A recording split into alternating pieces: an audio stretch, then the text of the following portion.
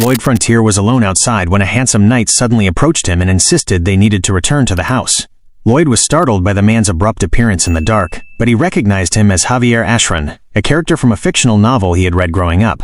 Lloyd initially resisted Javier, yet he eventually followed him into the castle. Once inside, he bundled himself in a warm blanket as Javier lit a fire nearby. Javier explained that Lloyd had gone drinking earlier, become intoxicated, destroyed the pub's furniture as a result, and passed out on his way back to the manor. The man currently speaking with Javier was not the original Lloyd, however. Javier was unaware that this was actually someone else, a Korean man who was utterly bewildered as to how he had ended up in this body, certainly not through an Isekai trope. Javier then mentioned that Lloyd's father had been worried for his safety and had sent him out to find him. Javier's words were lost on Lloyd, who was shivering intensely under the blanket. Lloyd was freezing his backside off and, touching the floor, began to miss the ondals, underfloor heating, of his original home.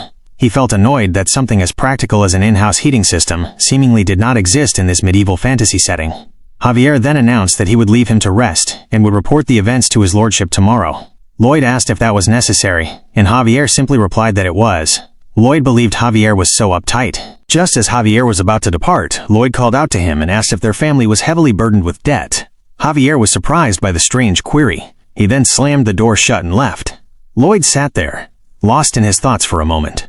He knew everything that was going to happen in this story. He had only just finished reading the final chapter in his tiny boarding house room last night. He knew Lloyd's fate. The Baron and Baroness would fall prey to an evil con man, lose all their land and fortune, and tragically commit suicide. Lloyd would then become a beggar, drinking his days away until he coughed up blood and died. This realization infuriated him, and he stood up, wondering about the point of being an aristocrat if the life was just as miserable as it had been in Korea. At that moment, a notification appeared, just like in a manhwa novel of this kind. You have been chosen to have a random wish granted by the absolutes. The next day, his mother and Javier approached him. His mother mentioned that he had broken things at the pub the previous night. Lloyd looked miserable, and his mother pleaded with him to go to the pub and apologize this time. Lloyd scratched his head and agreed, saying he would do it. His mother and Javier were utterly shocked and confused by his compliant response. Later that day, he walked out onto the street. A villager was arranging hay beside his shop. The man immediately spotted Lloyd and Javier and quickly hid. Lloyd was surprised by this reaction, and the same action was repeated by every other person in front of them. At the sight of Lloyd, they instantly concealed themselves. Even a baby peeping through a window was pulled back in, and the mother shouted that the child should not make eye contact before slamming the door. The village clearly detested him. Lloyd asked Javier why he was following him. Javier explained that his father had ordered him to escort him to prevent a repeat of yesterday's incident. Lloyd was confused about the need for an escort for himself, but Javier clarified that, on the contrary, the escort was for the villagers to protect them from him. Lloyd determined that the first priority was to get rid of this scumbag image. That way, he could at least get some food when he inevitably became a beggar. He then thought that if he could somehow sort out his family's debts before the ruin, he could live peacefully as the heir to a country baron and enjoy a comfortable life to a ripe old age. He wondered if there was a cheat code or skill he could use, and the notification immediately reappeared. He saw that he actually possessed two passive skills, human scumbag and rowdy drunkard. He realized they were utterly useless and instinctively scrubbed the screen in front of him. Javier glanced at him, confused by his action. Javier then asked where Lloyd was going, pointing out that they had already arrived at the pub and questioning if Lloyd had been lying about apologizing. Lloyd was caught off guard and quickly insisted he was just thinking. Lloyd received a sharp glare from Javier, but when Lloyd asked what was wrong, Javier shrugged it off. Lloyd opened the door and walked in, asking if anyone was there.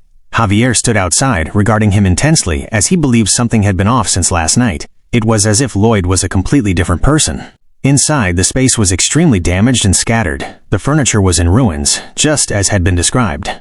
Javier stood beside Lloyd as the latter tendered his heartfelt apology for everything he had done. The pub owner, assuming a position of extreme high alert, glared at Lloyd, insisting that Lloyd should not do this, as the apology did not seem genuine, though he didn't say the genuine part out loud. Lloyd wondered what he was supposed to do then. The old man eventually stated that it was fine, and Lloyd did not have to apologize. Lloyd just stared at him, sweat dripping down his cheek. Later that day, as he left the pub, Lloyd mentioned to Javier that even when he apologized, the owner did not seem happy. Javier responded that this was to be expected. Everything Lloyd had destroyed, the furniture and decorations, had been purchased with the owner's hard-earned money. Javier believed the owner likely would not be satisfied until he was compensated. Compensation, Lloyd thought. compensating someone when they were already in debt. Was it so hard to get brownie points with the villagers? He knew that if they did not repay the debt, nothing would change, but he did not know how to proceed. Javier then added that not only had Lloyd caused the damage, but the pub owner's mother was sick after the late winter cold. Combining that with Lloyd's misconduct, Javier said, one could imagine how difficult things must be for the owner. Lloyd suddenly realized that the inside of the pub had been rather chilly. A single fireplace would not be enough to heat the entire building, and the elderly could not handle that kind of cold for very long without underfloor heating. He suddenly stopped walking. As if a light bulb had discharged a jolt of electricity in his head, he began to sketch out his thoughts and visualize the underfloor heating system, Ondol. He realized there was no such thing in this world setting, and if he were to build them, they would definitely sell. The hooligan, Lloyd Frontera, could never have conceived of this, but the real him, Suho Kim, could. He had majored in civil engineering in school, and during his time as a military engineer in the army, he had built a house all by himself. He had also worked day and night at construction sites. This was it. With this, he could settle all the Baron's debts. He walked on enthusiastically and called out to Javier, saying they should return to the pub. When Javier asked why, Lloyd responded that it was to get his first order. A notification then appeared. Your true journey has begun. You have received an RP system, and you can earn RP points by improving relationships. Lloyd stared at this, shocked and confused. Lloyd glared at the screen with curiosity, intrigued by how RP was supposed to be utilized since it offered no instructions, except that the value increased when he successfully improved his relationship with key characters in the estate. A buzz startled him, and he turned to Javier Ashran, who had a floating window hovering above him. The display showed that Javier's approval ratings were lower than ever. Lloyd felt he should attempt to work on it, and so he told Javier that he genuinely thought he was good-looking. He had been trying to buy Javier's favor. Unfortunately, this gesture backfired somehow, as Javier's approval ratings suddenly dropped by 1 point, falling to 31. Lloyd wondered with shock why the rating had decreased. Walking off, he decided it would be better to leave the matter for later. He knew rushing it would only make things worse. They arrived at the pub not long after. Lloyd had already prepared a contract, explaining that the pub owner would be the purchaser, and he would be the builder. Lloyd loudly stated that they would write off all construction fees against all the property he had damaged. He then asked the owner to send his signature. The pub owner stared at him for a second, looking suspicious of his intent. Lloyd inwardly sighed, recognizing that no one had any trust in his original self, as the pub owner had already used the skill Stonewall Heart in attempts to be on guard against Lloyd. But Lloyd resolved that his big plan could not fail from the start. He had decided he did not want to resort to his next move, but he had no choice. He decided he would use the hooligan image to his advantage. Lloyd then said to the man, frowning fiercely, that they were going to be seeing each other a lot from now on, so they should trust each other. He demanded to know the owner's answer. Greatly intimidated, the man immediately put pen to paper. As soon as the document was signed, Lloyd received a notification saying that he was a total scumbag. He paid this no mind, however, as he had finally gotten his first order. He then said to the man that he had made the right choice, and he would not let him down. But Javier still glared at him, ever suspicious. Not long after, Lloyd stood at the construction site. Just as he was about to start, Javier called out to him, addressing him as Master Lloyd. Javier then asked him if he was coming up with new ways to cause trouble, pointing out that he had threatened the pub owner to sign the contract. Lloyd glared at him for a brief moment and said that Javier was not as reasonable as he seemed. He then asked if Javier had ever heard of cognitive distortion. Javier seemed confused. Lloyd explained that it was a mental state where one believed someone would act a certain way because of what they did in the past. He described it as distortion caused by prejudice and negative thinking clinging to one's brain. Javier replied that it was not prejudice. It was based on experience and statistics. Lloyd asked in return if experience and statistics were not all from the past. Javier was taken aback, wondering if Lloyd had always been such a smooth talker. Lloyd then stated his intention. He would make them smile. The pub owner and his mother. He would make them smile for sure. As he began his construction, he inwardly confirmed that those smiles would be the foundation of his money-making. It was noon, and Lloyd had already started his work. He was scooping out the dirt, moving it, packing it, and repeating the process, patting the ground with his shovel. He noted that the timber was from the warehouse at the Byron's residence, and thus it was going to be a traditional timber frame. He needed to use the clay he had dug up from the river to complete the walls. Some days had gone by, and at this point, Lloyd was already extremely exhausted. He complained that his body was so weak as he gasped for air. Javier then called out to him and said that his efforts did not take long, noting that in only 3 cuts he had already gone this far. But in reality, it had taken Lloyd a week. Lloyd screamed as he rose up. Javier thought that Lloyd really was building something, and wondered where he had learned this skill. He doubted that the hooligan Lloyd Frontera was truly planning on honoring his contract with the pub owner. Lloyd then got up slowly, complaining about how sore he was and how there was no time to rest. He picked up the axe once more and staggered, trembling, as he tried to raise it up. He managed to lift it, and just as he was about to slam it down, Javier grabbed his hand and stopped him. He patted Lloyd on the shoulder, asking him to stop, and removed the axe from his hand. Javier then asked what Lloyd needed him to do. Lloyd explained that he needed thin little pieces of wood, each one about 2 hands lengths tall, 1 hand's length wide, and 1 finger's length thick. Javier then threw the logs up in the air, and, with a swift swing of the axe, sliced through all the logs in an instant, cutting the measurements just as expected as the pieces clattered to the ground. Lloyd was shocked at this display and gave him a thumbs up. This was truly the action of someone about to become a master swordsman. Who needs modern equipment when you have someone like Javier? Lloyd then walked up to Javier and said that when he was done he should help him with the digging. Javier then glared at him in annoyance. Javier was frustrated that instead of being thanked he was being given more work to do. Thinking the man truly was hopeless, Javier instantly regretted his decision. Lloyd then said to him cunningly that Javier was helping because he was curious, was he not? Lloyd suggested that Javier clearly wanted to see how he was going to con them and really wanted to see what would happen. Lloyd then stated that the work needed to be finished faster and asked how they could achieve that. He answered his own question, by doing it together. As he said this to Javier, Javier was caught in a tight corner. Javier conceded that Lloyd was not wrong and had completely changed since a few days ago, but his past made him utterly impossible to trust. Javier helped him nonetheless. He decided all he could do was hurry the process up and see if it actually worked out. They worked tirelessly, shuffling and shuffling. After a long, exhausting experience, Javier was done with the logs, and Lloyd was also done with the digging. Lloyd was extremely happy. Javier then took note of the crest in front of the site, asking what it was, which Lloyd pointed out that it was his logo crest. Inside the new house, the pub owner's mother, as well as the pub owner, laid on the ground, stunned by the results of the construction. His mother said that it was lovely and so good, noting that all her stiff joints felt so relaxed. The pub owner was also astonished, wondering how it could be possible. Lloyd glared at them in satisfaction. He thought this must be astonishing to the people of this world. Lloyd stated that these were the powers of the underfloor heating. It was almost like magic. The pub owner then said to him that he was thankful, young master, as it had been so long since he had seen his mother smile like that. The pub owner and his mother smiled. Javier was shocked at this.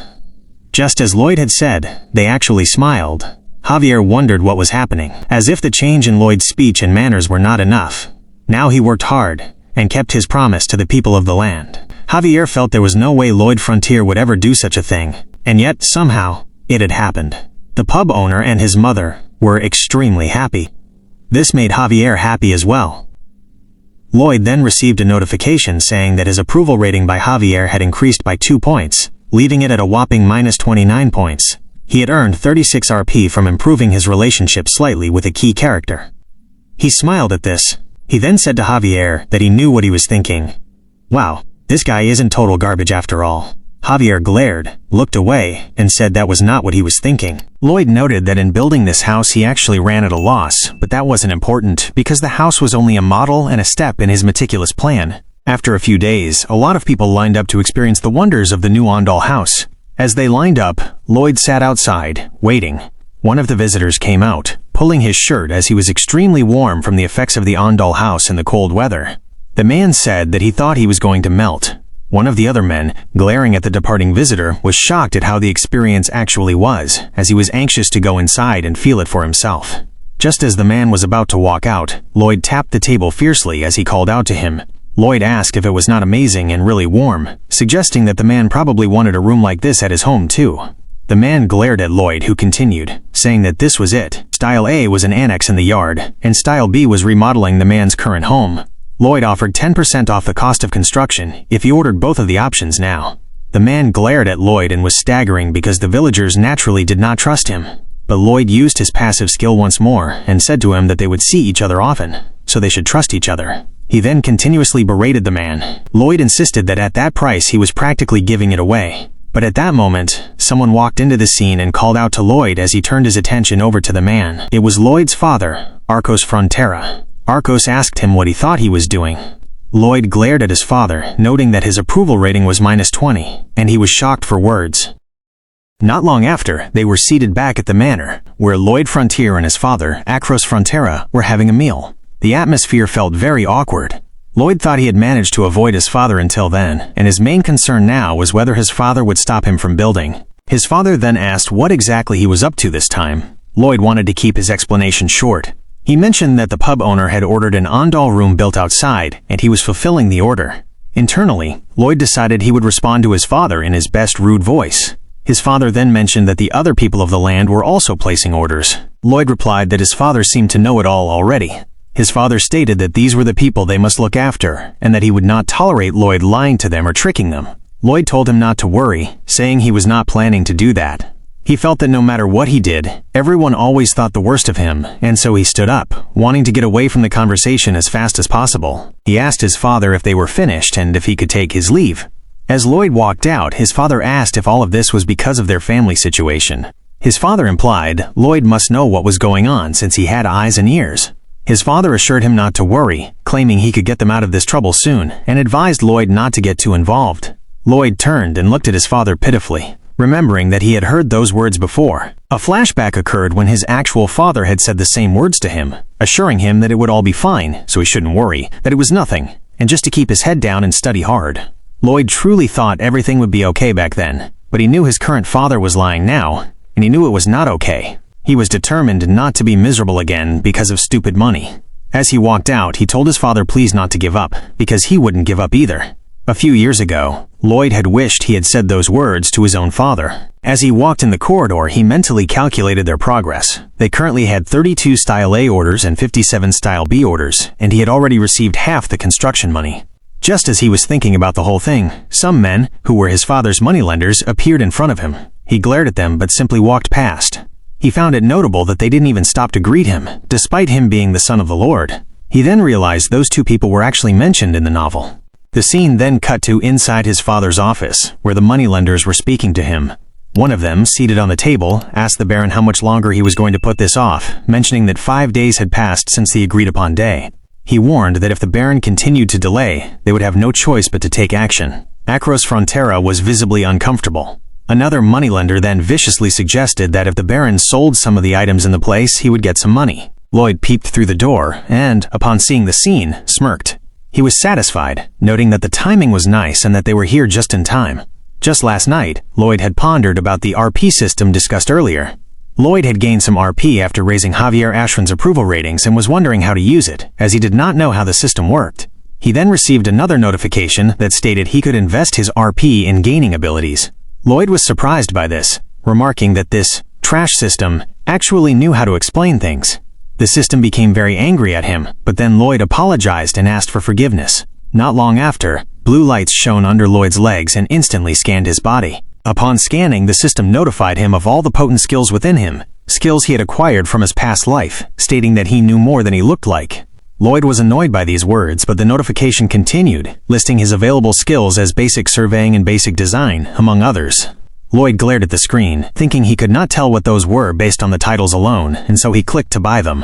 Upon acquiring them, he realized that just by looking at the land outside, he could easily take measurements from sight. He thought, could this be real? He realized he didn't need a GPS surveyor and could just see it all with his own eyes. He could also do some basic designs on thin air, which was very helpful. He sat back on his bed, thinking that things would definitely be a lot easier going forward, but wondered if Javier alone would be enough to cover all the construction. He knew it would be nice if he could summon some heavy machinery with his knowledge. Then he received yet another notification that stated if he wanted a summon, there was something he could summon. He was shocked, and the notification explained he needed to spend RP to pick a summon, offering unique abilities and a wide range of skills, urging him to enter to get his own loyal summon partner now. Lloyd read it and mused that it seemed like some kind of ad for a premium game. He glared at it for a second, deciding that he did not have the required quantity of RP. He concluded that a summon could be as useful as heavy machinery or just one of the weapons if he was able to get one, and so he decided he had to find a way to get more RP. To do that, he needed key characters in this world to like him. And so, back to the Baron's office, the moneylenders were still there. One of them pounded on the table and suggested that if the Baron had no money, he could sell the Baroness and her ladies to a very nice place, as they would fetch a hefty sum. "How dare you?" Lloyd's father said. Then suddenly Lloyd grabbed the moneylender by the shoulder. He said that just because he was a lender didn't mean he had to lack manners. The moneylender fidgeted out of Lloyd's grasp and asked who he was. Lloyd's father called out to him, but he paid him no mind. The moneylender said to Lloyd that he must be the eldest son with the peculiar manners, and asked if that was why he was so rudely interrupting their discussion. Lloyd cut him off, saying, whatever. Now show me your warrants. They were surprised by this demand. Lloyd then cited the Royal Family and Nobility Act, Article 3, Clause 6, that all nobles may exercise their rights to protect their interests as vassals of the king, and that entry into the residence of a noble family without a warrant was considered trespassing. That was the key section. They were shocked and yelled, asking what he was talking about and claiming they had never even heard of such a law. Lloyd told the moneylenders, "You don't know? Then let's go find out together." He called for Javier, who walked into the office with his hand slightly resting on his sword at his waist. Lloyd then ordered Javier to cut off the trespassers' arms. Javier walked towards them as they were visibly very scared. "What is this? We are going to sue," they exclaimed. Lloyd replied, "Like I said, let's go find out whose side the judge will take." Javier walked fiercely toward them. They were very frightened, and so they dashed out, screaming at Lloyd that he would not be able to get away with this and that he would regret it. They slammed the door and left. His father then called out, "Lloyd, Javier, what did you just do? We don't have enough to stave them off." Lloyd then dropped a bag of coins on the table and said to his father that he was planning to give it to him after he collected all the money from the orders, but this should be enough to cover a big part of this month's interest. "Money from the orders?" his father asked him, stating that he didn't want them taking money from their people, extorting money from them like this. Javier responded on behalf of Lloyd and said not to fear, as he would ensure that Master Lloyd fulfilled the orders. Lloyd's father was shocked for an instant, and Lloyd noted from his father's face that he completely trusted Javier. So Lloyd bowed to his father and said nothing further. Javier then asked Lloyd how he knew about such a law, noting he always thought Lloyd was the ignorant type. Lloyd, feeling annoyed, told Javier he had just picked it up somewhere. It was true that he had actually picked it up somewhere. It was from the book he read, which was actually something Javier said. It was right after the Baron and Baroness committed suicide. Javier was outside the graves of the Baron and Baroness, as the two loan sharks came with some people that had shovels to dig up and sell the bodies. That's when Javier had cited the Royal Family and Nobility Act, Article 3, Clause 6. All nobles may exercise their rights to protect their interests as vassals of the king. After he said this, it was off with their heads in an instant. When Javier was brought before a judge, he was found not guilty, knowing the content, as he was within his rights to kill them in that moment. Lloyd thought to himself that knowing the content of this story was a huge plus, and he should be getting a pop-up any second now. Just then, he received a notification that stated Baron Frontera's approval rating of him had increased by 6 points, and he had earned 60 RP for improving his reputation with a key character. He was sitting at a whopping 61 RP currently. He was very pleased, knowing that he was the player and was going to use this to acquire a summon. Later that evening, Lloyd was outside. He looked meticulously left and right to ensure that there was no one around. He then called out to the summon game, and it appeared in front of him. He clicked on it swiftly, using the RP points. It flashed a bright light in front of him, and then some type of mechanism began to twirl like a magic portal, shocking Lloyd. He thought, that must be a magic circle. This is so over the top.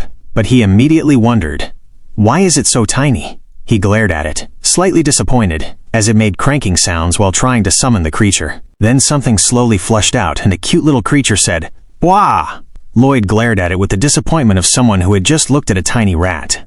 The hamster flopped to the ground and glared at Lloyd, springing its head up, looking very enthusiastic. Lloyd glared back at him and scoffed, deciding it was a dud. When he said this, the hamster almost choked in shock. He wanted to walk off, but the hamster was speaking its own language, P-P-O-D-O-N-G. Lloyd glared back at it, as though he could understand what it was saying. "You are not a dud?" Lloyd asked it. He then said, "I don't need it." The hamster, however, kept fidgeting its hands and trying to get his attention. Lloyd then told it to show him what it could do. It then gulped up something from its mouth and spat it onto the ground. Lloyd casually bent over and picked it up. It was disgusting, but it was a manual, physically. He read from the manual, P-P-O-D-O-N-G is an adorable hamster. Please give Pudong lots of love. Feed Pudong one of the enclosed sunflower seeds and its size will change. It had a red sunflower seed and a blue sunflower seed. The red one made it grow gigantic, while the blue one made it shrink back to the normal size. One set of the two colors of sunflower seeds was 1 RP. Lloyd glared at Pudong and asked just how big it actually thought it was, like people's size. Pudong indicated he should feed it the seed so that he would see for himself. So Lloyd did just that. As Pudong ate the seed, it began to grow and expand, which greatly surprised Lloyd. It grew so fast that its body hit Lloyd, and Lloyd flew back, slamming himself onto the ground. When he got up, he was very shocked as he glared at Pudong. Pudong was massive. It was over 30 feet high. Pudong then smirked at him, because now it was the bigger person, so to say. It had multiple skills. It could dig very quickly and smooth the ground very quickly, and it had very deep cheek pockets as well. Lloyd was very pleased with this, seeing it as a jackpot.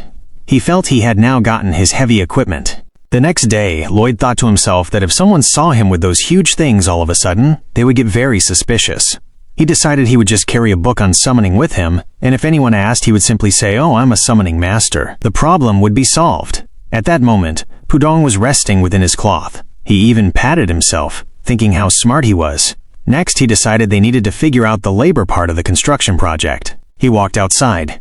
Later that day, he stood with some of the soldiers from the barony. He told them to repeat after him, "Safety first." They glared at him and could barely utter the words, looking very tired. Lloyd found this frustrating, thinking they were just like soldiers who got paid to do nothing. He wondered why the Baron hadn't gotten rid of them, given the ton of debt. He grinned, thinking that thanks to the situation he now had free labor, and it was a good thing he could put them to work. "Listen up, you are all soldiers and this here is the army," he told them. He continued that the point of an army was to do work. He remembered that when he was in the army, he spent more time digging holes and pulling weeds than actually training. He told them, "Okay, do you see that pile of clay over there? That is the clay I spent all last night digging up." Actually, it was Pudong that dug it up in only 30 minutes, but still. He then continued, saying, "We are about to break ground on our estate. I am talking about the Ondo construction business for the people. To do that, I need all of you to move that clay to the construction site." They were all gloomy at this sight of work from Lloyd. Lloyd thought it was okay, as he expected them to be gloomy. Before his thoughts could continue, someone disrupted him. "Master Lloyd." He turned to the back and saw someone who asked what he was asking his men to do. The man in question was the senior knight in Lloyd Frontera's barony, Sir Neumann. Lloyd smirked because he was expecting him to confront him like this too. In this land there were 3 knights. Neumann, the man here now. Under him was Bayern, and under him was the protagonist of the novel, Javier Ashran. At the start of the book, when the estate falls into ruin, Javier and Bayern remain loyal until the very end. But Neumann was the first to betray the Baron and run, selling information on the Baron to the con men and leaving him with a huge debt. Lloyd thought it would not do for this man to be the land's foremost knight. He walked up to Sir Neumann and asked what it looked like he was doing. Neumann responded that Lloyd had ordered those honorable men to cover themselves in dirt, and as their commander he would not tolerate it. Lloyd internally dismissed this, thinking that Neumann was just unhappy because Lloyd was close to making money that could pay off the debts. Lloyd then stated he had his father's permission. Neumann replied that he did not know how Lloyd had fooled his lordship, but he reminded the young master of his prior conduct. Neumann stated he could think of no other reason for Lloyd to use his men than for personal gains, and asked if he was wrong. At this point, Lloyd was not being calm anymore. "No, that sounds right if you want a beatdown," he said. Neumann became visibly annoyed and crumpled, looking fragile. Lloyd inwardly noted that if this man ever played an online game, his fingers would be flying across the keyboard. Lloyd then dug his shovel into the ground, pulling out the dirt, which he thrust at Neumann's face. Everyone around gasped in shock, even Neumann. But it seemed as though they were all dancing to his tune. Neumann said, You scoundrel! Did you just insult a knight's honor?" Neumann inwardly thought that Lloyd was nothing but the son of a poor, soon-to-be-ruined baron. Lloyd then said, "Huh? What was that? Let's forget about ranks and fight this out?" He twirled his staff and pointed it at the man, requesting that they duel. Neumann was very angry and said he would make the scoundrel regret it. Back at the manor, not long after, Javier mentioned to Lloyd that he would be facing Sir Neumann in 1 month and asked if Lloyd felt confident about winning. Sitting on the bed, Lloyd questioned if Javier was foolish, stating emphatically that he was not confident at all. Lloyd pointed out that Neumann was a low-level sword expert knight who could use the manor's hard skill, while he was merely a nobody. He scoffed, asking Javier what he expected and if he had even been thinking. Javier felt annoyance brewing because of these words. Lloyd pressed further, asking if Javier was even using his head. Javier noted that he had been so close to striking Lloyd down just then. Javier's mind registered that Lloyd looked pathetic, yet had suddenly shown the audacity to insult Sir Neumann and issue a challenge. Javier had initially suspected that Lloyd was reverting to his old hooligan ways. However, Javier recognized the behavior seemed too carefully planned. He recalled that Lloyd had asked the Baron to separate them so he could pick a fight with him, and then designated Sir Bayron as a substitute overseer for the soldiers' work. Now Lloyd was claiming he was not confident in the duel.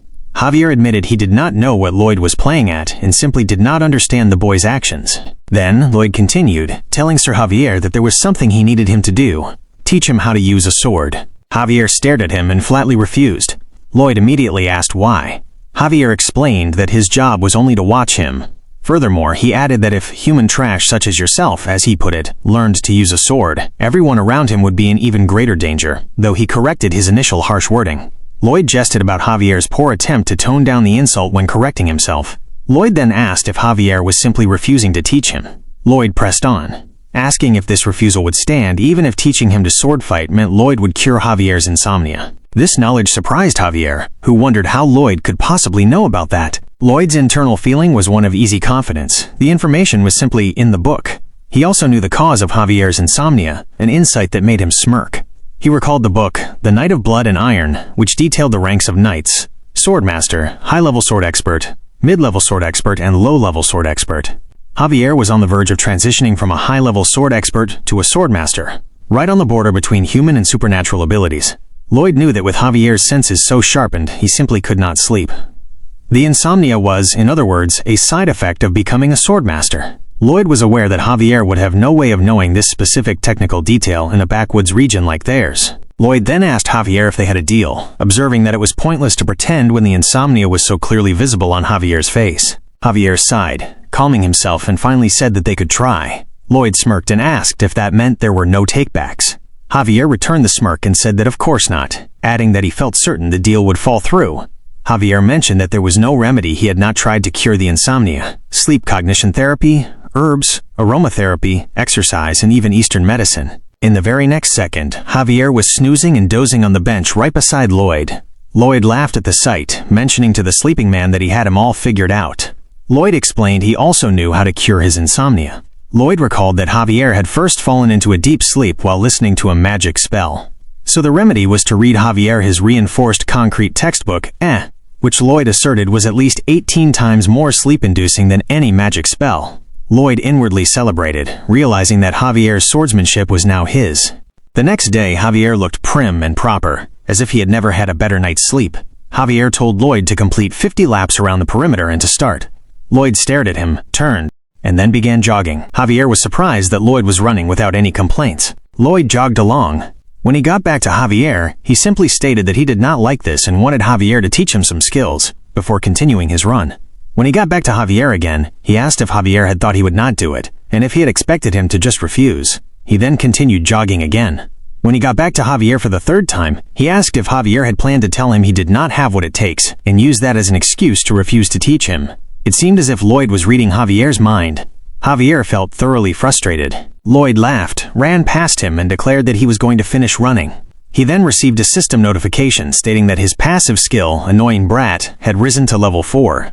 Lloyd was angry at the system, shouting that he knew it had just made that up and telling it to go away. As he continued running, Lloyd thought that the running was honestly difficult. He would be lying if he said it was not. However, compared to his life in Korea, this was much better. He remembered being without a family to welcome him, spending each day in a tiny room at a boarding house, carrying bricks up to a 4-story building all day, and loading and unloading delivery trucks all night, all just to still starve to death. He had held on to the hope that things would improve, encouraging himself to hold on a little longer. He had told himself it would get better someday, that he was working hard and deserved better, constantly pushing for just a little more, trying to reach a light that only kept getting farther away until he collapsed. Lloyd felt that compared to that pain, that despair, the running was nothing.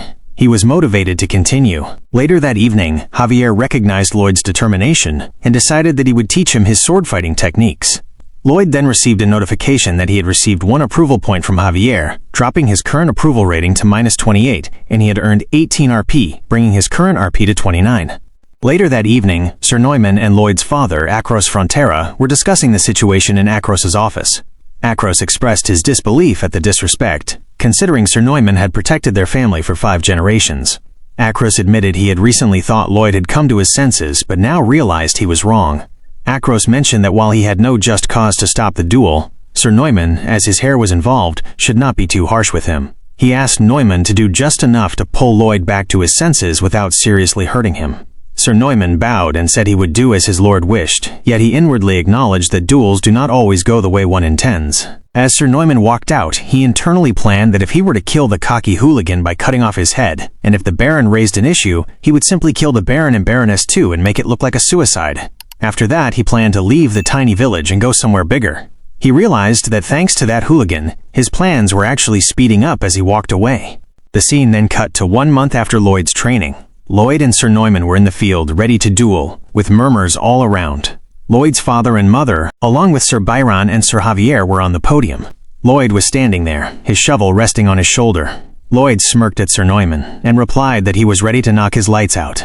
It was clear that a crazy fight was about to begin. With people murmuring about the fact that Lloyd intended to fight Sir Neumann with a shovel, everyone was surprised and confused by the commotion. Sir Neumann was clearly angry that Lloyd was not taking the duel seriously. Javier stared at the shovel and thought that a solid iron shovel was what Lloyd had requested from the blacksmiths. Lloyd's father commented that the whole thing was apparently a joke in the end, but Javier inwardly mused that he did not believe it was a joke.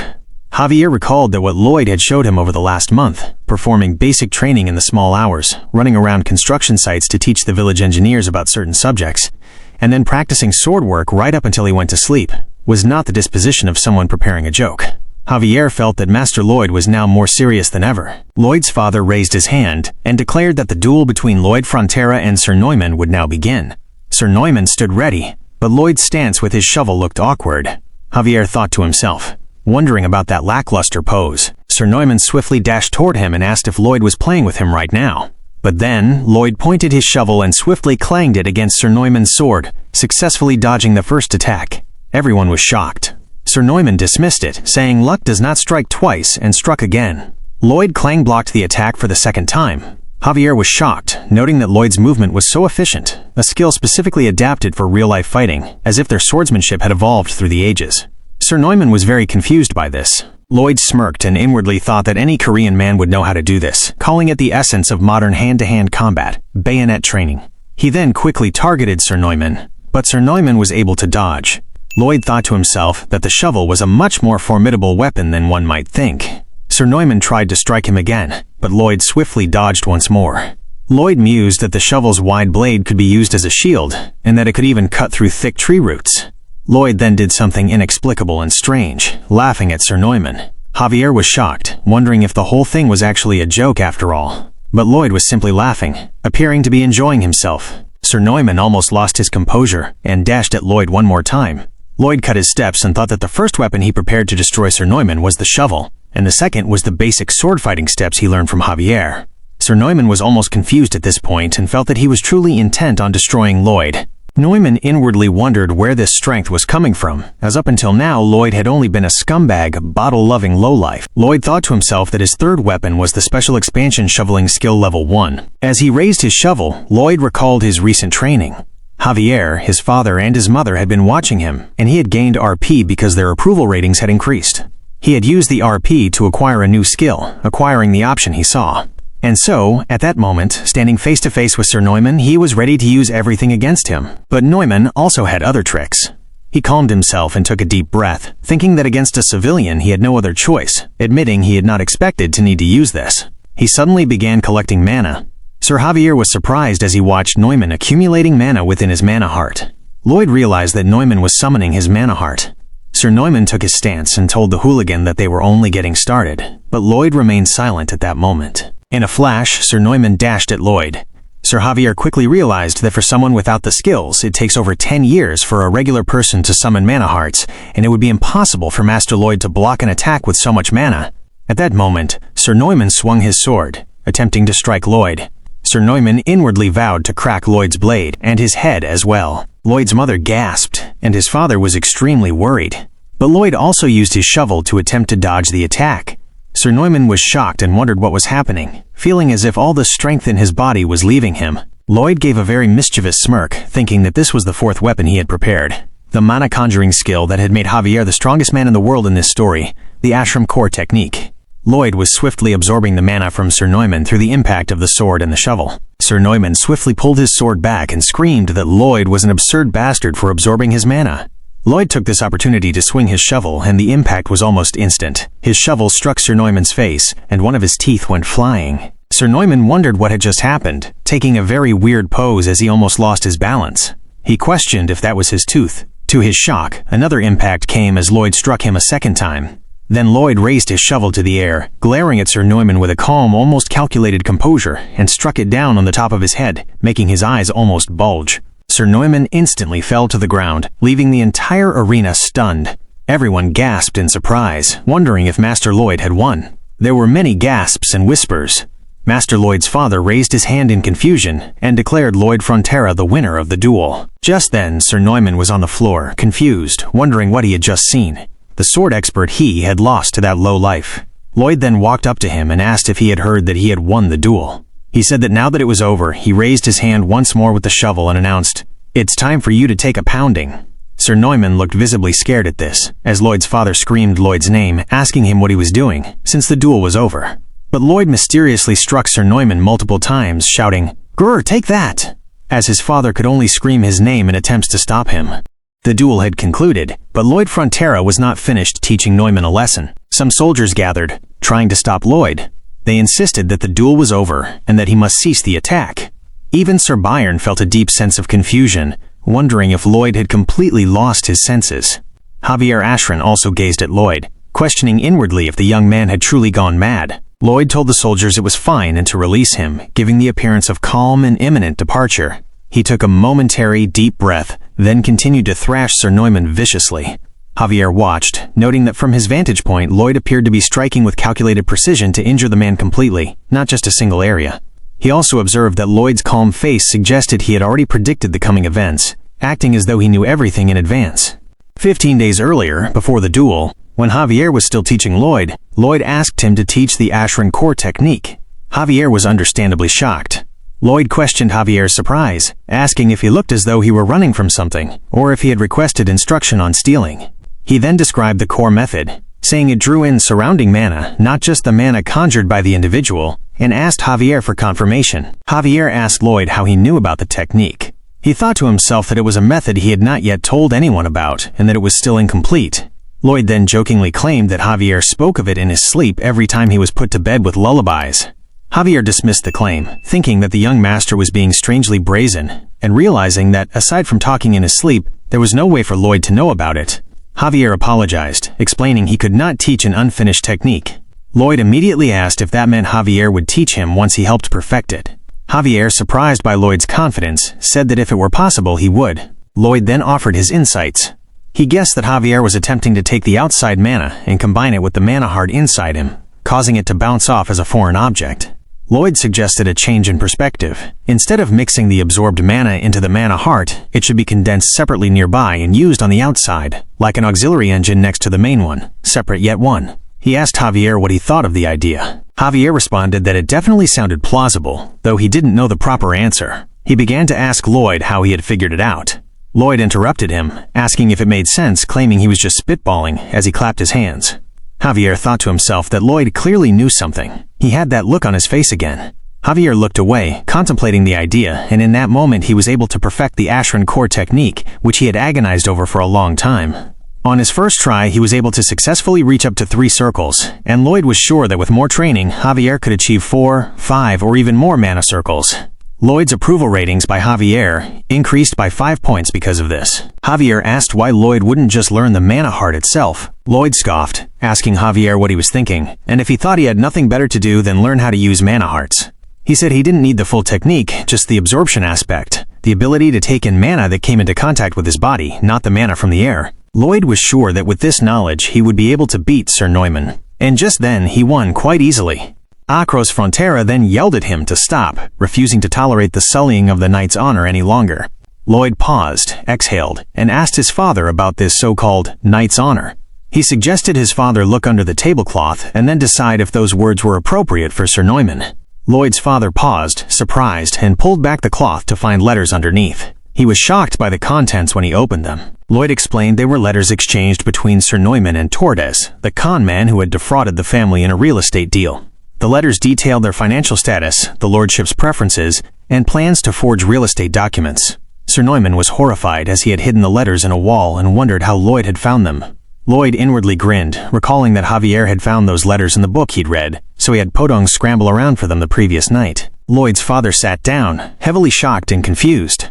Lloyd thought that his father truly was a kind person, as described in the book. Anyone else would be demanding Neumann's head. He knew his father was soft but kind, though he also realized a good person and a good leader were two separate things. Lloyd then started to offer his suggestion on how to deal with Neumann. His father shakily urged him to continue. Lloyd suggested they drop a vicious mouse on the man's head. If he was injured by the mouse, he should be exiled from the land. Otherwise, he should be demoted to a foot soldier and given an opportunity to repent. The people mumbled, wondering why a mouse of all things, as Sir Neumann would never be hurt by one. Lloyd's father was confused, but realized Lloyd was suggesting a test that allowed for repentance, while keeping the possibility of a greater punishment hanging over him. Sir Byron commended the idea as wise and generous, while still serving as a clear warning to others. Lloyd's father agreed to proceed, as Lloyd suggested. Lloyd asked Sir Neumann if he had any objections. Neumann responded that he had none and was grateful for the offered mercy. Lloyd thought that offering a guilty party a merciful outcome would not lead to repentance, concluding that his father was soft. Lloyd was certain such people would only grow more cunning and stubborn. Meanwhile, Sir Neumann was already plotting his revenge on Lloyd and his father. Lloyd smiled, saying it was nice to see Neumann smile, though it would be for the last time. Neumann was surprised and asked what he meant. Lloyd pulled out a nut and gave it to Podong, the summon, asking Neumann what he thought it meant. He flung Podong high into the air, glaring at Sir Neumann, and stated that the best way to ask for forgiveness was to remember that there was none. Podong ate the nut and immediately expanded in size. Lloyd's father, Javier, Byron, and everyone in the arena were shocked by the sheer size of the hamster. As the creature began its descent, Lloyd quickly fled the space. Sir Neumann could only scream as the hamster landed on him with a loud boom. When all was over, Lloyd raised his hand, smirked, and screamed, "Exiled!" declaring that the rotten apple of the land was gone. After the fight and the subsequent exile, the city returned to its normal construction activities. Podong was currently digging through the city. Javier asked Lloyd what the creature was doing. Lloyd explained that Podong was carving out a road. Now that the previously feeble soldiers looked like proper construction workers, the real work could begin. He recounted how the ancient city of Rome was enamored with roads, and declared that he would use the method from their great Appian Way, starting a road that would run from the lordship's manor to the base of the eastern mountains. Javier asked why a road. As Lloyd walked away, he said that Javier would just have to wait and see, assuring him he would put their land on the map. Javier looked at Lloyd and calmly inquired where he had suddenly acquired this knowledge, asking if he was truly Master Lloyd, given that he had built a hidden system no one had ever heard of and summoned a high-level creature out of nowhere. Lloyd was warned by a sudden notification that Javier had suspicions about his identity. Lloyd felt a small trickle of sweat, recalling that the Javier of the book would not hesitate to use his sword if he found out someone had stolen the body of his lord's son. Javier would do that and more. However, Lloyd remained unconcerned, as he had a special skill for this situation. Activating his stubborn insistence, he asked Javier why he wasn't allowed to study in private. Javier replied that when no one was looking, all Lloyd did was drink. Lloyd challenged him, asking if he was watching him 24 hours a day, listing various activities, and asserting that Javier didn't know what he was doing. Javier then stuttered, asking for an explanation of the summoning magic, something even a skilled mage with 20 years of training would find difficult. Before Javier could complete his thought, Lloyd countered by asking how Javier was so adept at conjuring mana for someone in his early 20s without a teacher. Lloyd asked the question twice, then declared they must have a genius present. Javier grew uncomfortable and denied considering himself a genius. Lloyd immediately asked if that meant Javier could be a genius, but he could not, claiming he was simply born with the gift of summoning. Javier was stunned and speechless. Lloyd then activated his speedy topic change skill, turning swiftly and saying he was leaving to take care of important business if Javier had nothing else to say. He quickly walked away from Javier, thinking that the trick had landed and telling himself to calm down. He walked over to Sir Byron and instructed him to oversee the road in his absence. Sir Byron agreed, wished him a good trip, and assured him he would take care of it. Just as Lloyd was about to depart, Javier walked up and said he should accompany him, as it was his job to watch him. Lloyd replied, "Huh? Of course, you are coming with me." What a silly thing to say. Javier asked where they were going. Lloyd simply said, "Somewhere far," and explained that he needed to retrieve some stolen money. Javier glared at Lloyd, confused by his words. Later that day, in a small border town called Ludania, inside an inn, a man violently slapped a small table, looking visibly distressed. He lamented his incredible loss of money, convinced a trick had been used. This was the real estate con man, Tordes. Beside him stood a man in a black robe who pointed out that this was simply how gambling worked, and Tordes had always earned his fortune that way. The robed man stated he would take his leave if Tordes could not pay him for protection. Tordes turned swiftly, and insisted he had enough for the current payment and would find the rest, so the man shouldn't leave. The robed man warned him he would be gone the moment Tordes defaulted. Tordes, stressed, muttered about finding another easy mark, saying they first needed to stay hidden from those who were out to get him. Just then, the door banged open, and Lloyd swiftly entered, asking if they were just talking about him. Tordes stood up and screamed, demanding to know who he was. Lloyd said that Tordes wouldn't know what he looked like and then introduced himself as Lloyd Frontera, asking if the name rang a bell. Tordes was visibly shocked. He turned and fidgeted, looking left and right, then nudged the robed man. The man asked if he should kill Lloyd. Tordes yelled, "No, let's run, let's run!"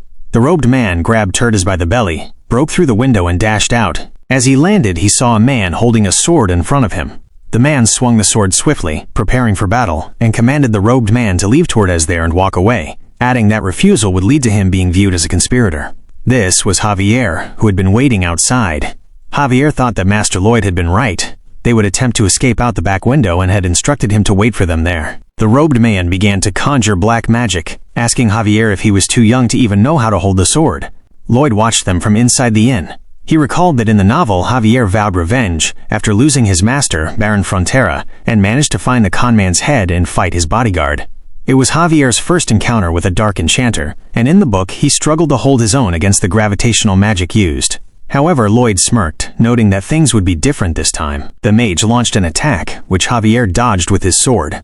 Javier was slightly taken aback because the skill dispersed and instantly surrounded him.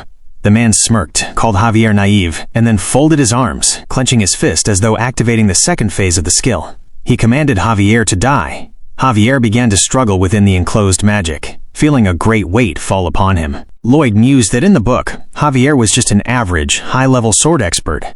But now, Javier was equipped with a triple circle mana heart, and such an attack would have no effect on him. Javier swiftly cut through the gravitational magic and glared at the man, asking what that magic had been, mockingly calling it magic that increases one's weight. The mage was confused, began to sweat, and immediately dashed away, telling Tordes that their contract was no longer valid. Tordes reached out, calling the man a jerk and begging him not to leave. But this was no longer important, as Javier was walking towards him. Javier told him how serious a crime it was to commit fraud against a noble family and kicked him, sending him crashing into a barrel. Javier then stated he would cut off Tordes' legs and make him crawl to the courthouse. As Javier was about to swing his sword, Lloyd immediately stepped between the attack and said, "Enough, Javier. You are out of control." He said that Tordes would lose his head if he went to court. Javier was stunned and confused, wondering if Lloyd was showing pity for the man. Lloyd merely glared at him in silence, as he had other plans in mind. Later that evening, Tordes was seen trembling in his room, seated on a chair. Lloyd Frontera stood before him, and a brief silence settled between them. Lloyd attempted to calm the situation, mentioning there was no need to be so scared.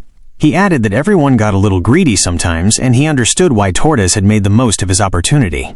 Tordes appeared confused by this statement. Lloyd continued, saying that to behead people for such a thing seemed like the law was a bit harsh. Tordes then asked if Lloyd was going to forgive him. Lloyd responded with an affirmative, saying he would not take him to court. Lloyd then assumed Tordes was grateful, and asked Tordes to hand over all the Baron's remaining assets. Tordes readily responded that he would do so gladly if it meant Lloyd would forgive him. Lloyd stated that they were just getting started, causing Tordes to gulp. Lloyd explained that Tordes needed to do something else to be forgiven. Tordes quickly asked what it was, offering his word as Lloyd's command. Lloyd then slid a paper in front of him, saying they would be done once he signed the contract. Tordes glared at the contract and asked what kind of contract it was. Lloyd said it was just a normal employment contract, with a paid salary of course. However, he calmly added that 80% of Tordes' salary would be kept back as repayment for the money he had defrauded them of. Tordes began to sweat profusely. Lloyd smiled and said that after just 520 years, Tordes would be all paid off and everything would be done. Tordes was extremely shocked at the absurdity of the proposal. Javier Ashran, who stood behind Lloyd, was also shocked as well, believing his initial suspicion that Lloyd was not about to just forgive the man was correct. Lloyd silently mused whether Javier thought he would be stupid enough to kill the man who owed him a debt, resolving that he would never let the opportunity go to waste and would ensure Tordes paid for the rest of his life. Tordes stated that he had never seen such a shameful and unjust contract. Lloyd responded viciously, saying that he could not force Tordes to sign it, suggesting they go to court instead. Tortoise immediately grabbed the ink and signed the contract, crying profusely. After some time had passed, it was already the next day, and Lloyd was heading back to the Frontera barony. Javier mentioned to Lloyd that they had secured some money from Tortoise, so they should not have to worry about the interest for a few months. Lloyd asked what he meant, saying he planned to invest the money in hiring more men. They had already started with 30 soldiers. Lloyd thought that 30 soldiers were not enough, considering that if he put up a help wanted sign, he wondered if any villagers would apply, given his annoying hooligan reputation. A few days later, they arrived at the Frontera barony, and just as Lloyd had thought previously, he put up a banner saying, "Workers Wanted." It offered a salary of 20 gold per week and directed people to inquire at the tourney square of the Baron's estate for more information. Not long after, there was a whole queue of men in front of Lloyd and Javier, murmuring as they waited for him. Lloyd was quite shocked, wondering if these people had not all hated him. Javier said they absolutely did, but Lloyd had delivered the undersystems on time and had taken care of the con man, so he was now considered a trustworthy and talented man. Lloyd was shocked upon hearing this, wondering how that could be true just for those reasons. One of the men in front of Lloyd spoke, saying that regarding the work contract, Lloyd interjected, telling him to sign. The man then continued, first wanting to express his gratitude. He explained that his child would suffer from a severe cold every time there was a cold spell, but this year, thanks to Lloyd's undersystem, they no longer had to worry. He thanked his lord as he bowed. Lloyd was a bit uncomfortable by this, saying he was very happy for them. He privately thought that he was just trying to satisfy his greed, and now felt embarrassed. The man then mentioned he had a relative in the neighboring Lacona land who wanted to know if Lloyd would accept an order from him as well. Lloyd considered that this was finally the first stage of his big plan. He reflected that he had not built all those undersystems at a loss for nothing. He would use the traveling expenses as an excuse to up the cost and clean up nicely, smirking viciously. He then told the man that of course he would, but added that they would need to pay extra for the travel expenses. Javier glared at him, thinking that there was that shifty look on Lloyd's face again, realizing that this was the reason Lloyd had built those undersystems at a loss. Javier then wondered why Lloyd was constructing that road to the mountain, finding it quite strange. Later, Lloyd and Javier were at a nearby cliff. Lloyd said to Javier that pretty soon, these mountains would be stripped bare. Javier was confused and asked for clarification. Lloyd continued, saying that an Ondal heating system required an astronomical amount of fuel and that the trees here would not be enough. Javier was speechless. He then asked why Lloyd had done this, knowing this would happen. Lloyd responded that that was why he was laying down the Appian Way. He explained that at the end of the road, they were going to mine for black coal and sell it at a huge markup, because once people got used to an Ondal system, there was no getting out of it. As he said this, he laughed viciously. Javier glared at him viciously as Lloyd continued, mentioning he would of course give their people a discount. A small one. A very small one. Javier thought Lloyd was so sneaky and devious. Lloyd then glared at Javier, saying Javier probably thought he was sneaky and devious, but asked if Javier thought they would be able to repay their debt if he did not do this. Javier was short of words and did not respond for a second. He then admitted this was the best solution for now. However, he pointed out that previous barons had left the black coal undisturbed not because they were unaware, but because they had tried several times. Lloyd responded, saying he knew the mine collapsed because of the weak bedrock, but he was different. Lloyd thought to himself that he had the benefit of modern excavation technology, and that the shield tunneling method was what they were going to use. "Let's go," he said, noting there was so much for them to do. Javier wondered again about the shield tunneling method, as he had never heard of such a thing. He resolved to trust Lloyd for now, believing their lord was a new man and had a plan. As Lloyd walked away, the perspective shifted, slowly zooming into the tunnel. Something slid through the view, and some antennae shuffled. Multiple eyes glared into the distance, and as the view zoomed in further, it became clear there were massive ants within the tunnel. Lloyd was about to encounter such a vicious threat.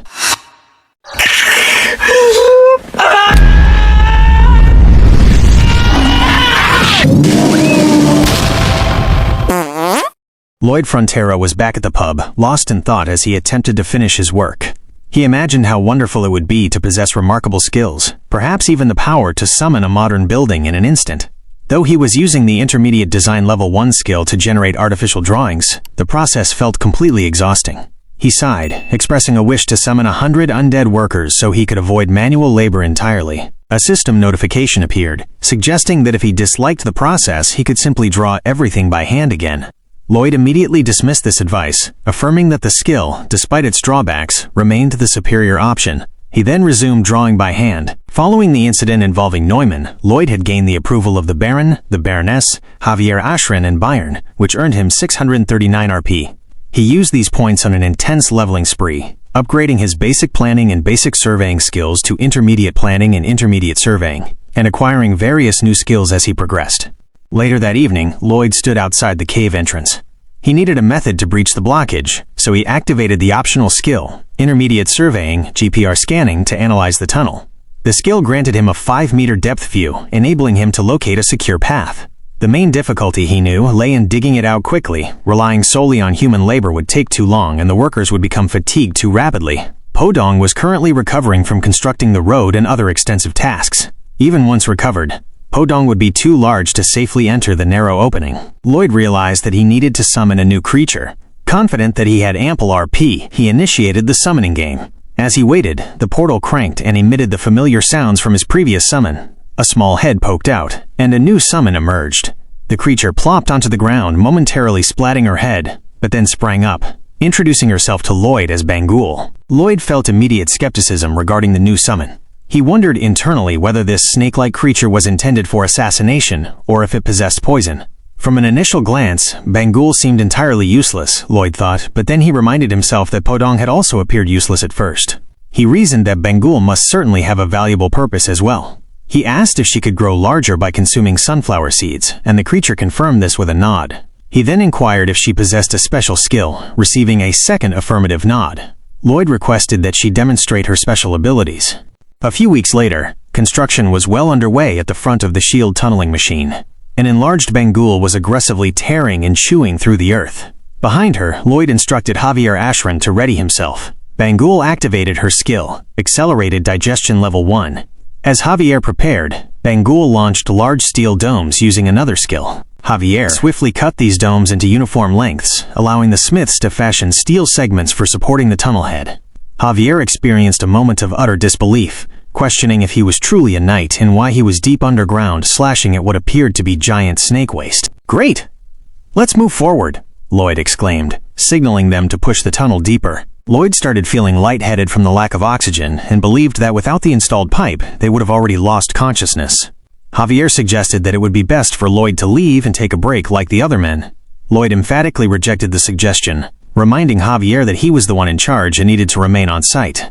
He recalled that in Korea, many executives merely used their titles for show and never visited the worksite, a precedent Lloyd had sworn never to follow. He used his GPR scanning skill once more and declared that he could see it, the black hole in the wall. "We are almost there, men. Let's keep going a little longer," he screamed, and everyone present echoed his excitement. Bangul snuggled up to Lloyd, who thanked her, acknowledging that the job was finished 10 times faster because of her efforts. Lloyd instructed everyone to pay close attention, explaining that once they reached the solid layer, they would dismantle the shield and enlarge the mining space. He cautioned that the area remained dangerous and they must not become complacent. Just then, they heard a low, slightly echoing rumbling sound. Lloyd turned toward the tunnel's exit. A small rock fragment crumbled, and he was jolted with shock, wondering about the source of the noise, since the surrounding rock was solid and there was no logical reason for a cave-in. He used his GPR scanning again and detected a hole where none had existed before. Suddenly, a massive ant burst through the wall, lunging as if to attack Lloyd, who instinctively screamed and jumped backward. Javier immediately adopted a defensive stance. The ant attempted to chomp down on Lloyd, but he successfully dodged the attack. Javier drew his sword and sliced through the ant's mandibles, while Lloyd used his shovel to smash the ant's head, killing it instantly. Lloyd was completely unnerved, thinking internally that this unforeseen scenario had not been covered in any of his books. He questioned what exactly was unfolding. Then a chilling realization struck him. Why were they merely standing still? Ants lived in colonies. Right in front of them, he saw many glaring eyes, and more ants began to pour out of the hole. "Everyone out now!" Lloyd cried as the workers began to flee. Javier was at the front, slashing at every ant that tried to pass through the entrance. Lloyd felt a growing panic, agonizing over the sheer number of ants. He thought that if they were overwhelmed, the barony would be doomed. He doubted Javier could hold them back for long before being overcome. There was not enough oxygen, and the shaft would not collapse. Even if it did, the ants would quickly dig themselves back out. Lloyd frantically questioned what their next course of action should be. Just then, Javier slapped him ferociously and shouted that Lloyd desperately needed to regain control of himself and prevent panic from taking over. The slap completely shocked Lloyd, and Bangul was startled as well. Lloyd quickly countered, yelling that he was not panicking but actively trying to formulate a plan. Javier urgently told him to think fast because he could not maintain the defense much longer. Lloyd realized that this was an ant nest and, recalling the black hole he had scanned earlier, an idea suddenly illuminated his mind like a turned-on light bulb. That was it, he thought. He ran to the side, grabbed one of the torches, and screamed to Javier that they would confront the ants head-on and go into the ant nest. Javier thought the entire concept sounded utterly ridiculous, but as he slashed at more ants, he reasoned that Lloyd must have a valid justification for issuing such a command. Lloyd screamed his command, and they immediately dashed inward into the cave. A guard quickly entered the Frontera manor and explained the escalating situation to Lord Acros Frontera. Acros immediately asked what had happened to his son, Lloyd Frontera. The guard explained that Lloyd had ordered all the workers out and remained inside the cave with Javier Ashran. He further relayed that Sir Byron was preparing to shut down the mine completely. Acros wasted no time, going straight to his closet, dressing in armor, and shouting for them to head back to the cave immediately. Back inside the cave, Javier was still struggling against the ant creatures. He asked Lloyd if they had reached their destination yet, and how much further they had to travel. Lloyd, engrossed in his task, simply told Javier to stop talking because he was busy. Javier continued fighting the ants. Lloyd felt relieved that the ants were not leaving the caves, but they were perilously close to being surrounded. He knew Javier could not hold out much longer. The hot, airless cave was exhausting even for him. Lloyd's internal focus sharpened. He had to find the methane gas layer without a second to spare. He was certain there must be a layer of methane gas there, as methane-producing bacteria lived in coal. He screamed at Javier to push forward, realizing that pockets of methane gas must be scattered throughout the area. If he could find one, he felt, he could blow up the entire colony. As he glanced back, Lloyd spotted the methane layer in a small crack. He slammed his shovel into the ground and instructed Javier to keep slicing up the ants quickly while he dug. He swiftly began his excavation, shouting with exertion. An ant shrieked as it lunged to attack Lloyd, but Javier quickly sliced it apart, continuing his relentless defense. Javier focused on ensuring no ants got close to Lloyd, who was digging toward the methane layer. Suddenly, they heard an extremely loud, disruptive shriek from one of the ants. They then saw a massive ant, far bigger than any they had encountered before. Lloyd surmised it must be the queen, and she was absolutely enormous. She walked slowly toward them with a crunchy sound. Lloyd asked Javier if he could hold her back. Javier flatly replied no. Lloyd then challenged him to try first before dismissing the possibility. Javier argued that some things were known without trying, but conceded they currently had no other choice. As the giant queen dashed toward him, Javier unleashed the full power of his mana circles and mana heart, dashing forward to meet her attack. The giant ant queen seemed shocked that Javier could actually hold his own against her assault. As the brawl continued, Lloyd kept digging, convinced Javier was holding out long enough. The time was now, he determined, digging furiously while Javier fended off the mother ant. A foosh sound suddenly came from the ground, and Lloyd instantly took note of it. He yelled at Javier to run to the exit, and simultaneously dashed toward the lighter stick lying on the ground. The ant queen chased them as they ran out of the dungeon. Lloyd noted that the small tunnel they had entered through was their goal. They kept running relentlessly. When they reached the entrance of the small tunnel, Lloyd instantly turned back. The two of them scrambled out of the tunnel, and Lloyd hurled the torch back into the confined space, shouting for the ants to feast on it.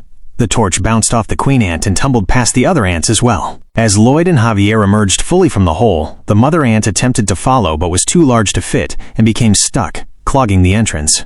The lighter finally reached the exact spot Lloyd and Javier needed it to, the methane gas exuding from the ground. Just then, a loud kaboom erupted, destroying all the ants within the space and obliterating the mother ant stuck in the entrance.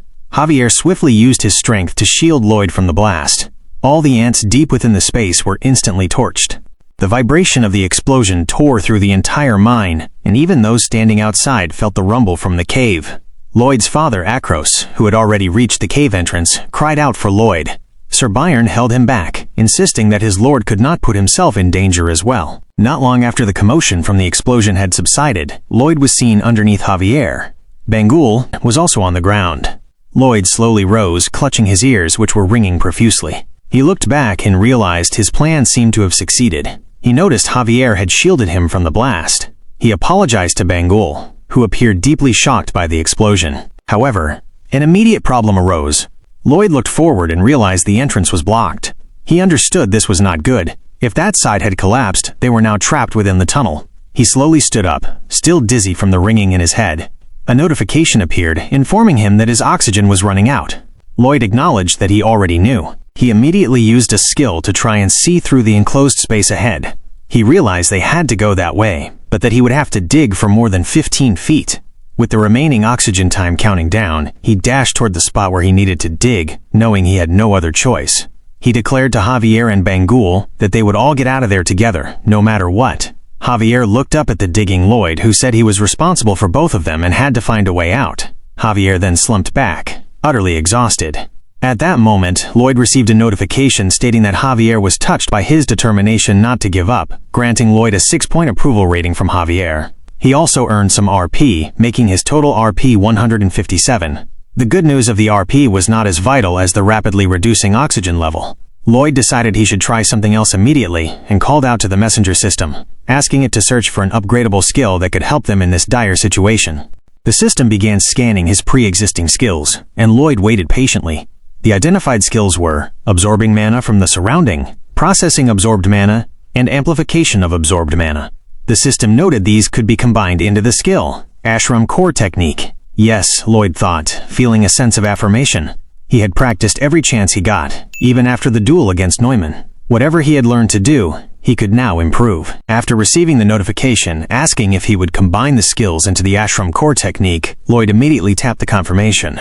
His body instantly began to glow, as if a power was surging into him. It was the Ashram Core Technique, Single Core Level 5, which he had just awakened. A mana circle appeared in his heart and began to flow around it. He regretted not having a mana heart, but he could definitely feel the mana circle. Mana was amplified to 120%. Usually, a skill could only be improved slightly, even with great effort. However, since Lloyd had RP, he received the option to increase the skill's level. He decided to boost it significantly in a very short time. He clicked the level up option, and the Ashram Core Technique increased to level 6, increasing mana amplification to 125%.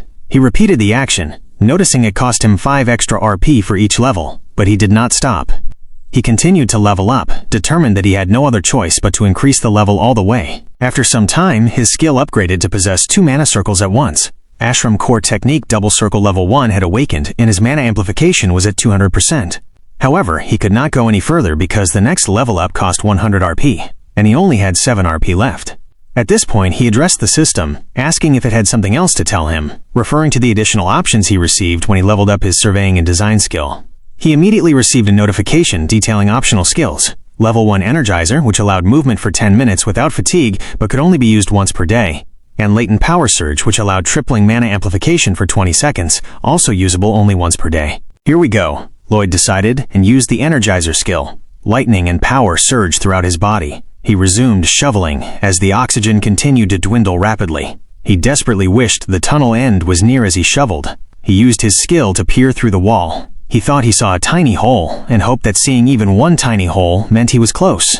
He kept digging for what felt like hours, and his oxygen level continued to drop. Finally, he could see the end of the hole. He kept shoveling and shoveling and shoveling, even as the oxygen diminished further. He was screaming with effort as he tried to shovel. The oxygen was critically low. Only 3 meters separated him from the oxygen space. But just then, his body gave out, and he collapsed to the ground, his shovel clanking beside him. The 10-minute time limit for the Energizer skill had expired. The scene widened to show Javier and Bangul still lying almost lifeless. Lloyd decided to use the screen again. He activated the Latent Power Surge skill, picked up his shovel, and went up for one last, desperate attempt. Shouting, he continued to shovel. Only 30 centimeters remained, but he only had 20 seconds of oxygen left. The sound suddenly cut out as Lloyd, having given up, fell to the ground. He thought the effort was futile. The time was too short. He yearned for the nice, sweet life of the son of a country aristocrat, feeling as though he was speaking his last words. Silence filled the space. Suddenly, Lloyd heard a loud crumbling sound and opened his eyes. He looked up at the wall as it crumbled. All of a sudden, Podong's head opened through the space, and with Podong came oxygen. Lloyd was extremely excited to see Podong and eagerly breathed in the incoming air. He mustered his last bit of strength to stand up, calling himself Suho and reminding himself that the sweet life of a nobleman's son awaited him. Later that evening, Lloyd's father, Akros, and Bayern, along with a few soldiers, were walking into the dungeon. Bayern told his lord it was too dangerous to go any further. Akros, however, told Bayern and the others to turn back, stating that he would continue to the end. But then he spotted something. Looking closer, he saw 2 people approaching. It was Lloyd and Javier. Lloyd was carrying Javier at that moment. Lloyd then received a notification. He had overcome his physical limitations in an extreme environment through impressive improvisation, and this experience was having a strong effect on his ashram core technique.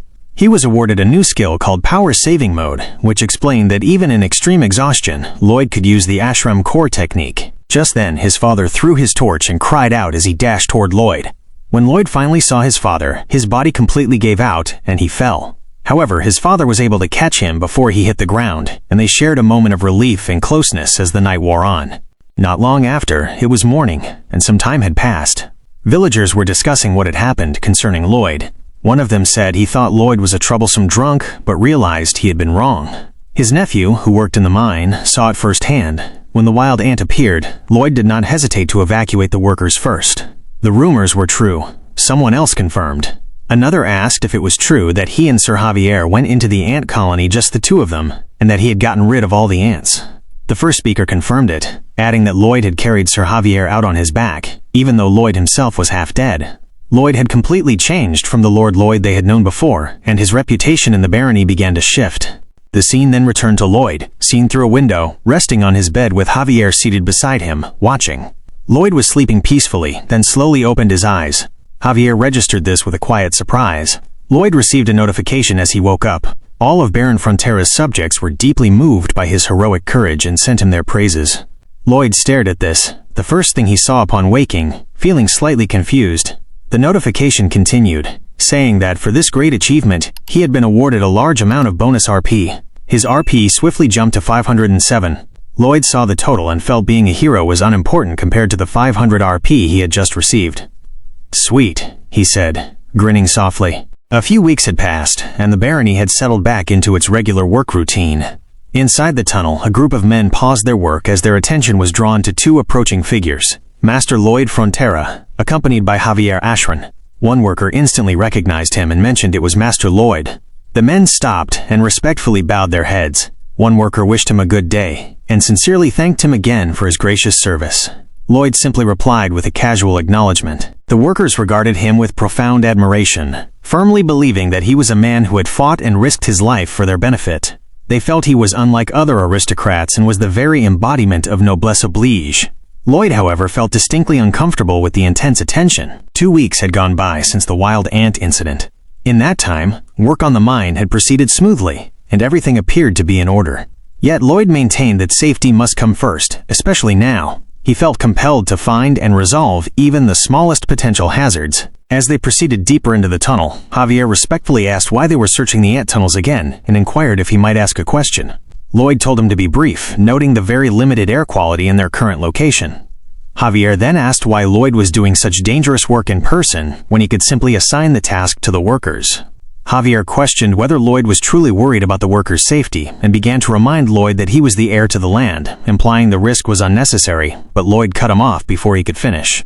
Lloyd called Javier a fool, telling him that the greater the risk, the more reason the man in charge should be in the forefront.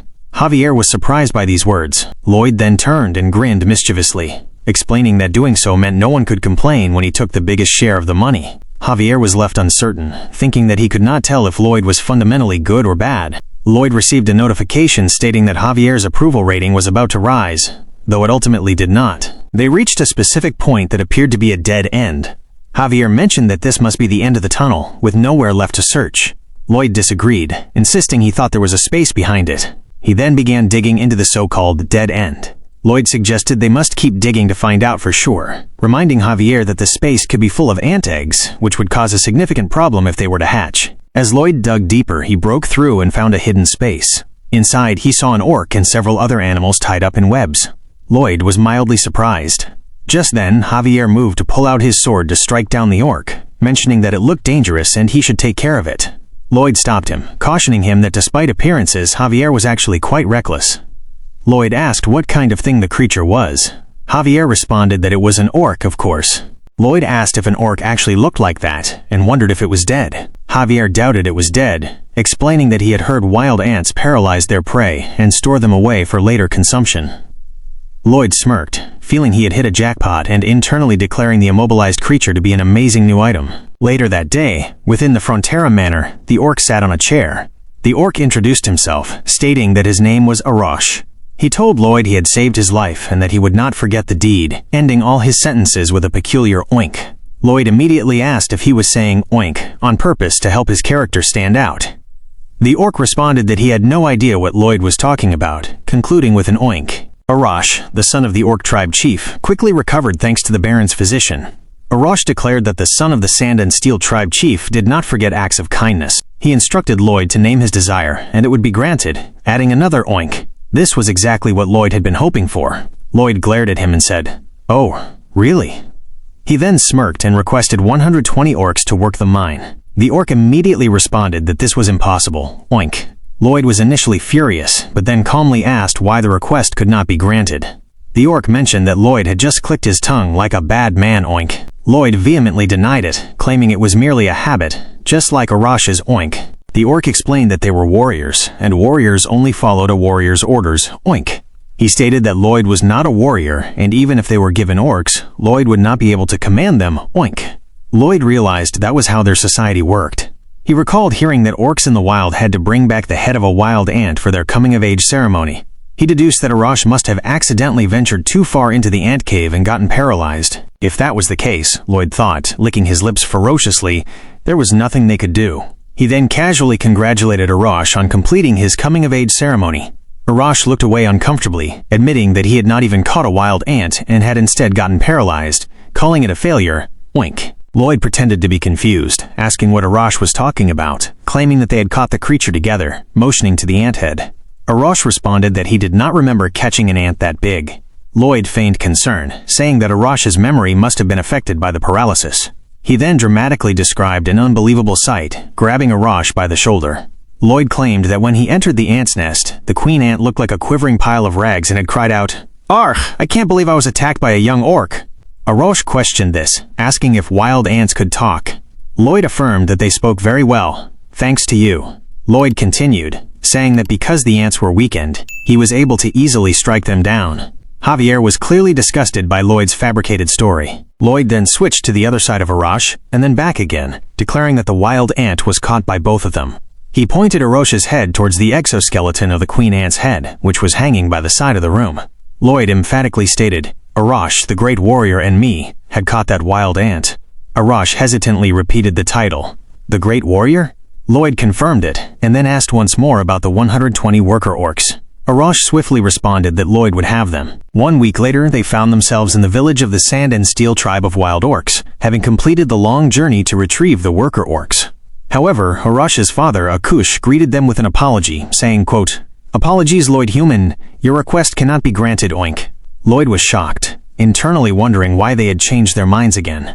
He addressed Akush as His Highness and the great chief of the Sand and Steel tribe, politely asking the reason for the refusal. Akush explained that his tribe ate a lot of meat to build up their muscles, oink. They had to hunt every day in 3 shifts.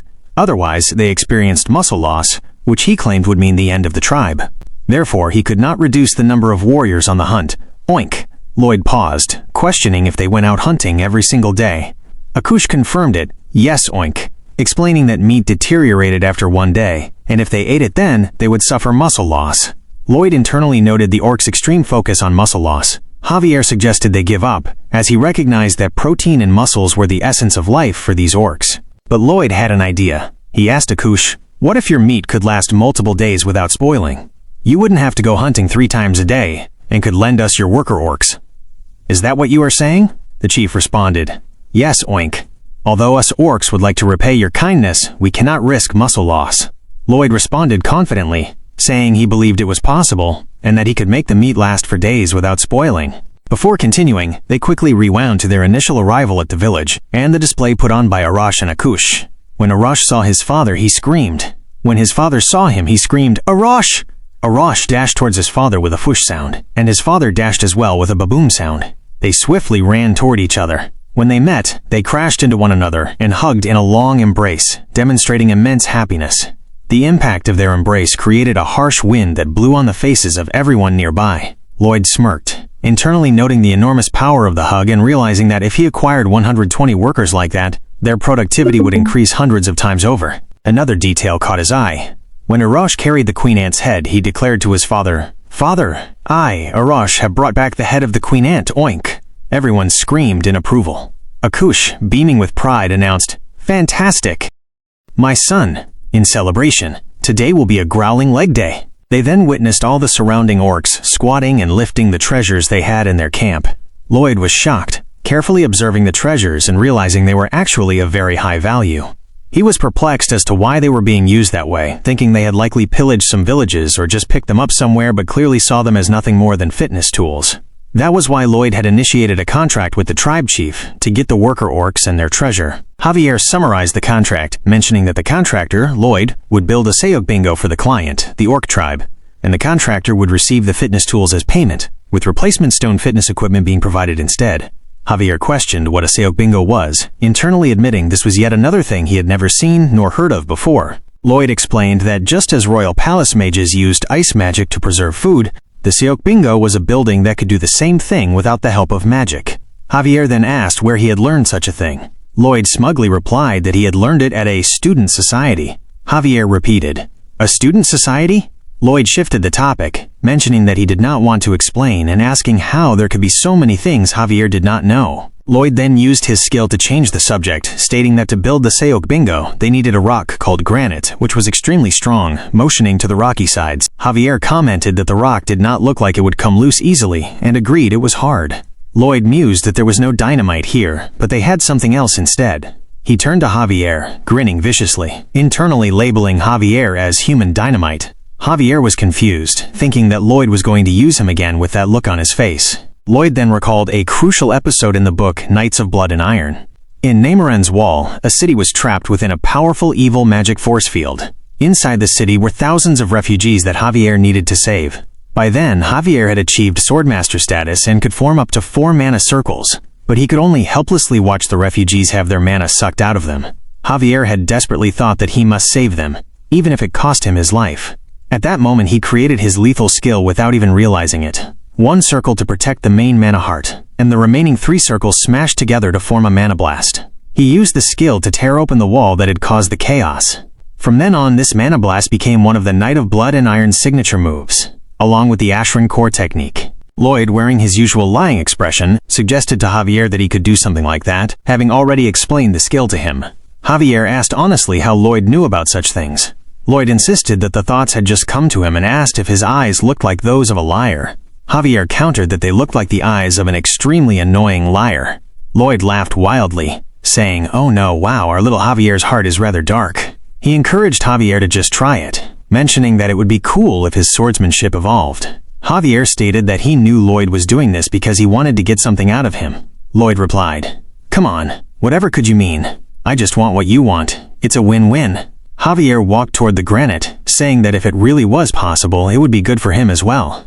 Lloyd laughed behind him, thinking that if this worked, he would get so much work out of Javier. Lloyd stood there as Javier attempted to practice the technique Lloyd had explained, 1 circle to protect the mana heart, and the remaining 2 mobilized.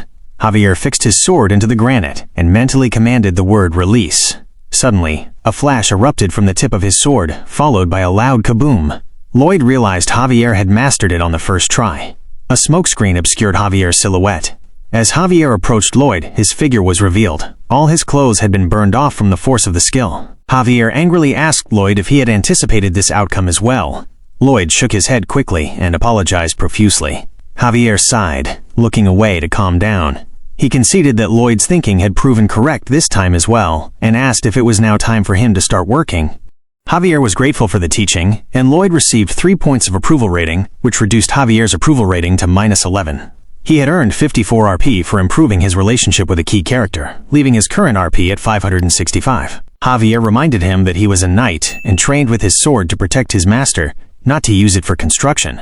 Lloyd told him he did not have to thank him, but Javier retorted that he was not thanking him at all. After that, construction proceeded at a lightning pace. Javier sliced up granite blocks while Pudong transported them. The orcs, meanwhile, harassed the human workers, shouting at one of them, "Hey! If you pick it up like that, you will throw your back out. Move, human. Let me show you how it is done, oink." The orcs then carried the granite themselves. Lloyd noted to himself that he had not even asked them, but the orcs had taken up the job like gym addicts. The orcs were happy, calling it a good workout and a, quote, killer workout. Lloyd fanned himself as the work continued swiftly, thinking that at this rate, they would finish 5 times faster than planned. Now all they needed was some ice and insulation. Lloyd asked Javier how many days it had been since they had sent out the 5 men to fetch the insulation. Javier replied that it had been 3 weeks. Lloyd stated that this was more than enough time for a trip there and back. Javier suggested that one of 2 things had happened. Either the men were being lazy and taking their time, or something had happened to them. Lloyd stood up, telling Javier they should go look for them. Javier blocked Lloyd, asking to complete the mission on his own, saying that they did not know what misfortune had befallen them, and that the heir to the estate should not risk himself. Lloyd stopped him, asking how many times he had to say that he was the man in charge and responsible for everything. Javier had no option but to yield and said, "Let's go then." Later that day, having reached the deeper parts of the mountains, they found a glove on the floor. Lloyd picked it up, recognizing it as the special glove he had made for his men, along with the straw for the insulation. Javier called out to him, "Master Lloyd!" Lloyd stared at him, asking what the problem was. Javier mentioned that something seemed off toward the Progia Gorge. Lloyd asked how so. Javier responded that the flow of mana seemed unnatural, adding that the feeling was very faint, so he was not entirely sure. Lloyd wondered about the Progia Gorge, pondering if there had been an episode in the Knights of Blood and Iron about it. Suddenly, he realized the situation and screamed at Javier, "Let's go!" "There's no time to waste." Javier asked if he suspected something. Lloyd responded that their men might already be dead, and urged them to keep going quickly. Javier was shocked and confused, but followed Lloyd's orders regardless. They moved swiftly into the mountains, taking note of all the straws along the path that guided them to where the men were possibly captured. Lloyd, despite his worry, maintained a calm demeanor. Some time passed, and they finally arrived at the entrance to the Lupelin dungeon. This was the place that Javier had tackled earlier, the secret hideout of the dark sorcerer named Lupelin. Lloyd was extremely angered that his soldiers had been captured, deeming it a violation of his property rights, and stating that even the death penalty would be generous for the perpetrators. Javier, without thinking, ventured into the cave and asked Lloyd to follow behind him. Lloyd called out to him, asking him to wait briefly, but it was too late, as Javier unknowingly activated a magic mine in the cave. Lloyd grabbed and pulled Javier before it could detonate. The resulting explosion would have been a huge drain on their stamina had Lloyd not intervened. Lloyd then scolded Javier, questioning if he was truly a knight, and asking how he had failed to consider that traps like this might be present in the cave. In the book, this trap had actually caught Javier, though he managed to withstand the pain, forcing him to enter the dungeon covered in wounds. However, there Javier was not caught again because he was able to use his mana sense to find the traps before he encountered them. So Lloyd told Javier to try focusing on being more in tune with the flow of mana in the area, which he had noted earlier was a bit off. Lloyd explained that mana usually had a uniform concentration in the air, so where a booby trap was planted, there would be an unnatural cluster of mana. When Javier tried to concentrate, he was able to notice the irregularity and told Lloyd to follow him. Lloyd responded that Javier was good at this. Javier thought that Lloyd always avoided a straight answer with lies, but there was no doubt that Lloyd Frontera knew exactly what was happening right now and what would happen in the future. Javier was suspicious of Lloyd, wondering how he could have known about the traps, especially since he did not feel any strange mana or special energy from Lloyd himself. He decided to just focus on the important task at hand of rescuing the soldiers. They kept walking inside, and suddenly, the scene shifted into a cage where a man was putting on a black robe, like black mages always did. He turned, took note that a trap had gone off, and wondered if it was an intruder. He thought about whether they were there to rescue the men he had abducted a while ago. He closed the book he was reading, believing that the men outside were surely already dead. He then walked towards the metal door by the side, acknowledging that the penetration preparations were finally complete, and hoping that the experiment would succeed this time. Opening the door revealed the men Lloyd and Javier were looking for. He pulled one of them by the hair, as the person begged not to be killed. He then threw the man into a mana circle constructed with blood. Holding a scythe, he began to mumble, listing the pentacle connected to the underworld. A circle soaked in blood for 100 days, and a young human were the perfect components. As he prepared himself to swing the scythe, the man screamed as though calling for help. Suddenly, a voice said, "Hey, hey, hey, hey, you!" calling out to the people in front of him, specifically the man who was about to kill the soldier. It was Lloyd and Javier. Lloyd screamed that the mage should not touch his stuff, or he would kill him. The mage was shocked, wondering how they had bypassed the hundreds of traps. He used one of his skills that immediately pulled down the metal door in front of them, and the door behind slammed into the ground as well. Immediately after this happened, Lloyd took in a very deep breath and held his breath because he knew there would be sleeping gas in that space. The guy who cast the magic spell thought to himself that it was sleeping gas that could knock out an elephant. He was glad to know he would have 2 more people for the sacrifice. Lloyd then used his skill, Energizer, and received a notification saying that the Ashram Core Technique option, Energizer, was activated, and he would be able to walk without fatigue for 10 minutes. Lloyd then began to dig the ground, thinking that he did not even need 10 minutes to shovel his way through. He had energy to spare now, unlike when he was in the ant cave. Since Javier had tried every possible way to cure his sleep insomnia without finding a solution, this gas had no effect on him. Javier was immune to all forms of sleeping medication. Lloyd dug and dug deeply and quickly while Javier looked at Lloyd and thought that he was digging just like a mole, and he should mock him about this the next chance he got. Lloyd then came out and told Javier to get in there, pointing to the hole in the ground. Javier pounced on the hole and swiftly went underground, pointing his sword towards the end of the hole. He then gathered his mana as he slammed his sword into the end of the hole, using the mana. All of a sudden, a loud explosion occurred from the other end. The guy was shocked and trembled as he fell to the ground. Within the new hole that appeared in front of him, Lloyd reached out his hand, grabbed the ground, and pulled himself up, saying, "Hey there, punk, I bet you've never seen an entrance like this." The guy was shocked, wondering what type of monster this was, and activated yet another skill that summoned a massive ghoul. He thought to himself that his reincarnation spells kept failing, but he had created this extremely strong ghoul as a byproduct. There was no way they would even be able to get a single scratch on its steely skin. As the ghoul roared in front of Lloyd and Javier, Lloyd was about to say that it was going to be pretty tough, explaining that its weakness was its leg. However, it seemed like Javier did not pay him any attention as he leaped, and immediately activated his mana blast attempting to slash the ghoul. From the look of things, the mana blast worked like a charm because he was able to slash the ghoul in less than a second. The conjurer was shocked at this, and his mouth was wide open. Even Lloyd was shocked as well, thinking to himself that Javier used the mana blast to cut that thing in half, but that was not even in the book. Javier seemed to be far stronger than what Lloyd had thought of him. After the man had exhausted all of his usable skills, he fell to the ground, reflecting on the grim certainty that these two men were going to kill him. He simply could not defeat them. Lloyd Frontera then squatted closer to the man and mentioned that he had set his construction back by weeks because he had abducted his workers. Lloyd asked how he intended to make up for this costly delay. The man immediately thought he absolutely had to plead for his life and needed to escape first. He begged Lloyd to forgive him and spare his life. Lloyd demanded that the man be silent, stating that he did not care about apologies. He then reiterated his question, asking specifically how the man was going to compensate him. The man quickly told Lloyd that the cave was full of valuable tools for sorcery and promised to give him absolutely everything. Lloyd responded with slight surprise, asking if that was true and confirming if the man was saying that everything in the cave was now his. "Yes, sir, take it all," the man confirmed. Javier Ashran was already leading the abducted men out from their hidden confinement, reporting to Master Lloyd that the men were all worn out but otherwise seemed to be fine. Lloyd was pleased with this news. He continued speaking to the man, mentioning that if his men had stayed there for even a few more days, they would have starved to death, asking the sorcerer why he would commit such treason. The man explained that he was researching how to bring back the dead. Lloyd asked if that is even possible, and what would he do if he could bring back the dead. The man paused for a second and then said that he was trying to bring back his dead wife and child.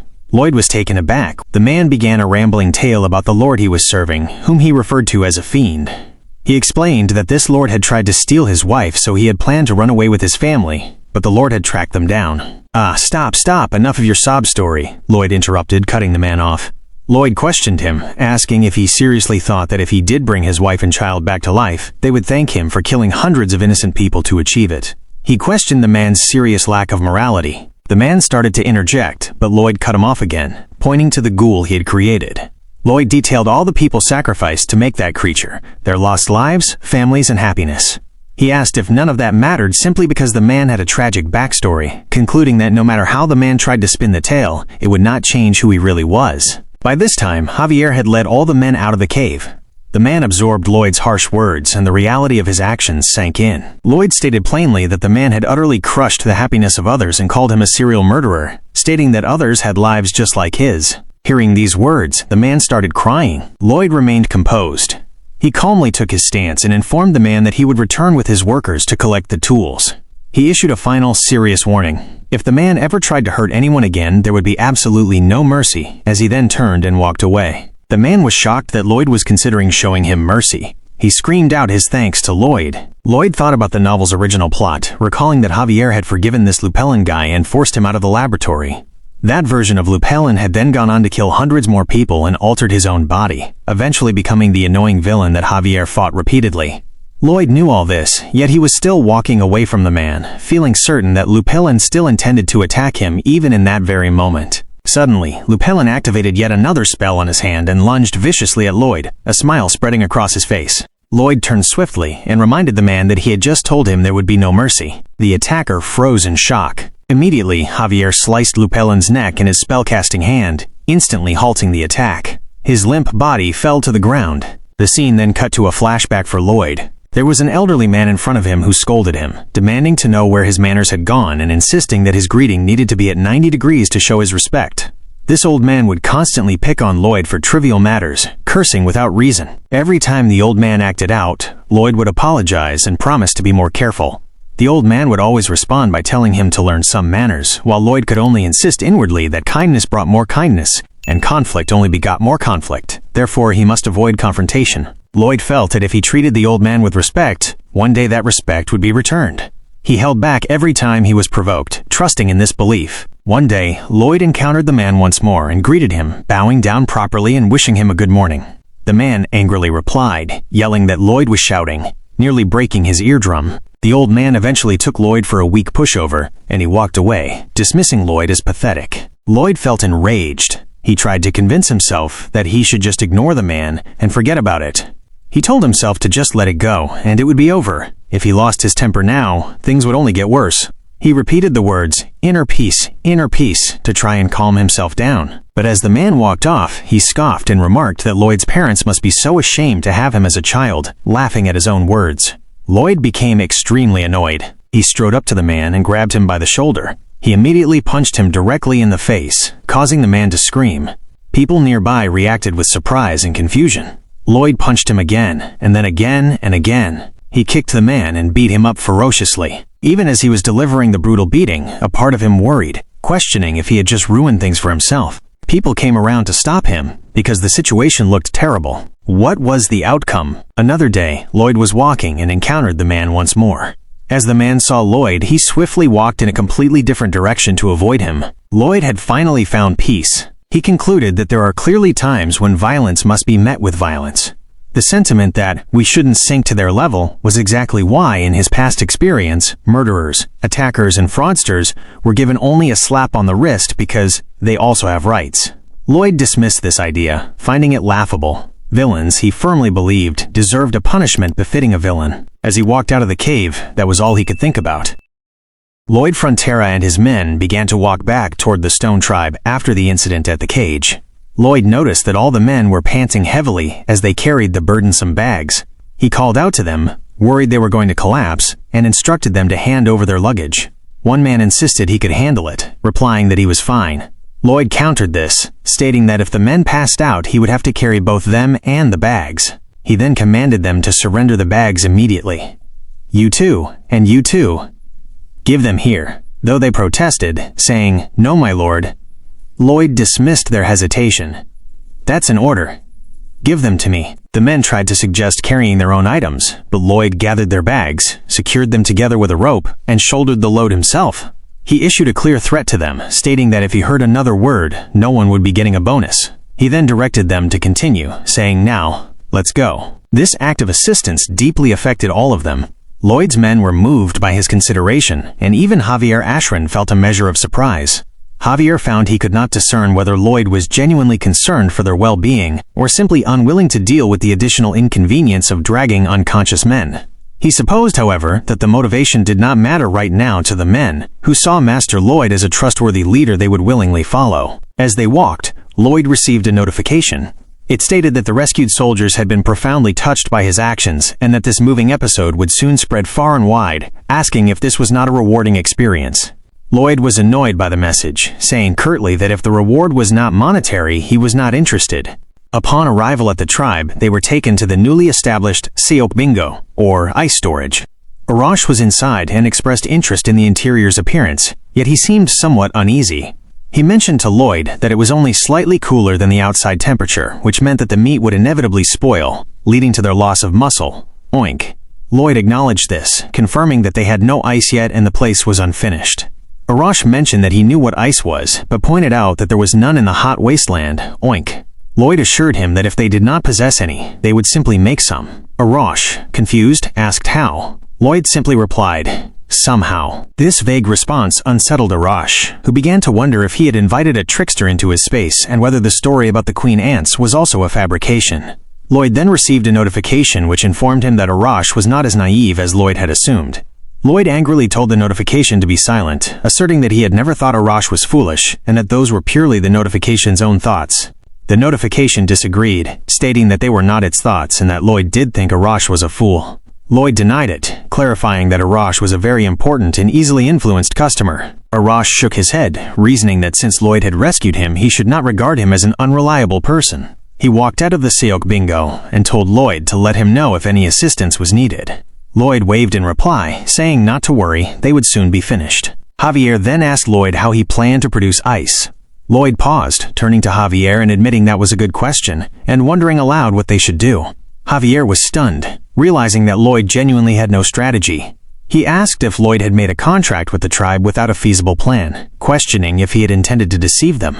Lloyd turned to Javier, annoyed. He asked Javier if he knew what all unsuccessful people shared. Surprised by the question, Javier waited. Lloyd explained that they always found excuses not to act. I can't do this because of that, or I can't do that because of this. He said that they found a million reasons not to attempt something without even trying. Lloyd then countered that people who succeed simply begin. Lloyd then stepped outside to the rocky area, thinking that first he should create a giant mold for the ice cube. Once Podong and Bangul retrieved water from the lake to fill the mold, they would be ready. He contemplated the nature of ice making in this world, which employed magic. He understood that true magic involved manipulating matter and mana to change its arrangement. He had felt this process daily while training and absorbing mana, noting that the natural world contained different types of mana with varied properties. Lloyd suddenly realized he might actually be able to succeed, and grinned at the insight. The next day, Lloyd considered that he, of course, did not know how to wield mana directly. At that same time, he called out to Podong and Bangul to come over with the water. Lloyd theorized the process of elemental magic. Since he possessed the Ashran core technique, he hoped that he could identify the mana types and eliminate the one he did not need. He dipped his hand into the water within the Seok bingo, attempting to absorb the mana. His strategy was to absorb only the warm mana and thereby leave the cold mana behind. However, when he started, it appeared he was doing the opposite. It was far more challenging than he had expected. Javier stood watching him, thinking that Lloyd believed he could accomplish it, yet he was struggling. Javier recalled Lloyd's earlier statements about starting things and somehow figuring them out, deeming it utterly reckless. Still, Javier observed that Lloyd was already working on the technical issues, almost as if he were showing off. Javier sighed, thinking that there was no way to deter him, and continued to watch. Lloyd then received a notification stating that he had developed a new application for the Ashran core techniques, and the skill had subsequently leveled up. A few days later, the Seok bingo was complete, and the orcs were seen shivering inside. They declared their amazement that Lloyd had created ice, oink. Lloyd replied that all they needed to do now was add insulation. Arash's father, Akush, expressed his awe, oink, saying they would no longer have to discard meat or hunt daily.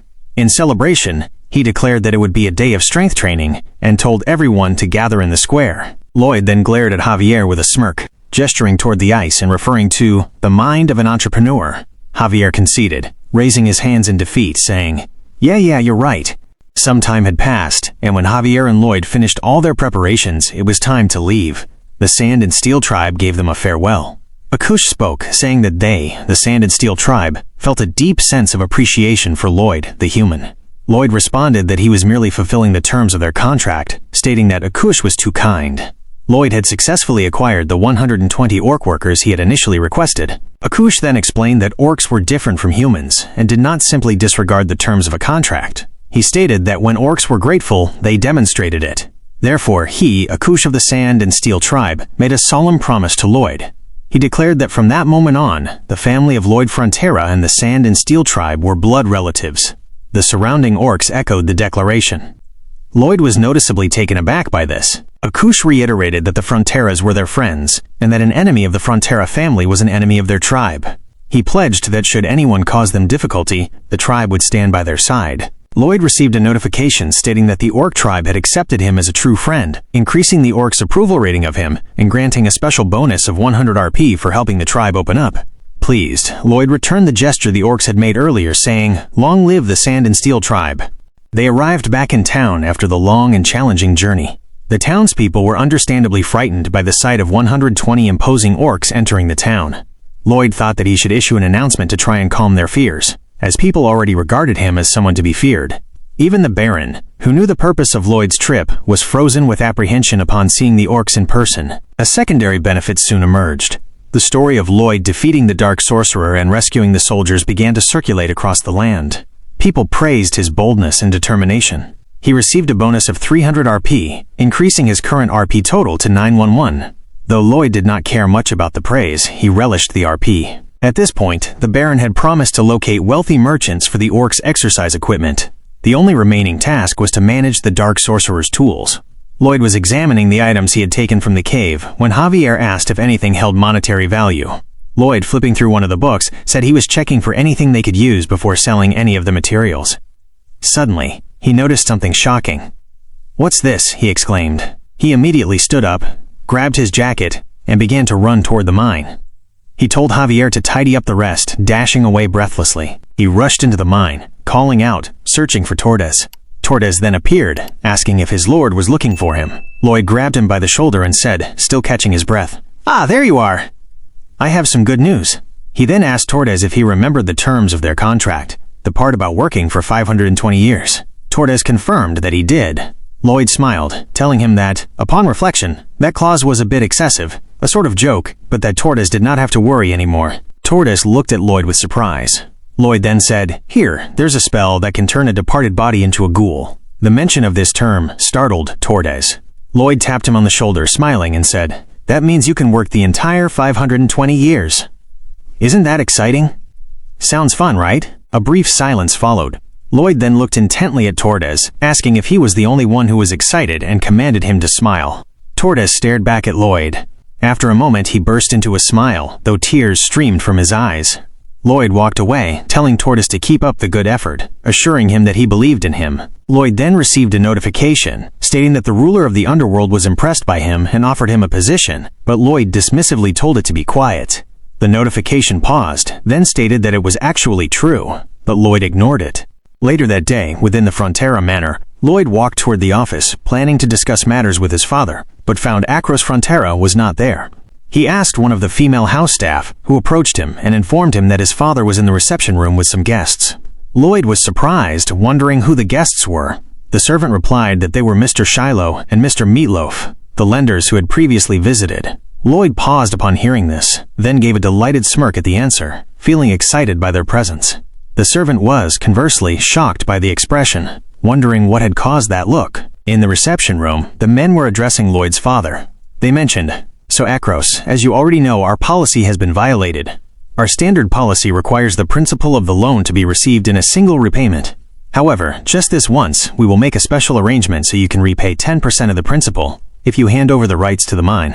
Lloyd's father appeared noticeably distressed by the proposal. The lenders pressed him, asking why he was not responding, noting that the arrangement would reduce his interest payment and would benefit him. Suddenly, a knock sounded at the door. Lloyd asked, "My lord, it's Lloyd. May I enter?" His father responded, "Oh yes, please, come in." Lloyd entered with an evident glow on his face. He smiled and said that it had been a while, and that he did hope they had both been well. One of the lenders waved a paper in his direction, saying that if Lloyd intended to resort to menacing behavior again, he should leave, as they possessed an official invitation. Lloyd quickly replied, "Ah, no, of course you do. You are intellectuals after all, haha." He then mentioned that he could not help but overhear their generous offer, and suggested he be so bold as to present a proposal of his own. The man replied that he did not care for any offer from Lloyd. Lloyd then said that going forward they would repay their debts in smaller amounts, and that the lenders would of course lower the interest accordingly. The man retorted that he had said he did not want to hear it, and questioned Lloyd's impudence. Lloyd said. "So you two can propose subpar offers, but I cannot? Well, that suddenly makes me upset." Just then, a random voice interjected, asking, "Who would dare?" as footsteps entered the room. Arash walked in, announcing, "Who dares to upset my Frontera brother?" Oink. The lenders were startled and stared in shock. Arash continued, proclaiming that anyone who caused difficulty for the Frontera family would be overwhelmed by the full strength of the Sand and Steel tribe. Oink. Lloyd placed a friendly hand on Arash, saying, "Come on, my friend. They weren't shouting at me." Arash simply followed by grunting oink once more. Lloyd then commented that it was fine. The lenders simply had a very loud voice. The lenders were already visibly shaking. Lloyd told them not to worry about Arash, and then returned to his proposal. Now, about my offer. What do you think? Should you refuse it, you might cause distress to me. Orochi immediately added that if they caused distress to Frontera, he would break them into pieces, oinking once more. The men fled the manor as quickly as they could. Inside the manor, Lloyd said to his father that if he had things his way, he would cancel the debt entirely, but since that would be against the regulations, they would have to settle for these changes. Akros thanked him. Lloyd then mentioned that the construction business was gradually expanding, and the mining of soft coal was proceeding smoothly, asserting that they would be able to pay off the debt in no time. He handed the contract to his father, asking him to keep it safe as he was the one named on the document. However, he added that they faced one major issue that, if not solved, would become serious. His father expressed concern. Lloyd explained that these workers consumed a vast amount of food, 10 times more than a normal human, and the cost of feeding them was enormous. He warned that if this continued, they might accumulate even more debt. Akros was visibly shocked by this news. The scene cut back to the mines, where the orcs were clearly the center of action.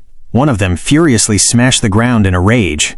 A worker quickly approached Lloyd Frontera, mentioning that a particular orc had been working for 24 hours non-stop. Lloyd asked where it was, and the man pointed out its location. "Stop right there!" Lloyd commanded the working orc. He told his men to get the orc out of the mine, and not to let him return until the following day. It took 5 men to successfully drag the single orc away.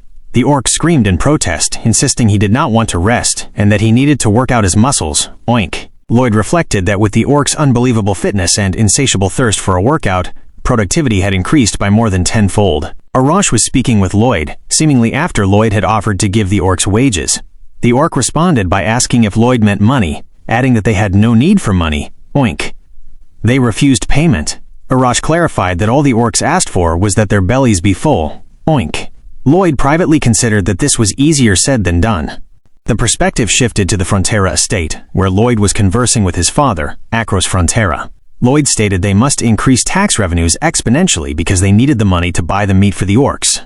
He argued that considering the productivity of the mines, they would never lose money. Akros understood his son's point but reminded him of the reality, mentioning that they had no sense of the current struggle of the people and that taxes could not be increased, as it was already a struggle for them. Lloyd responded by saying he knew, and that raising taxes endlessly for no reason would be like robbery. He expressed that if people felt everything they earned would be taken away, they would not be willing to work hard, and tax revenues would ultimately fall, leading to a loss. Akros then asked Lloyd how he proposed to raise tax revenue, if not through taxes. Lloyd answered that it was simple. They needed to have the people make lots of money. He then presented the idea of the Forgotten Northern Lands. He proposed they transform the Moritz wetlands into farmland and give that land to the people. He explained they could farm to their heart's content, make a killing, and then pay tons of taxes. The scene cut to the Moritz wetlands, where Lloyd and Javier Ashran were walking. Javier mentioned that the land had been abandoned for hundreds of years and questioned how people would farm there. Lloyd replied that he had a plan, and Javier should just wait. Lloyd conceded to himself that he at least needed to say that he did have a plan, acknowledging that this was not going to be easy. Soon after, Lloyd was seen constructing something at the Frontera estate. He mused that the terrain was so big, and they would have a lot of variables. He knew he needed to build something that could drain the water even when it rained.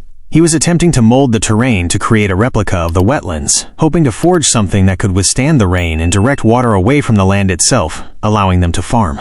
He felt he had no choice but to revert to the old-fashioned way. He was struggling and making tons of mistakes, but he was still trying and trying. As time passed, Lloyd was seen looking unkempt, hungry, and tired. Lloyd was mumbling and mumbling as he continued his experiments. Javier and Akros walked into the scene. Akros asked Javier how many days Lloyd had been at this. Javier responded that it had been 21 days, my lord, adding that Lloyd had not been resting or eating properly. Javier then asked Akros if he should stop Lloyd. Akros immediately said no. He admitted that although he was Lloyd's father, he used to hate him and had wondered when he would ever become a man, if it was even possible. But now, he noted, as if by a miracle, Lloyd was a different person and working to help the land. Akros decided that he might not be able to help him, but he did not want to be an obstacle. Javier agreed, calling it a wise decision. He described the current master Lloyd as the type of person who would never give up until he kept his word. Just then, Lloyd received a notification stating that Baron Frontera's approval ratings of him had increased, that he had received 20 RP, and his current RP was now 931. More time passed, and Lloyd was finally able to construct what he was working on. It was a success, and he was gladdened. "The water is draining away," he exclaimed, excited. He declared that tax money would flow in just as the water was draining, and internally, he longed to be showered in that sweet golden money. He fell to the ground and sighed, thinking that took a lot of work but wasn't that bad, especially compared to staying up all night doing part-time construction work. He then received a notification. Your efforts have had a major impact on the special skill architectural design. You have unlocked a new skill. Lloyd sat up, glaring at the screen and wondering what the design skill option simulation mode was. He read the description, which stated that data obtained from surveying the land is used to create a virtual simulation. He then looked at the mountains behind him and tried to stretch the model he had just seen. It crumbled immediately. Lloyd yelled at the system, asking why it was only telling him about this now after he had worked his butt off for an entire month. The system responded, mentioning that Lloyd had just said it wasn't that bad. Lloyd angrily retorted that he was just saying that, but it was actually really hard. The system then told him that only knowledge he had acquired himself was enhanced with skills, and this was all because of his wish. Lloyd sat back remembering that the system had mentioned this wish earlier when he first took over this body. He said he still did not understand, confessing he did not know what his wish had to do with him coming to this world. He only wished to get through college, get his license, get into a good company, and not have to worry about money. That was all he wished for. The system informed him that those were merely goals, and a wish was something much more intense, something that transcends all time and space. Lloyd gradually got up and told the system that if it was going to keep talking nonsense, they should stop, as he had so much to do. He then called out to Podong and Bangul, asking them if they would like to meet a new friend. They were surprised by this question. The next day, Lloyd stood in front of the Moritz Wetlands Reclamation Project site. He told Podong and Bangul that he would need the two of them to get rid of all the water from the wetlands. They were shocked. As Podong was screaming at him, Lloyd picked Podong and told him that the job was too big for just the two of them.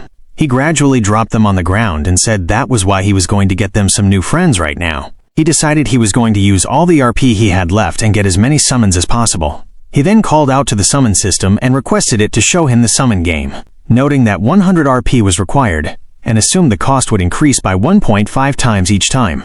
He clicked to begin the summoning. The usual cranky sounds emanated as Lloyd hoped for just one summon who could get big like Podong and Bangul to carry the water away. A small head poked through the portal. Instead of plopping like the others, it sprang out of the summoning mechanism and smacked Lloyd on the nose. It bounced to the ground, plopped up, sprang to its full height, and glaring at Lloyd it said, "Hamang." Lloyd glared back at Hamang, noting to himself, a hippo, no wait, a water-guzzling hippo. Podong and Bangul extended their greetings to Hamang, who felt accepted in the group, and they danced and introduced themselves. Lloyd squatted and apologized for interrupting, but asked if he could have Hamang's manual. Hamang spat out the manual as usual, but Lloyd was already used to the disgusting thing. He picked it up and was surprised when he saw that Hamang did not get bigger with sunflower seeds. He wondered how he could be of use, wondering if he got a dud this time. Lloyd seemed very angry as he glared at the new summon. He told the system to show him the summons game screen because he wanted another attempt. The system responded that the summons game can only be played once a day. Lloyd was annoyed, thinking the new summon was a complete waste. Bangul, who was annoyed with Lloyd, was seen screaming at him and trying to comfort the new summon. Lloyd asked them if he was being mean. He squatted and told them that they got it though, right? They needed someone bigger for their next project. Lloyd then stated that Hamang was so small he was useless. Suddenly, Podong and Bangul began to protest, holding the most adorable protest posters and shouting at Lloyd. Lloyd backed down, saying, fine, you two are scaring me. He then asked Hamang what his skill was, warning that if it was dehumidifying or something similar, he could go in Lloyd's closet. Hamang's skill window appeared, and it read, 1 shot. Lloyd accessed the skill, asking if Hamang could chug water in 1 shot. Hamang nodded. Lloyd asked how much, and Hamang smacked his belly, stating, as much as he could stomach. Lloyd paused, thinking to himself that he thought this was going to be the perfect summon, acknowledging that he knew his luck was too good to be true. Then, Hamang walked towards the stream and told Lloyd to watch him. Lloyd urged him to go on and show them. Hamang began to slurp the water, and Lloyd watched. He slurped, and Lloyd began to feel a bit confused as he noticed something.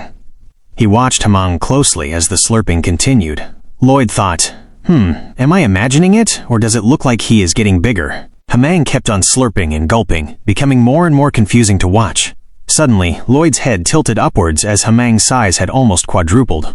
Hamang kept on slurping and slurping all the water around until suddenly he stopped, standing up as if satisfied with what he had done. Lloyd then glared at the land in front of him. It was basically dry at this point, with even the fish looking confused. Lloyd was shocked, thinking, it can drink this much water? The view shifted to a satellite perspective, showing Lloyd as a tiny dot, as Hamang had been able to drink the entire water in half of the wasteland. Lloyd was excited, thinking he could get rid of all this water in a single day. Podong and Bangul then looked at Lloyd, smiling smugly. Lloyd asked them why they looked so smug. Lloyd then called out to the system, asking if this was really random, noting that he always seemed to get the exact skill he needed. The system responded that usually when someone goes into another world, they have some sort of a special skill, right? It noted that Lloyd was a human with no skill or luck, just a whole bunch of handicaps. The system suggested that maybe he got lucky random summon as his special skill, or maybe not. Shrugging off the inquiry, Lloyd glared at the system screen, annoyed at how vague the response was. But then Hamang spoke to Lloyd, saying he wanted to drink some more. Lloyd told him to go ahead and drink till his heart's content because tomorrow they would start reclaiming the Moritz wetland. Time passed, and for the project, Lloyd decided they would begin with the vertical drainage system. The sight of the gigantic Hamang was very scary to all the workers, as some of them almost fainted. First, Hamang was to remove all the water from the wetland. He spat out the water he drank into the river. He would get smaller, then do it all over again. Then they removed all weeds or debris from the exposed ground. Javier would then use mana blasts on the exposed ground, making holes all over the ground, and then putting in some bamboo stones. They would fill the area with sand to make a sandbank, while Podong packed down the sand. To get water out of the deepest parts of the soil, they used bamboo stalks like a straw, and had Hamang one-shot it all. After that, they would build a levee using his upgraded weapon, Lloyd's simulation skill. After 10 days of this, they had completed a sector. "We have a lot of work left to do," Lloyd screamed, asking his men what would happen when they were done. Everybody screamed, "Bonus party!" "Let's go," Lloyd said, hyping up his men as they were working. Some time had passed, and they were done. Javier glared at the once wet land, noting that it really was turning into farmland. The former wasteland was becoming farmland. Javier felt confused, thinking to himself that he wondered when he started being drafted in like this, like it was so normal, and asking himself what his duties were before. He had forgotten his normal purpose. Then suddenly, Lloyd ran towards Javier, calling his name. He gave him a bag of seeds and said to take them, plant them all the way over there, and look after them. Javier tried to rebel, saying he was a knight. Lloyd responded that it was to get rid of the pests and pleaded with the dear knight to save their land. Javier gave in, saying, "Ah yes, sir." He went to the area that Lloyd had instructed him to and was seen watering the seeds he had already planted. He got a rude awakening at that moment, realizing that Lloyd had gotten him again, but he vowed to himself that next time he must get out of this. Then Akros called out to Javier, saying that Lloyd was really turning this wetland into farmland. He believed that not only he but the people of the area must be thinking the same thing, calling it a miracle. The workers were extremely happy and glared at Lloyd with admiration. Lloyd then received the notification, "Everyone in the Fraternal Barony feels deep awe and respect for the miracle that you have performed. For this great achievement, you have been awarded a large amount of bonus RP. Bonus RP for a special achievement, 450. Lloyd smirked at this, feeling a sense of satisfaction from all the work he had put in. Time passed, and the seeds that were given to Javier to grow had already grown to a substantial amount. As Javier took care of the seeds, he smiled, happy with what he had done. Lloyd, who was sitting nearby, then said to Javier that now all they needed to do was build a water wheel, and they would really be done. Javier questioned him, asking what the water wheel was. Lloyd explained that it was something to remove the water when the rain comes. Otherwise, all the land they had reclaimed would be underwater. Lloyd slid down from where he was sitting, saying that his engineers should be here any time now. Suddenly, they heard a weird sound that caught their attention, and the thud of boots directed their attention to it. It was a group of horses and some men that were approaching. Lloyd wondered who they all were. Javier responded that it was Viscount Lacona from north of the Moritz wetlands. The horses halted. Then the man in front asked who was in charge of the project. Javier was about to tell Lloyd that he should show some manners, but Lloyd quickly interrupted Javier, saying, "Oh, that would be me. Can I help you with something?" The man then questioned if Lloyd did not know the land belonged to Viscount Lacona, and commanded Lloyd and Javier to leave the place at once. It seemed like an even greater problem had presented itself. The Moritz Wetlands, a place untouched by human presence for hundreds of years. Despite its desolation, the northern portion was designated to Viscount Lacona for administrative purposes, while the southern part belonged to Baron Frontera. Lloyd Frontera strongly believed that the Viscount had deliberately waited until the land was successfully reclaimed before suddenly appearing to assert his ownership. He considered the Viscount a person attempting to seize the rich, fertile land without putting in any labor. Lloyd privately conceded that, technically, the northern part of the wetlands did belong to the Viscount, at least for the moment. Lloyd then addressed Viscount Lacona, mentioning that if the Viscount's claim was indeed correct, they were currently trespassing on his lordship's land. The swordsman accompanying the Viscount affirmed this, stating that the Viscount had been granted the land by His Royal Highness. Lloyd sharply interrupted the swordsman's declaration, asking why a lowlife would dare to interrupt noblemen in conversation, and commanding him to keep quiet. The swordsman and every other person present were shocked, and the swordsman was visibly enraged by Lloyd's cold remarks. Lloyd then continued speaking, this time directly to Viscount Lacona. Lloyd introduced himself as the eldest son of Baron Frontera. Viscount Lacona acknowledged that he had heard of Lloyd's crude behavior and stated that he had absolutely nothing to say to Lloyd, demanding instead that Lloyd bring his father. Javier Ashran, observing the exchange, thought the Viscount's behavior was incredibly rude. Lloyd remained silent for a moment. The swordsman reiterated the Viscount's demand, asking the boy if he had not heard him, and repeating that he had said to bring Baron Frontera. Lloyd responded by asking, "What?" He then expressed that he could hear quite well, but that the sound was similar to the buzzing of a pesky fly. Viscount Lacona scanned the area, confused by Lloyd's strange comment, asking, Where? Until his guard informed him that Lloyd was insulting him. What? Viscount Lacona uttered, completely bewildered. Lloyd then calmly began to speak, citing the Land Act of the Kingdom, Title 321, Special Exemption regarding development of barring land. Viscount Lacona tried to interrupt, saying to wait a minute, and pointing out that Lloyd had just been talking about something else. However, Lloyd continued, detailing Clause 1, Aim. The aim of the law, he explained, regarded the development of long-standing barring land and the establishment of ownership of the reclaimed land. Ignoring the Viscount's attempts to gain his attention, Lloyd proceeded to Clause 2, Definition. Barring land, he defined, was land that had been abandoned for over 100 years without any residential or cultivation activities taking place on it. He continued, holding everyone's attention with Clause 3, Ownership. Any and all land that met the requirements listed below, he stated, would be recognized as belonging to the developer of the barring land. Lloyd then listed the requirements. First, he stated, the land must be developed with a clear purpose through investment of capital and labor. He went on, second, the land must be able to support a residential building. And third, the land must be able to support long-term agricultural activity. Finally, Lloyd walked towards the planted vegetable, grabbed a sprout, pulled it out of the ground, and stated the fourth requirement. The land must have produced at least one harvest of a crop variety specified by law. He presented the crop. Viscount Lacona was clearly annoyed. Javier then understood why Lloyd had given him the seeds and asked him to plant them there, claiming it would get rid of the pests. Lloyd announced that they were witnessing the historic first-ever harvest of the Maritz wetland. He assured the Viscount that there was no charge, saying he was not that harsh. Viscount Lacona was confused, wondering where this brat had come from and if he had planned all of this out ahead of time. Lloyd handed him the crop and said to take it as a gift. He then calmly told the Viscount to now please get off his land. Viscount Lacona was visibly enraged and annoyed as he and his men rode away on their horses. Javier asked Lloyd if he had received a prophecy about the Viscount's arrival. Lloyd dismissed the idea, saying it was not his first time dealing with leeches who tried to steal someone else's hard work. Suddenly, the people began to cheer loudly that Master Lloyd had saved their land, shouting, 3 cheers for Master Lloyd! Hip hip hooray! Hip hip hooray! Hip hip hooray! Lloyd instantly stopped and changed his expression, demanding if he was paying them to cheer for him, and commanded them to get back to work. The scene shifted to a later time, during a heavy downpour of rain. The water was flowing through the designated stream paths. Lloyd was sitting outside, anxiously waiting for the rain to stop. With summer over, fall had brought heavy rain. Lloyd had run hundreds of simulations, but he felt absolutely no room for complacency. He felt he needed to stay and ensure until the very end that nothing went wrong, verifying if the Maritz wetland could genuinely be useful. Time passed and the rainy season ended, with everything still intact. Lloyd received a plethora of notifications indicating a monumental achievement in construction, having left an incredible mark in the history of civil engineering of the Laurasia continent. As a reward, he had received a large amount of skill experience. His surveying and design skills had both leveled up. His approval ratings from Baron Arcos Frontera, the Baroness, Javier, and Bayern had gone up by 3 points, and his town approval rating had also risen by 3, making his current RP stand at 1355.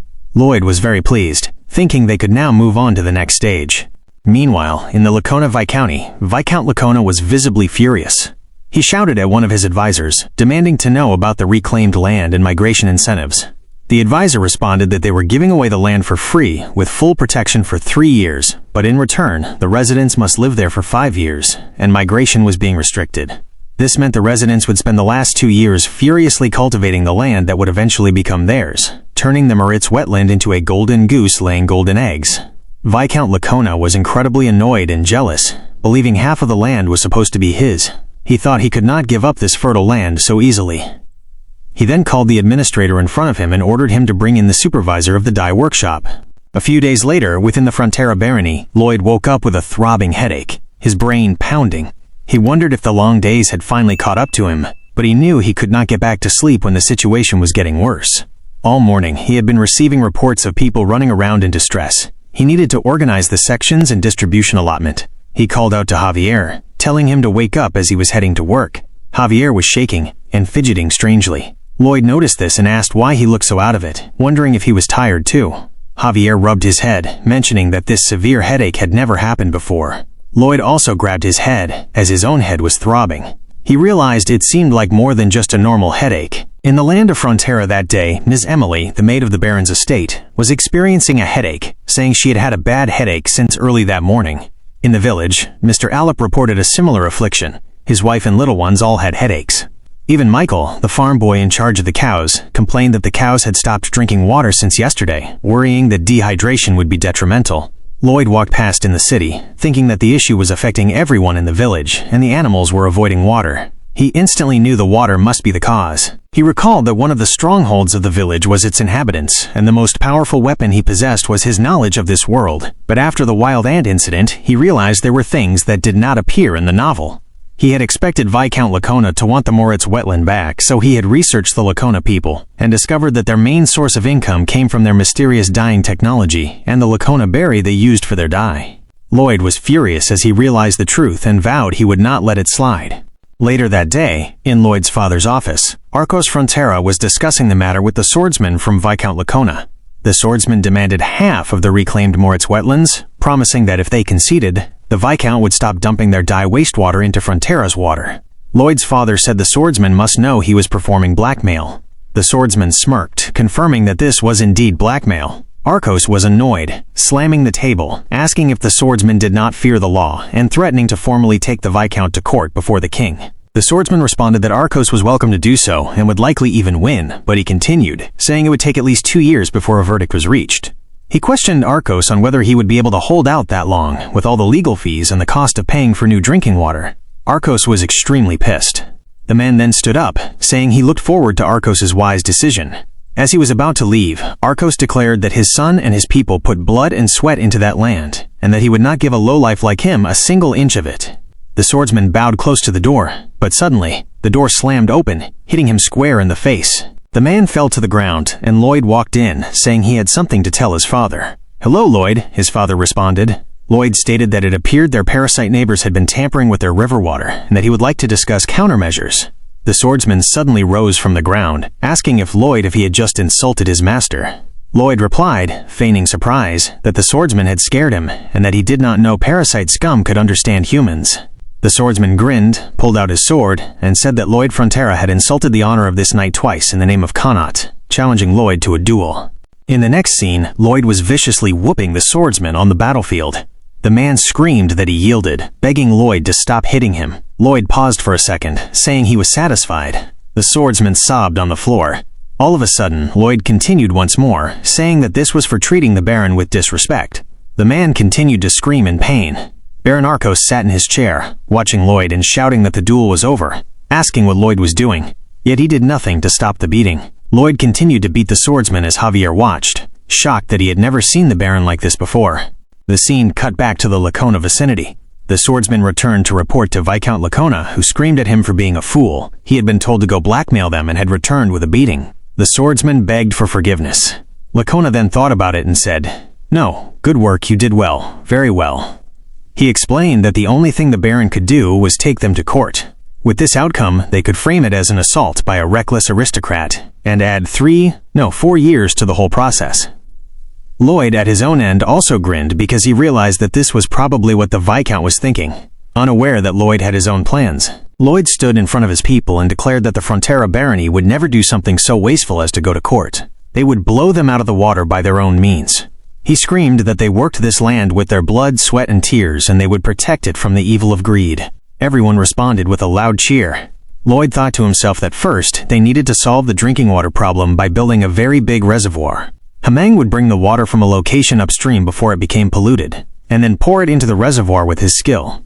Javier said it was a good solution, but noted that neither Lloyd nor Hameng would be able to rest for even a day. Lloyd agreed that this was only temporary. He then said they were going to construct a water supply system, building infrastructure to bring in water from Lake Kapua in the eastern mountains. Javier pointed out that the distance was enormous, and the people involved in delivering the water would go crazy. Lloyd conceded that it was a huge loss for sure, but he planned to get a massive fee for the construction, aiming for 100 times the profits. A few months later, Viscount Lacona was visibly stressed, wondering how this could be happening. Someone then walked into his office and said that Baron Frontera's eldest son was requesting an audience. Viscount Lacona said he was busy and told them to get lost. The person replied that they wanted to help him with some problems he might be having. Viscount Lacona was taken aback by this and invited them in. Lloyd greeted him, saying that he was looking awfully well. The Viscount asked what Lloyd wanted. Lloyd asked if he had not heard, stating they had come to help with the Viscount's problems. The Viscount asked what nonsense Lloyd was talking about, claiming he had no problems.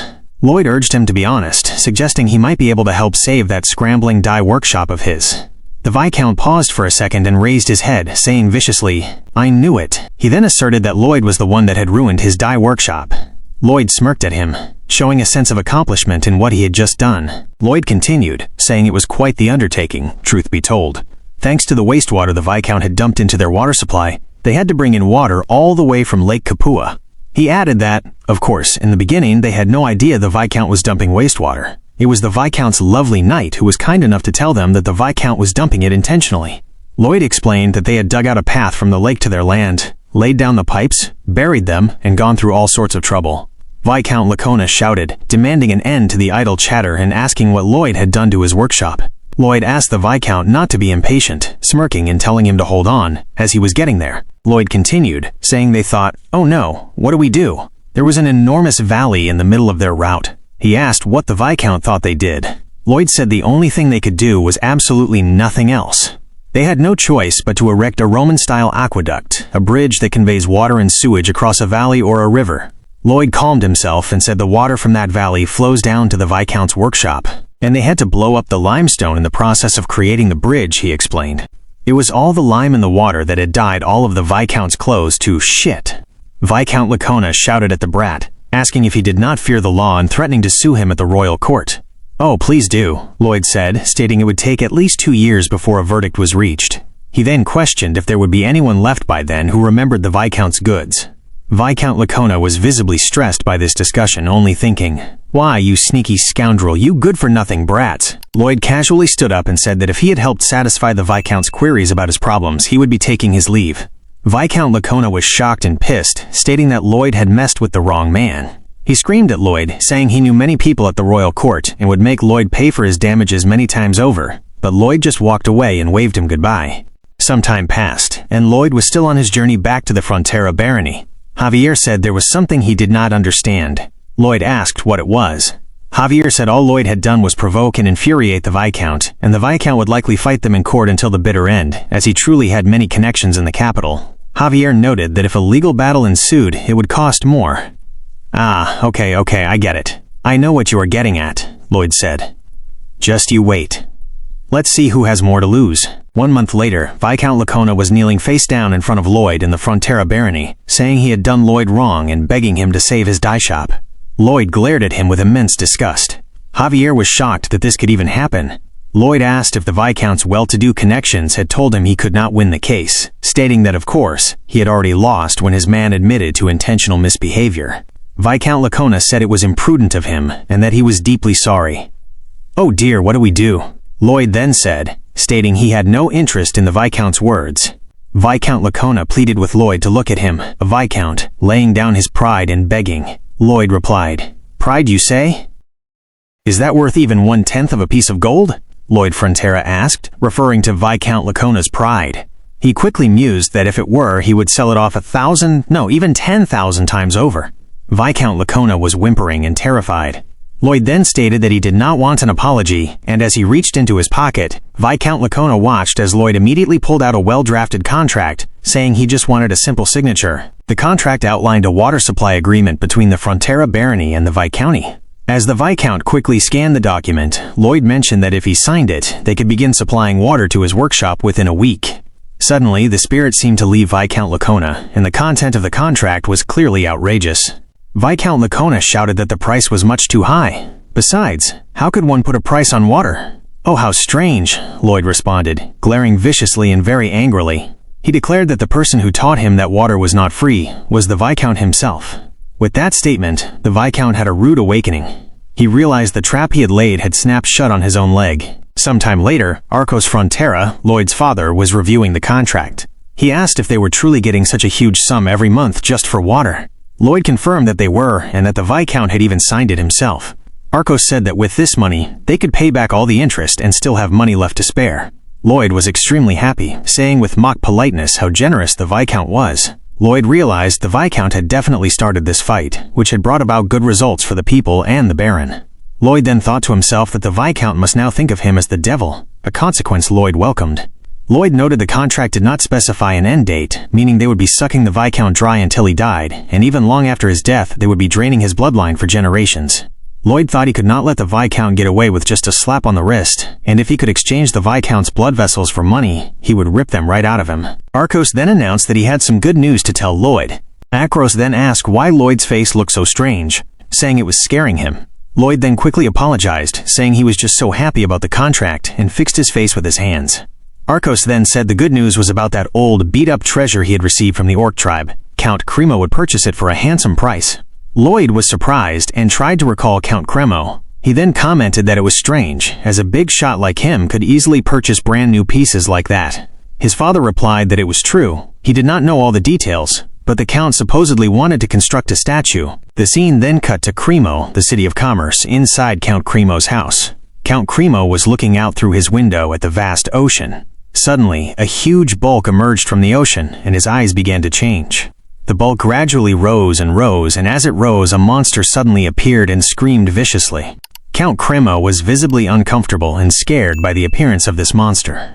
It was a Giga-Titan monster, and its very presence seemed to make the Count extremely uneasy, filling him with dread. Javier Ashran mentioned to Acros Frontera that they would be leaving in 1 week. He explained that the waterworks in Lacona would be finished around that time, and, to minimize expenses, Lloyd only wanted about 10 men to accompany them. Acros responded, indicating his understanding. He said that if that was what Lloyd wanted, then it was no problem. He fell quiet, and Javier watched as the Lord trimmed the plants. Javier then reassured him, saying he should not worry, as he would monitor Lloyd closely. Lloyd's father then spoke about a past incident. He recalled when the knights from Viscount Lacona had tried to blackmail him into giving up half of the reclaimed Moritz wetlands. He admitted that in the past he would have been terrified and simply handed it over, but after watching Lloyd and the people's efforts, he had found some courage of his own. Acros expressed his long-held belief that he had always been an indecisive and incompetent lord. Javier immediately denied this, respectfully telling his lord that it was not true.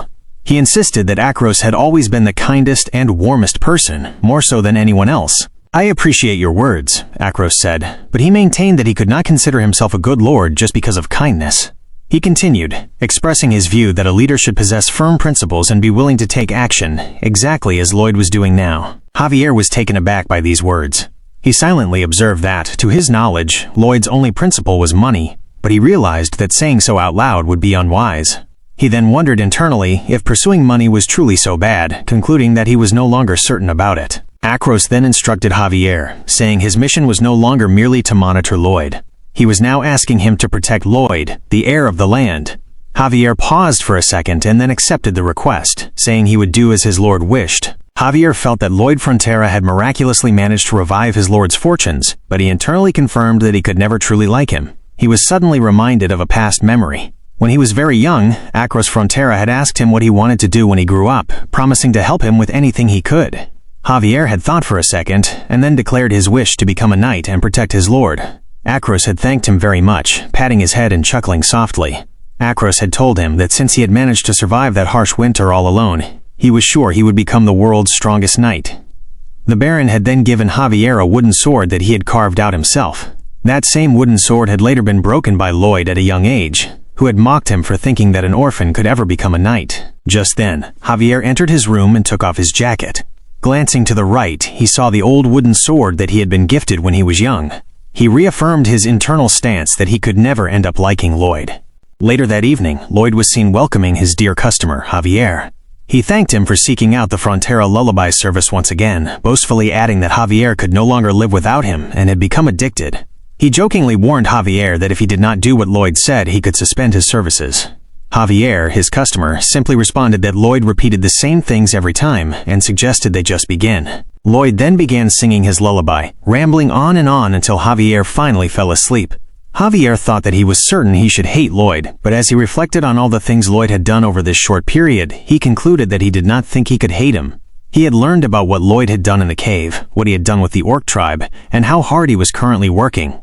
Javier internally felt that Lloyd seemed to have become a completely different person, but he dozed off in that very second. His final thought was that he hated himself for thinking that Lloyd was a decent person. Later that evening, Javier and Lloyd were sleeping peacefully in Lloyd's room. Suddenly, someone cloaked in a black robe entered through the window. It was the swordsman who had worked with Viscount Lacona. The swordsman was visibly enraged at Lloyd Frontera, convinced that everything was Lloyd's fault. He pulled out his sword and leaped forward, attempting to stab Lloyd in that moment. All he could think was that Lloyd should die. All of a sudden, Javier rose from his chair and dashed forward, stopping the attack instantly as he caught the man's blade. The man was shocked, and just then, Lloyd heard a crash sound. He slowly woke up, opening his eyes and rising. He saw what was happening, and as he was left confused, Javier had already subdued the man on the floor. The night passed, and the scenes continued as Javier reported that they had handed the man over to Viscount Lacona. Lloyd replied, saying that was great work. Javier then mentioned that the man had targeted Lloyd because Lloyd then expressed that the Viscount had been paying a lot of money for the water, so he probably fired the man first. Lloyd added that he would have done the same, remarking that the man got paid a lot, but all he did was get beaten up by the brat next door. Lloyd concluded that the man came for revenge, which was how small-minded people thought. Javier then asked if that meant Lloyd had been expecting this. Lloyd clarified that not exactly, but he had thought something like this could happen. Javier was surprised and commented that it was reckless of Lloyd not to have taken any precautions. Javier internally mused that he thought Lloyd always planned everything in advance. Lloyd then glanced at Javier, a bit confused, and then asked Javier what he was talking about. Lloyd stated he had Javier beside him, so what other precautions did he need to take? Javier was shocked, and a look of childish innocence crossed his eyes as he stared at Lloyd in that moment. Lloyd then said it was thanks to Javier that he could move around freely. Javier was so capable, and Lloyd trusted him. Lloyd elaborated, asking Javier to consider if it was possible for a 5-year-old boy who lost his village in a monster attack to survive the winter without any help. Yet Javier had made it possible, and was now standing there as a knight. Lloyd asked if there was anything more dependable than that. Javier was short of words, and it was as if all his trauma was getting relieved at that moment. After that, for a short second, Lloyd and Javier glared at each other without speaking. Lloyd then, slightly angrily, told him that this was awkward and asked him to say something, as he was regretting being so cringe. Javier broke a little sweat and then looked away, muttering the word bleh, as he normally would. He internally admitted that he hated himself for thinking that Lloyd was actually a decent man. Lloyd then patted him on his shoulder and laughed, saying, "Aha, nice. That was a very Javier-like reaction." Suddenly, Lloyd received a system notification saying that Javier Ashran was finally letting go of his long-term resentment for him, increasing his approval rating by 15 and leaving his current approval rating at +6. The notification also stated that Lloyd had earned 320 RP, and his current RP stood at 1500 plus RP. Some time had passed, and Lloyd, Javier, and some other men were seen on their way to Count Cremo's state. Lloyd was busy dozing on Javier's back while riding the horse, and Javier was visibly annoyed by this. Javier then shoved Lloyd away from his back, whacking his face with his shoulder. Lloyd was surprised by the sudden contact and asked Javier if he had just hit him. Javier denied it. Lloyd insisted that it had certainly felt like it. Javier challenged him, asking if Lloyd had actually seen him do it. Lloyd angrily retorted that he bet Javier was thinking, he calls himself noble, but he can't even ride the horse and now he's snoozing? How annoying, and then hit him. Javier exclaimed that it was incredible and suggested Lloyd could now read minds. Lloyd responded, asking if Javier admitted that he had hit him. Javier denied it once more, saying he would not dream of it. Lloyd then raised his hand as if he was about to point at Javier but instead said, "Okay, fine, if you are so petty. Stop! Everyone stop!" He raised his hand to stop everyone in their tracks. He then dismounted from the horse and angrily told Javier to teach him how to ride the horse. Javier glared at him, refusing and stating that he was a knight, not a horse instructor. Just then, Lloyd received a system notification saying that what Javier really meant was, "I admire your attitude to strive to learn what you don't know." Lloyd then told Javier that it was an order. But then another notification popped up, saying what Lloyd really meant was, "I'm going to work hard. Working hard is easy for me." Javier then dismounted with a titch sound, saying that Lloyd was so petty. The notifications were trying to translate what they actually meant, but he also sensed that the system was simply trying to annoy him. He asked, "What was that? What did you just say?" The notification then claimed that Lloyd meant to say that Javier was so kind, and his heart and soul were like that of an angel. Lloyd screamed at the notification, asking it to stop because it was so noisy. When he did this, the men at the back were shocked because they had not been speaking, but suddenly they were roped into the situation. Javier asked Lloyd what was wrong all of a sudden, and if he had lost his mind. Lloyd was visibly annoyed because the messages were the actual cause of the whole thing, but he did not say that out loud. The notification then dropped a useful message, explaining that rumors were traveling faster than words. The rumor of Lloyd building the first waterworks on the continent was spreading fast. The system stated that his reputation as an engineer had increased, and his name would go down in the construction history of the kingdom and the continent, receiving 600 RP. Lloyd was surprised at this, calling it a jackpot. He internally thought that this meant he could win even bigger construction projects from now on.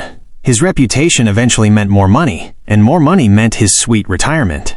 Lloyd was happy because his golden future awaited him. Javier then commented that Lloyd was angry one minute and laughing the next, again asking if he had truly lost his mind. Lloyd was annoyed because the messages were the cause, but he kept silent. The journey to Cremo was definitely not a short one, as winter was drawing near, so they did not reach Cremo until midwinter. When they finally arrived, Count Cremo accepted them. He thanked them for coming such a long way and introduced himself as the lord of the place. Lloyd then bowed and said that they humbly greeted Count Cremo and that he was from the Frontera family. The Count then laughed, saying that Lloyd was completely different from what he had imagined. As the Count walked towards them, Lloyd glared at him. The Count now said that he had heard the rumor that Lloyd was a talented builder, so he had imagined someone with a rough countenance, but to see that he was of such a noble appearance. To Lloyd's shock, the Count went to Javier instead, thinking that Lloyd was Javier. The Count continued speaking, saying that Javier seemed like the noblest of all nobles, and that he would believe him if he said he was royalty, laughing as he said it. Lloyd glared at him in that moment and then said, "Excuse me, Count." He called his name again, Count.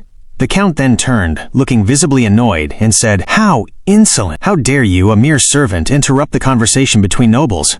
Lloyd was shocked by this, and the system just laughed at him, calling him a servant because he had a servant face. The system continued to laugh. Later that day, the Count was seen laughing at what he had done earlier. He remarked that it looked like he had caused a great offense as he continued to laugh. Lloyd was visibly let down by the whole situation. Javier was seen standing behind Lloyd, holding in his laugh as hard as he could. The Count then apologized, saying he truly was sorry, and asked Lloyd not to be offended. Lloyd responded that it was fine and okay. The notification was laughing, stating that it was Lloyd's face that was at fault, not him.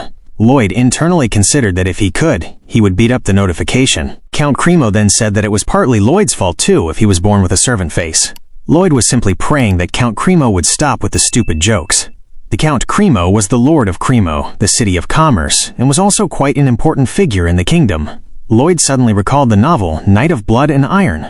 In it, Javier becomes a wanted criminal after beheading the moneylenders, Shiloh and Meatloaf. He goes into hiding and is eventually arrested by the Count of Cremo, but the Count sees Javier's character and integrity from just a few words with him, and ends up providing a lot of support to Javier in many ways. Lloyd internally observed that even the parts of the story that were not fully fleshed out were still playing out. Count Cremo then said that he had wanted to buy Lloyd's jewels to decorate the statue they were going to put up in the sea. A few years ago, a Gigatitan had started appearing just off the coast from their ports. They had never suffered any direct damage, but its mere existence was a source of fear. Lloyd recalled reading something like this. He knew they had no way of attacking it in the water, so even the Navy could not do anything, and Cremo continued to decline, leading the Count to face a crisis. The Count explained that he had done a lot of research to drive the bastard out, and in doing so he had discovered something important. Mermaids, the strongest warriors who rule over the seas. Mermaids were the object of fear for the Gigatitan. The Count had reasoned that the Gigatitan was terrified of anything that even resembled mermaids, so he had wanted to build a statue of a mermaid in the sea. However, he admitted he had given up now. "Excuse me?" Lloyd asked. Count Cremo continued, saying that if they raised the seabed to build a statue, then the depth would not be enough for the bait. Lloyd, upon hearing this, began to ponder about how he could work around the problem. But Count Cremo told him to put his mind at ease, as he did not have a use for it anymore. He added, however, that since he had already promised he would buy the jewels. Lloyd responded, saying he could not let the Count do that and requested that he not just take a loss. Count Cremo asked if Lloyd was not going to sell him the treasure. Lloyd confirmed that he would, and for a high price, if possible, but he also offered to build the statue for the Count without disturbing the water level in the sea channels. Lloyd thought internally about a friction pile and box caissons.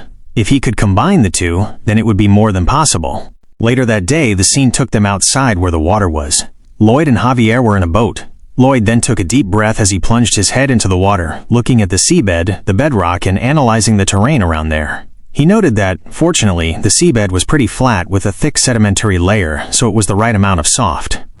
He wondered if the bedrock was deeper down but realized that it did not matter. Just then, as he pulled his head up, he was shivering because it was very, very cold. He looked at Javier and noticed that Javier was smiling. He asked him why he looked so happy. Javier apologized, saying it was the first time that watching someone suffer had made him so happy. Lloyd glared at him while shivering, too short of words to even respond to him at that moment. Javier then paddled away, seemingly going to shore. Lloyd told him to take the measurements. Javier asked if the contract was okay.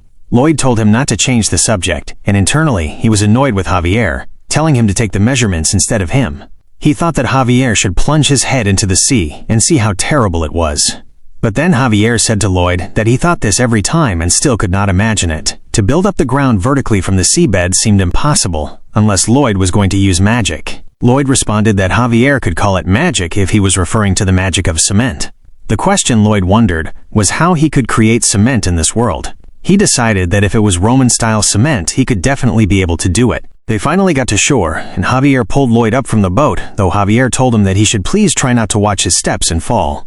Lloyd was annoyed with Javier, telling him that his banter was reaching a swordmaster's level and asking if he was a banter master. Suddenly, someone called out to them, and they turned. A lady holding a card asked if he was Master Lloyd Frontera. She was blushing and said that she had something she wanted to give to him. Lloyd was surprised by this and asked if she was referring to him, having no idea what was going on. The lady then said her name was Christine and that she was Count Cremo's daughter. The lady explained that she had seen Lloyd Frontera walking through the mansion courtyard the previous day.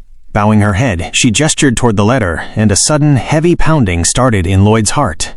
She pointed at the paper, asking that they please accept it, and it became clear that she was addressing Javier Ashran. Lloyd accepted the situation readily. He had, after all, been expecting this outcome. Javier took the envelope, slipping it into his pocket, and the lady promptly ran off with her companions.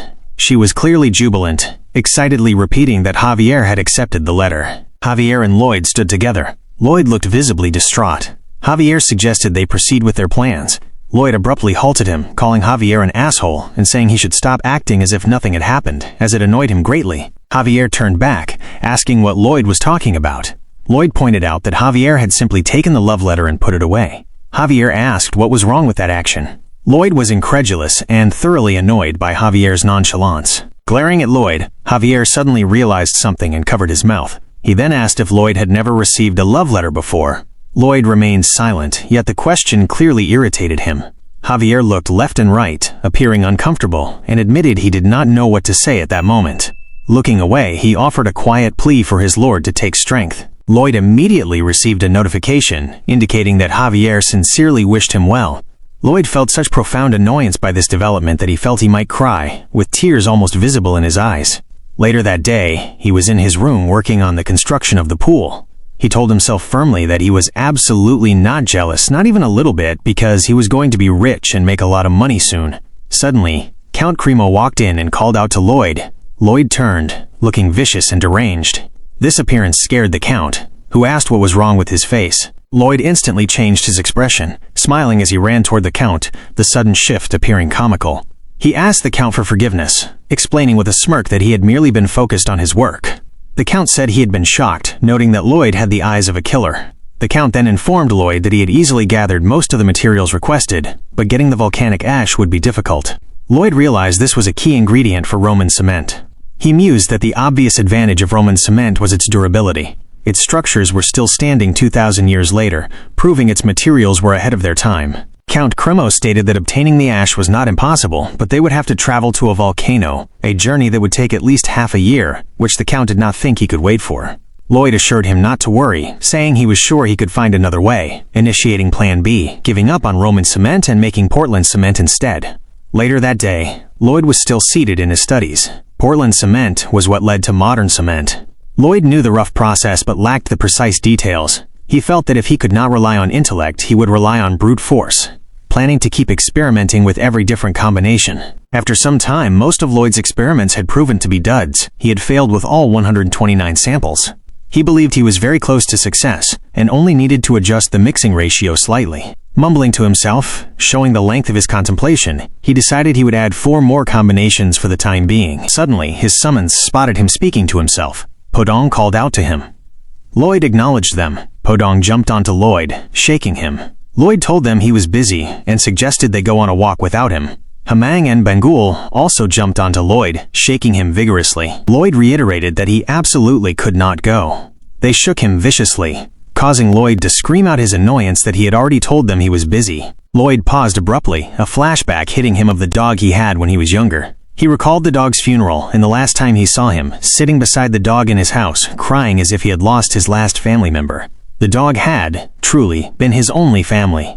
He felt a deep sense of regret at that moment, wishing he had brushed his fur and played with him just one more time. Right then, Lloyd grabbed the 3 summons, hugging them tightly and closely. He announced that they should go, affirming that they were far more important to him than his research. As they walked outside, they sang and squeaked happily. While they were having fun, Lloyd thought how awful a person he was being. He glared at them, and they glared back, wondering why he would think such a thing. But they were too absorbed in their fun to pay it much attention. Lloyd explained that since everything had been going so well lately, he had only been giving them orders, treating them like machines. Lloyd felt sadness, believing he was the biggest moron in the world, and reflecting that he would have had profound regrets if he continued to see them merely as tools for work. He paused, knelt down on one knee, and sincerely thanked his summons, acknowledging everything was thanks to them. The summons stared back at him, and then Lloyd received a sudden notification stating that the fantastical creatures acknowledged his sincere feelings and now considered him part of their family. The relationship level was then listed as master-servant relationship. Lloyd was surprised by the contradiction. The notification went on to refer to Lloyd as a member of the gang and announced a new upgrade for the creatures, enabling him to add new skills for 500 RP. He was shocked, saying aloud that this was an unexpected bonus. The summons then presented Bangul, suggesting Lloyd use the new skill on her. Lloyd, though surprised, accepted, reasoning that if this was what they wanted, he would comply readily. He felt confident he could find a use for the skill, whatever it was, and since it was their desire, it was perfectly fine. He used the skill on Bangul, and her body began to glow from the ground up. She started to levitate, emitting a blinding light that forced Lloyd to quickly cover his face as it intensified, radiating throughout the entire space. Suddenly, Bangul successfully leveled up and was upgraded. As a reward, Bangul received new skills, Accelerated Digestion Level 3, Steel Dung Launcher Level 3, and a new acquisition, Volcanic Blast Level 1. Lloyd was shocked, immediately focusing on the Volcanic Blast Level 1 skill. He thought that this was an absolutely awesome development because it perfectly aligned with his current need for volcanic ash. Early that morning in the city of Cremo, a shattering boom caused by a massive explosion echoed from the far-off mountain range. Every inhabitant, including Count Cremo himself, turned their attention to the towering plume of visible volcanic ash now drifting across the sky. The focus shifted to Lloyd Frontera and Bangul, the summon who was, apparently, the source of the blast. Lloyd was utterly stunned by the magnitude of the eruption, having covered his ears against the sound. He glanced at the floating ash, registering that it was genuine volcanic material, and felt a surge of excitement, realizing that the skill he had recently acquired for Bangul worked perfectly. Lloyd chuckled and said to Javier Ashran that he should look at this, saying he had now witnessed it and describing the result as an absolute gift. Javier remained silent. Lloyd called to him again, addressing him by name. He then stared at Javier, realizing the knight was feigning deafness. Lloyd expressed regret for having forgotten to tell him to cover his ears. Javier still did not react.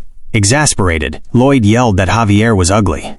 Javier instantly responded, saying he was not as ugly as Lloyd, though Lloyd's ears also seemed to have gone on a break at that point, as he did not catch that stray bullet. Javier appeared to be having the time of his life on this construction trip. In any case, thanks to Bangul, the problem of sourcing cement ingredients was quickly solved.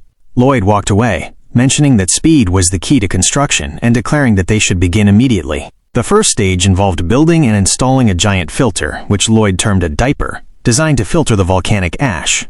This diaper had 5 layers to catch the fine material. Lloyd shouted a warning that the blast was coming, and Bangul activated her volcanic blast skill, producing the necessary ash. Everyone covered their ears as Lloyd yelled a final warning that it would blow again. Count Cremo watched the process with astonishment. He thought the engineer was clearly extraordinary, noting that he had never heard of such techniques, nor of summoning creatures to aid construction. He resolved to keep a close eye on this project, determining that he would submit a detailed report to Her Majesty the King, believing that if the rumors about Lloyd were true, keeping him confined to the backwoods would be a waste of talent. With the cement ingredients gathered, it was time for Stage 2. They constructed a caisson, placed it in the sea, and then used Hamang's one-shot skill to drain all the water from inside the structure. Stage 3 was simple. Put the heavy-duty swordsman, the one-man workforce, to work. Javier was tasked with driving friction posts into the ground to cover the bottom of the caisson. Javier wasted no time in finishing the posts he had been given. He asked Lloyd when they would receive the next post. Lloyd told him to wait a moment, assuring him that the workers were hurrying to deliver them. Lloyd then looked at Javier and smirked. Javier asked what the look was for. Lloyd replied that he was simply thinking about how compliant Javier had been, noting that he had not even uttered his usual objection about being a knight. Suddenly, as if to tease Lloyd, Javier dropped his hammer. He walked away, saying that he was a knight and questioning why he should be hammering. Confused, Lloyd called out to him, saying that Javier was the knight assigned to escort him. Lloyd pleaded with Javier, explaining that if he did not hammer the posts in, Lloyd would not earn any money, meaning they could not clear their debts. Lloyd then became dramatic, suggesting that if he fainted from the stress, the Baron would be sad, and if he became bedridden, the Baroness might also fall ill. He appealed to Javier's sense of duty, begging the knight to protect his family and asking for his help.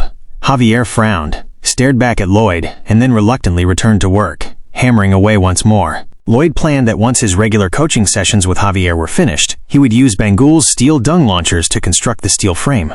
Finally, they would pour in the long-awaited cement, and once it hardened, they would dismantle the caisson, leaving the artificial sea platform complete. The platform was designed to be 50 centimeters higher than the water level at high tide, suggesting that if a mermaid statue were placed there, it would appear to be floating. Count Cremo, still observing, murmured that he honestly could not believe the foundation could withstand the weight of the statue. He promised Lloyd that if he succeeded, the fees would not be disappointing.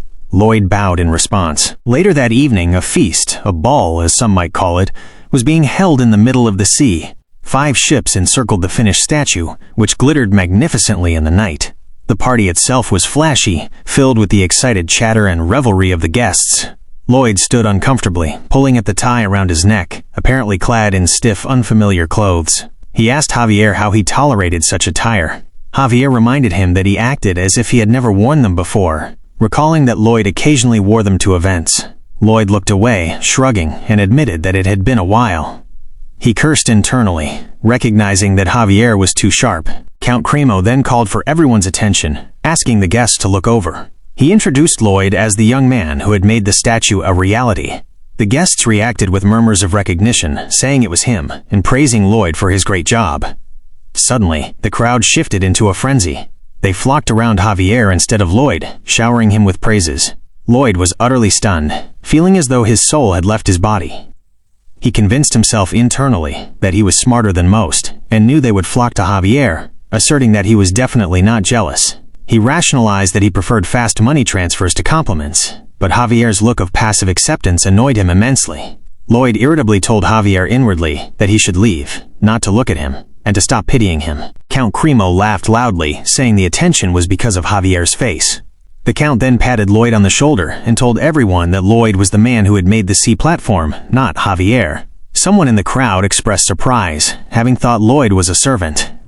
The party continued. Expanding the scene, a Gigatitan was revealed, swimming swiftly towards the gathering. The massive creature raised its head slightly out of the water, glaring at the commotion. It spotted the mermaid statue, internally recognizing it as their natural enemy, and was enraged. It slowly submerged and swam rapidly towards the mermaid, believing there was only one and resolving to kill it. Lloyd was enjoying the attention he was finally receiving, while Javier was eating biscuits and being worshipped by the surrounding ladies. They were both unaware of the impending danger. The ball continued as expected, with no one noticing the threat. Javier eventually went to a corner, sat down, and enjoyed the view of the sea, taking a sip of wine. Suddenly, his hand froze as he sensed something approaching. He peered into the vast ocean, feeling with certainty that something was there. As Javier sat, Lloyd approached, asking him what he was doing, adding that he looked like a statue, but not as good as a Greek one. He then asked if Javier was ignoring him, calling his name. Javier finally responded, saying that he thought something was coming their way. Lloyd paused, just as the view of the Giga Titan showed once more, swimming with great speed toward them. Lloyd asked what it was. Javier said he did not know exactly, but that it was extraordinarily swift. Lloyd asked how big it was. Javier replied that it was about twice the size of the ship, perhaps slightly bigger than Hamong at its full height. Lloyd was shocked by the description of the size, exclaiming, "Holy crap!" The Giga Titan was now very close. Lloyd swiftly walked through the crowd, trying to get Count Cremo's attention. Count Cremo asked if Lloyd was enjoying the party. Lloyd walked up to him and whispered that the Giga Titan was approaching, and that they must inform the passengers and evacuate everyone. Count Cremo called for his swordsman, Sir Genevieve. When the night approached, the Count asked if he detected anything strange far out in the sea. Sir Genevieve gazed at the sea for a moment and said he did not. The Count hummed, then looked at Lloyd, saying that Sir Genevieve had virtually reached swordsmaster status and his senses were extremely sharp, making him trustworthy. Lloyd thought to himself that Javier's senses were even sharper, and he was the protagonist. He wondered how he could possibly persuade the Count now. Count Cremo told Lloyd not to worry, assuring him that the Giga Titan had never come this close in the last few years, and there was no reason why it would suddenly attack. Lloyd countered, suggesting that there might be a reason now. He stared pointedly at the mermaid statue. Count Cremo became visibly uncomfortable. Lloyd nodded, confirming that the statue was the reason. The Count's swordsman then interjected that he did not know why they were saying these things, but his senses were telling him. But before he could continue, Count Cremo cut him off. He ordered his men to raise the anchors and get the boats away from the statue immediately. Just then, the figure of the Giga Titan began to emerge from the sea. Everyone began to move, screaming for the crew to hurry and follow the Count's order. Javier said that this was taking too long. Lloyd screamed at Javier to take care of the anchors. Javier glared into the sea and nodded. He swiftly leaped and dove into the ocean, holding his breath. Lloyd threw Podong over to the statue, telling the summon to take care of the ropes on the statue. Podong beat on a sunflower seed, swiftly enlarging and landing on the mermaid statue, covering it. Javier was already underwater, where he ignited his sword with a mana blast and swiftly sliced through a chain, cutting it in half. Podong then used its teeth to cut the rope attached to the mermaid. As the ships quickly came loose, Javier swiftly dismantled all the other levers underwater. He turned, seeing that the Giga Titan was already in front of them, and he felt visibly uneasy. People on the ships were screaming to spread out and scatter. All of a sudden, the Giga Titan's head blew forward, hitting one of the ships. Lloyd and every other person on that ship were instantly thrown into the air. Podong looked visibly scared, glaring at the Giga Titan. The creature immediately smashed the mermaid statue, and Podong was flung away from it. Javier used his mana blast to launch himself out of the water, swiftly catching Lloyd in midair. The mermaid statue, propelled by the Giga Titan's attack, flew inward, landing in the town. Chaos reigned as debris from the statue slammed near the people in the town who had no idea what was happening. One piece of the statue, struck by the impact, bounced off the ground and destroyed one of the buildings inside the estate. Back in the ocean, the damaged ship was flipped over, and all its passengers were begging for their lives, about to drown. Lloyd screamed, realizing they could not save all those people. He then remembered that he could use Hamang. He called for Hamang, and the summon swiftly appeared. Lloyd threw Hamang into the water, asking him to use his one-shot skill. Hamang used the skill, gulping down all the water swiftly, and in doing so swallowed every single person that was in sight. Just then, inside the city, the Giga Titan was about to enter to finish off the mermaid statue. Javier said to Lloyd that they must stop the Giga Titan, as it was moving towards the city. Just then, he saw Lloyd was already on top of a table-like structure, paddling his way away from the city. Javier was shocked and asked Lloyd where he was going, pointing out that the Giga Titan was going the other way. Lloyd turned and screamed at Javier that they had to run this way, calling him a fool and asking if he wanted to fight that monster, questioning if he had lost his bananas. Javier was visibly shocked by Lloyd's statement. The entire scene was chaotic. Count Cremo was trying to evacuate all the people still on his ship. Hamang was busy pouring out the people he had rescued from the ocean. Count Cremo was yelling for his men to hurry, warning that the sea was dangerously cold and to get the people out of the water as soon as possible. People in the water were screaming to be saved, begging for help. Meanwhile, the Giga Titan was already in the city, searching for the mermaid statue. People screamed warnings as the Giga Titan paid them no mind, swiftly breaking through all the houses in its path. Back with Lloyd and Javier, while the screams of people begging for help were still audible, Lloyd told Javier, who was standing still, to come on and move already. Javier asked if Lloyd was ignoring all the people in danger. Lloyd responded that they came here to make money, not to fight some sea monster and keep the peace, arguing that the city had an army and artillery and would be just fine on its own. Javier looked at Lloyd, shocked and uncomfortable, as if questioning what was happening. Javier internally recalled that in a moment of crisis, Lloyd Frontera had always shown great ingenuity and a resolve not to give up, never turning his back on those who were struggling. But at this moment, it seemed different. Lloyd yelled at Javier that they were busy with their own affairs and questioned why they had to protect someone else's city, insisting that running away was the rational thing to do. Javier stood there, feeling deeply disappointed, thinking that this, in the end, was who Lloyd truly was. Lloyd then received a notification stating that Javier's approval ratings had decreased by 5 points, leaving them at +1, noting that his relationship with an important character had worsened but that he would not lose RP from this. Javier pulled his sword out and told Lloyd that he could never abandon people who were in danger. Lloyd said, "Hey, stop trying to be righteous all the time. If you go back there, you will die." Javier ignored him, leaping into the water, using his sword almost like a skidboard on the surface, propelling himself straight into the city with a mana blast. He moved swiftly. Inside the city, the army was already trying to defend against the Giga Titan, launching cannonballs at it. However, the balls had absolutely no effect, simply bouncing off its skin. The Giga Titan's skin was extremely sturdy.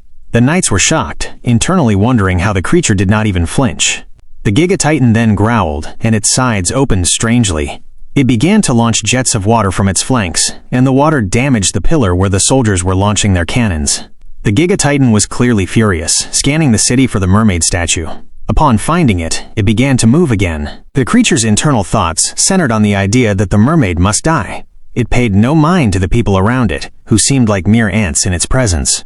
All of a sudden, someone fell to the ground, and the Giga Titan was about to step on the person with its large claws as it ran toward the mermaid. Just then, Javier entered the scene. Using his sword's mana blast, he slashed at the Giga Titan, blasting its hand away and protecting the man in the process. However, Javier was stunned. Instead of taking effect, his mana blast slice literally bounced off the Giga Titan.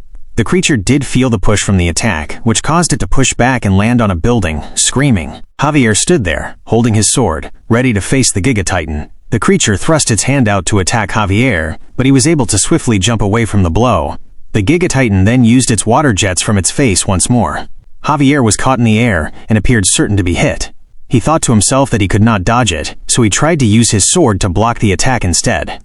The force from the blast pushed him, propelling him to slam his back on the wall as he fell to the ground. His face was already bloodied as he looked up, glaring at the Giga Titan. Just then, the Giga Titan focused more attention on Javier Ashrin.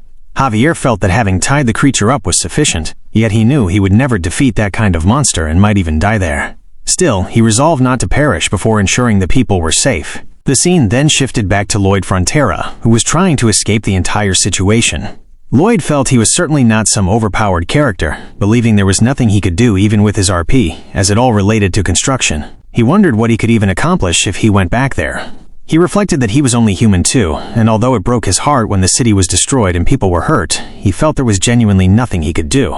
His thought process abruptly paused as the realization struck him that the city would be destroyed and people would get hurt. It was as if he had an epiphany. He stopped paddling, took a deep breath, and then exhaled. He then realized that if he ran away like this, the city would be destroyed.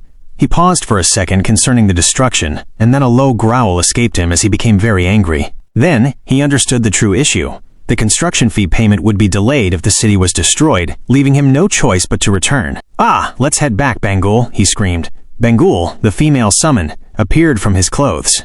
Lloyd then yelled at the monster, calling it dead meat, and a, quote, damn oversized lobster, as Bangul thrust forward using her volcanic blast skill. Meanwhile, back to Javier and the Giga Titan facing off against each other. The Giga Titan smashed to the ground, which Javier was able to dodge, and then jumped up using its mana blast once more. Javier realized the creature was still an animal, and therefore its weak spot had to be its eye. He was about to attack the Giga Titan's eye. All of a sudden, the Giga Titan's whiskers swiftly sprung out and targeted Javier. But suddenly, Hamang used his cannonball-shaped body and dashed toward the Giga Titan, instantly smashing it away. The force from the heat pushed the Giga Titan back, and Hamang then propelled back. Hamang then poured out the water within its stomach, enveloped himself, and returned to Lloyd. Lloyd then stood there, furious, and roared at the Giga Titan, screaming how dare it mess with his cash flow.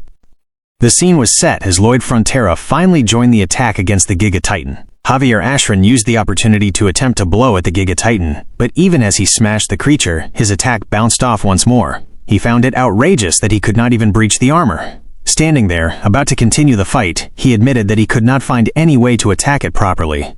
He had thought he could win at first, but now he saw no immediate solution, yet he wondered why he felt so composed. He then realized that his calm came from Master Lloyd finally returning. Lloyd's presence meant there was a way to defeat the Giga Titan. 2.5 minutes earlier, Lloyd was seen speeding through the city. He was riding Padong as they approached the Giga Titan. Lloyd yelled to Padong that it should not get too close, instructing it to take them around the Giga Titan so the creature could not detect them. Lloyd needed to find a weak spot. Just as Javier continued his assault on the Giga Titan, Lloyd noticed that Javier's Mana Blast was having absolutely no effect. He wondered how the creature was so strong and what it was made of. He paused, realizing he could use his survey skill to analyze the material of the Giga Titan's body. He activated the skill and checked the creature's flesh and strong armor, confirming that it was possible. Lloyd smirked, knowing that even living things were made out of something and could definitely be surveyed. The armor was a mixture of dentin and chitin, a whopping 1 meter thick at the molecular level.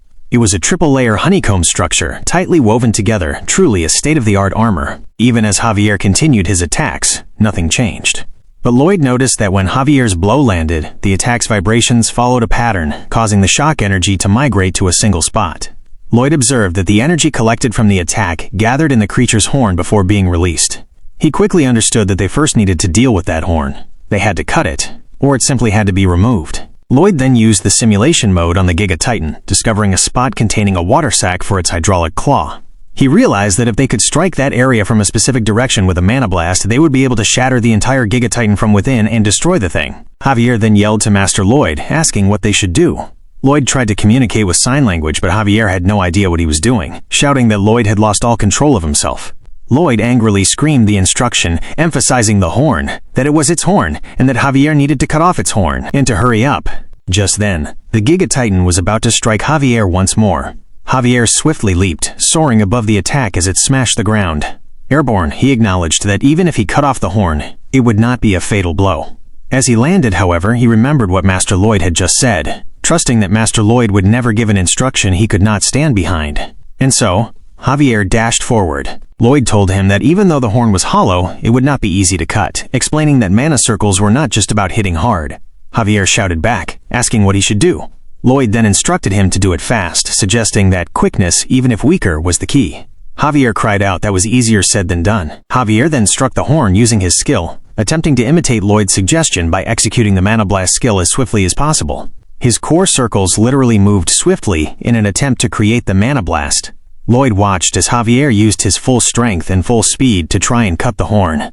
Lloyd internally sensed it was working. A high-frequency mana chainsaw. It had just been a theory, but he knew Javier could pull it off. As Javier was cutting the horn, the Giga Titan roared and attempted to use its claw to smash Javier away. Lloyd cried out for Padong to assist. Padong leaped swiftly and slammed the Giga Titan's hand away as Javier continued cutting. Luckily enough, the horn fell off, and they successfully cut it. The Giga Titan roared as the horn twirled before landing on the ground near where Lloyd stood. Lloyd then yelled to Javier to get the area right between where its middle legs meet, from its tail toward its head at an angle. Javier ran inward, under the Giga Titan, as Lloyd continued to say that if Javier got a Mana Blast from that direction, their construction payment would not be delayed. Lloyd was entirely focused on his construction payments. Javier ignored him as he slid and paused at the exact location. He took a stance, about to thrust his sword upwards to destroy the place Lloyd had specified. Suddenly, the Giga Titan began to descend. Just then, Javier noticed the Giga Titan's movements and was shocked, as he had not planned for it. All of a sudden, the Giga Titan crashed onto the ground with the intention of smashing Javier. Javier's sword flung outwards and fell to the ground. Lloyd was shocked, wondering if Javier had died, and screamed Javier's name. For those who almost had a heart attack, the scene was replayed in slow motion. Javier was under the Giga Titan, unaware that it was about to descend on him. All of a sudden, Padong swiftly moved into the scene and was able to grab Javier by his jacket, pulling him away in the nick of time. Javier would have been a goner, but Padong rescued him, and Lloyd was extremely happy. But then Padong began to screech words that were incomprehensible. Javier mentioned that he did not understand what Master Padong was saying, but as he picked up his sword, he realized that Padong was probably scolding him for his recklessness. He glared at the Giga Titan, and then said he would try to stay alive until he had defeated it, affirming that he would trust Master Lloyd's plan. Lloyd recalled that after successfully surveying the Giga Titan, he had developed a plan. It had been hard to implement since the Giga Titan was much faster than he expected. They needed to move forward though. They needed to push through the plan until the end, as it was the only way to beat that thing once and for all. Just then, Lloyd called out to Podong. Podong turned his head toward him, and then rushed back toward Lloyd. Lloyd then said to him to take him to that place he had mentioned earlier. Podong acknowledged the request, and they sped off. Lloyd then yelled to Javier that the creature saw Javier as its biggest threat, and instructed him to lure it along the east coast and into the woods.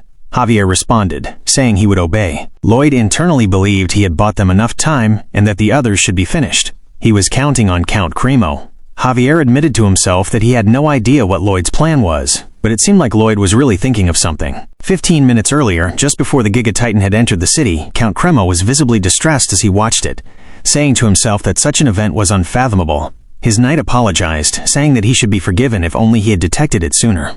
The Count replied that it was his own fault, not the knight's, acknowledging that he had been too complacent, believing he could drive out the beast with a statue. Then, Lloyd screamed out of nowhere, declaring that a statue would indeed drive it away. Count Cremo was gladdened that Lloyd was safe, but Lloyd continued, saying that the monster had come ashore to finish off that statue, and there was no doubt. Lloyd proposed that they were going to take advantage of its obsession, confirming that Javier and he would buy the Count some time, and meanwhile he needed the Count to do something. The scene then continued with Javier and the Giga Titan. The Giga Titan tried to attack Javier, but Javier was able to dodge it, as he had been doing. Now, however, it was a calculated movement from Javier. Javier recognized that he was at his limit and could not fight any longer. He was panting. He decided that his mission now was to lure the creature away from the city. No, from the people. He then ran away, and the Giga Titan roared as it followed Javier because it perceived Javier as its biggest threat. Javier ran and ran, running into the forest, running as fast as he could. Suddenly, Lloyd from the other end then screamed for everyone to give it up for the one, the only, bronze statue. To Javier's shock, he glared up as he saw wheels coming forward carrying something, and even the Giga Titan glared at it ferociously. Then the clatter of something moving could be heard. The statue was moving as though it was alive, and Lloyd was smirking as he rode in. Javier was shocked because he had no idea what was happening, but as it came into view, the mermaid statue almost seemed alive, but it was not. Count Cremo had used ropes to tie the hand and the body to assemble it back, and Lloyd was carrying it toward the Giga Titan at that moment. "I've brought you your real enemy," Lloyd screamed. The Giga Titan, upon noticing this, was visibly annoyed and roared ferociously. Lloyd was satisfied, liking the reaction. He remarked that they had done a great job putting the thing back together. Lloyd internally reflected that from the book, he knew he could trust the Count to do this. He then screamed at Javier, saying he would make an opening for him to attack. Javier then told him that next time, he should please explain the whole plan to him. Lloyd screamed back at him, saying that there had better not be a next time as they passed each other swiftly. Just before he was about to reach the Giga Titan, Podong drifted away, carrying the statue off the route as the Giga Titan continued chasing them. Podong looked visibly scared as Lloyd screamed, "Mommy," because he too was scared. Javier kept sprinting as the Giga Titan followed, but then Javier leaped toward the Giga Titan and decided to use his Mana Blast as initially planned. Now that they had finally distracted the Giga Titan, he used the skill Mana Blast upon the Giga Titan on the same spot as Lloyd had instructed, and the explosion was instant, propelling the Giga Titan up. Lloyd glared back as he watched it. Just then the Giga Titan paused because it had taken a great hit from Javier's impact. Javier then fell backward as he had finally managed to open the belly of the Giga Titan, but he considered that he had only cracked a small hole in its outer shell and had used his Mana Blast too many times, so he could not use it anymore. He then dismissed this thought, concluding it was an excuse, and that he was simply not strong enough to protect the people. Then Lloyd shouted, "You did it, Javier!" As Javier's attention turned to Lloyd's voice, Lloyd then said that Javier should leave the rest to him as he held his shovel, about to do something unprecedented. As Javier fell, all he could think was that he was losing consciousness, yet he felt he could rest easy because Master Lloyd had said it so confidently. Then suddenly, Hamon came into the scene, rolling swiftly, and was able to safely catch Javier before he fell to the ground. Lloyd then screamed that Javier should rest easy, that he would protect the city no matter what. Lloyd shouted this, but he internally admitted this was just what he had yelled at Javier as he dashed toward the beast. To be honest, he did not think it was possible. Maybe he could lure this thing far away and leave it there, but then he thought there was no guarantee the beast would not come back. The waters of Kremor were already the Giga Titan's habitat. After all, that thing was pretty strong. It might go berserk and take revenge for them summoning the mermaid statue. Then he thought, wait, before that his Podong was already at his limit. He could not ask him to do any more. He then called out to Podong and said, "Now!" Podong then halted abruptly, screeching its leg on the floor, and then, as Lloyd looked upward, Pidong thrust him from the back, pushing him, propelling him upwards toward the opening point of the Giga Titan. As Lloyd moved upward, he wondered what exactly he could pull off right now, wondering what to do. He then remembered that earlier, when he had decided to save the city and ensure a swift return on his investment, he had a couple of plans that involved him attacking it. He was thinking if he could use Mana Blast, but to use a Mana Blast attack he needed a triple heart circle, and right now he only had a double heart circle. He then called out to his system, saying he needed to open the Ashran core technique through a message alert and the skill window. Then the system appeared, dinging 3 times. He then resolved to level up to a triple heart circle. The option appeared in front of him, double heart circle, level 4. The system suggested to level up skill, stating that the RP needed was 190. Lloyd thought to himself that 190 was a lot. But he clicked on level up. He immediately coughed because it was not enough. It only went up to level 5, and the required RP went up by 30, meaning he needed 220 RP to continue leveling up. That was so steep, he thought, but who cared? What did he have to lose anyway? Come on, he urged, tapping the button repeatedly. It leveled up to 6, it leveled up to 7, it leveled up to 8, but then he realized something. Just then, for it to level up further to 3 mana circles, he needed 370 RP more, and he began to sweat as all the RP he had left was just 311. Just then, he cursed the situation. Meanwhile, he was still airborne as he flew toward the Giga Titan. This was crazy. He had initially planned to stay out of this, which was his rational decision at the time. He had finally reached the Giga Titan, his hand visibly hanging on the opening of the Giga Titan's sushi belly crack, holding himself in a compromised position. He realized it was very strange. Why was he even dangling from this thing? He glared at Javier, who was already on Hamang's back. Lloyd wondered if he should summon some mana and just jab it. If there was even a small nick, he could dig his way into it. But then, as Javier glared at Lloyd where he was, Javier suddenly fainted. Based on Javier's reaction and his view of Lloyd trying so hard, Lloyd then received a notification saying that his approval rating by Javier had increased by +4 once more, leaving his current approval rating as +5.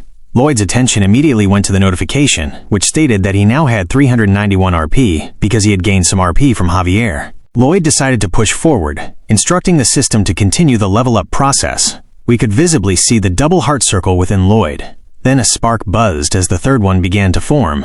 Triple heart circle level 1 appeared and began to twirl around Lloyd's heart, stating that his mana amplification had now gone up to 500%.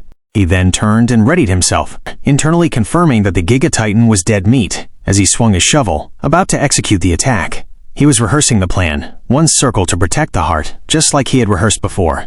But just in that moment, the Giga Titan swung its hand and struck some rocks nearby. Lloyd was still lost in his own thoughts, trying to rehearse the components of forming the Mana Blast. Suddenly, some rocks began to propel toward Lloyd. As Lloyd swung his shovel, about to use the Mana Blast for the first time, the rock was coming at him with speed.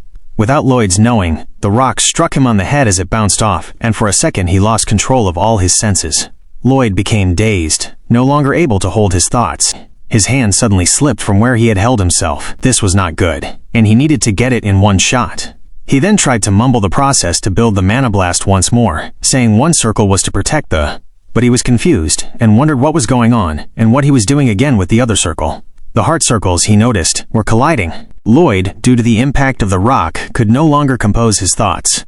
Instead of using one circle to protect the heart and 2 circles to form the Mana Blast, 3 of the circles moved forward with the Mana Blast, leaving his heart unprotected.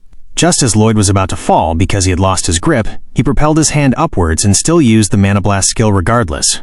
This was a 3-circle Mana Blast used for the first time by Lloyd. Just then, Lloyd was suspended in the air, about to use the skill. The Mana Blast propelled out of his shovel, and a massive kaboom sound occurred as the explosion literally roasted the Giga Titan from inside out.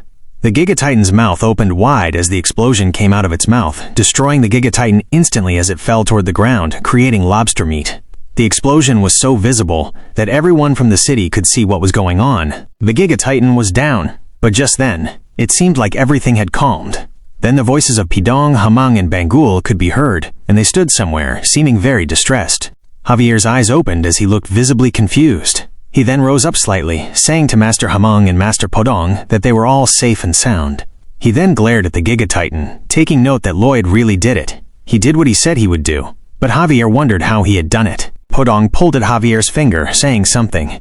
Javier then said to Podong, asking what was wrong and if he meant for him to follow. He then stood up as he mustered all his strength to try and follow Hamang, Pidong, and Bangul. Just then, he arrived at the location. Where Lloyd was, Lloyd's shovel was on the ground as his body laid there. Javier was shocked as he saw Lloyd. Lloyd's face looked out of it, like he was not with them anymore. Javier was shocked and screamed, "Master Lloyd! Master Lloyd!" He ran towards Lloyd and put his head on Lloyd's chest as he tried to hear Lloyd's heartbeat. But then his eyes opened wide as he was shocked, because he found out that his heart had stopped, and he glared at Lloyd with so much fear in him in that moment.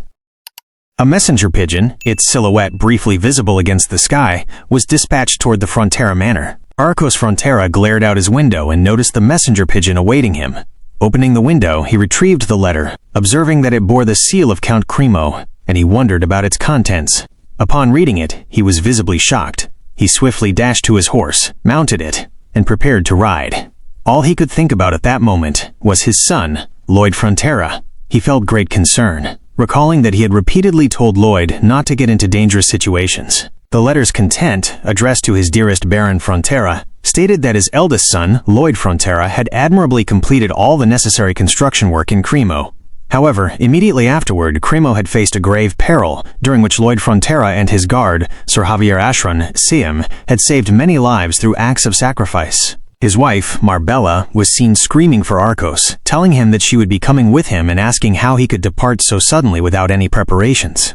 Sir Bayern was also behind them. Arcos then told them it would be a long journey and that he would go with Sir Bayern alone.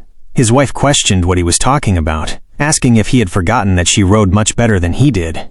And so, they kept moving with the horses, riding as swiftly as they could, even in the harsh weather. Lloyd's father reflected on his son, remembering a time when Lloyd used to be such a despicable boy, but now he was the most diligent and trustworthy son. He recalled Lloyd's words before he departed, saying he should fear not, my lord, it could be done. Another time, Lloyd had said he would like to express his gratitude to his lord for his wise judgments. Arcos realized that his son had only been referring to him as my lord for the past couple of weeks. He wondered if Lloyd was truly his son. Just then, the claws of a massive, werewolf-like monster came into view, halting Arcos, his wife, and Sir Bayern. The beast growled at them, and they seemed visibly shaken. Bayern dismounted his horse and told Arcos that since they had chosen the shortcut, they must face this head-on. He would buy them some time and urge them to go around him and head toward Cremo. Arcos then told Sir Bayern that he must run as well. But Sir Bayern responded that the beast was faster than their horses, and the moment they turned around, it would have them. The beast growled and dashed toward them, and Sir Bayern screamed for Arcos and his wife to run away. The beast slashed, but Sir Bayern was able to block the attack with his sword.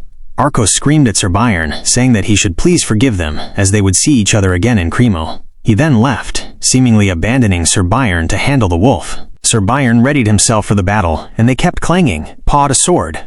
One of the monster's attacks sliced off Sir Bayern's sword, and he was visibly distressed. Immediately after that, the monster dashed towards Sir Bayern and beat him. Sir Bayern then pulled out a dagger from his back pocket and immediately stabbed the beast in the throat. This only annoyed the beast more, and it pushed forward, landing on the floor with Sir Bayern caught in its mouth. Sir Bayern was visibly in pain as he tried to slash the monster's mouth even more to weaken its bite. But it kept chomping harder and harder as Sir Bayern kept trying. All of a sudden, Lord Arcos came with a sword in hand and stabbed the beast from behind. Sir Arcos' wife also came with a short dagger and stabbed the beast in the eyes.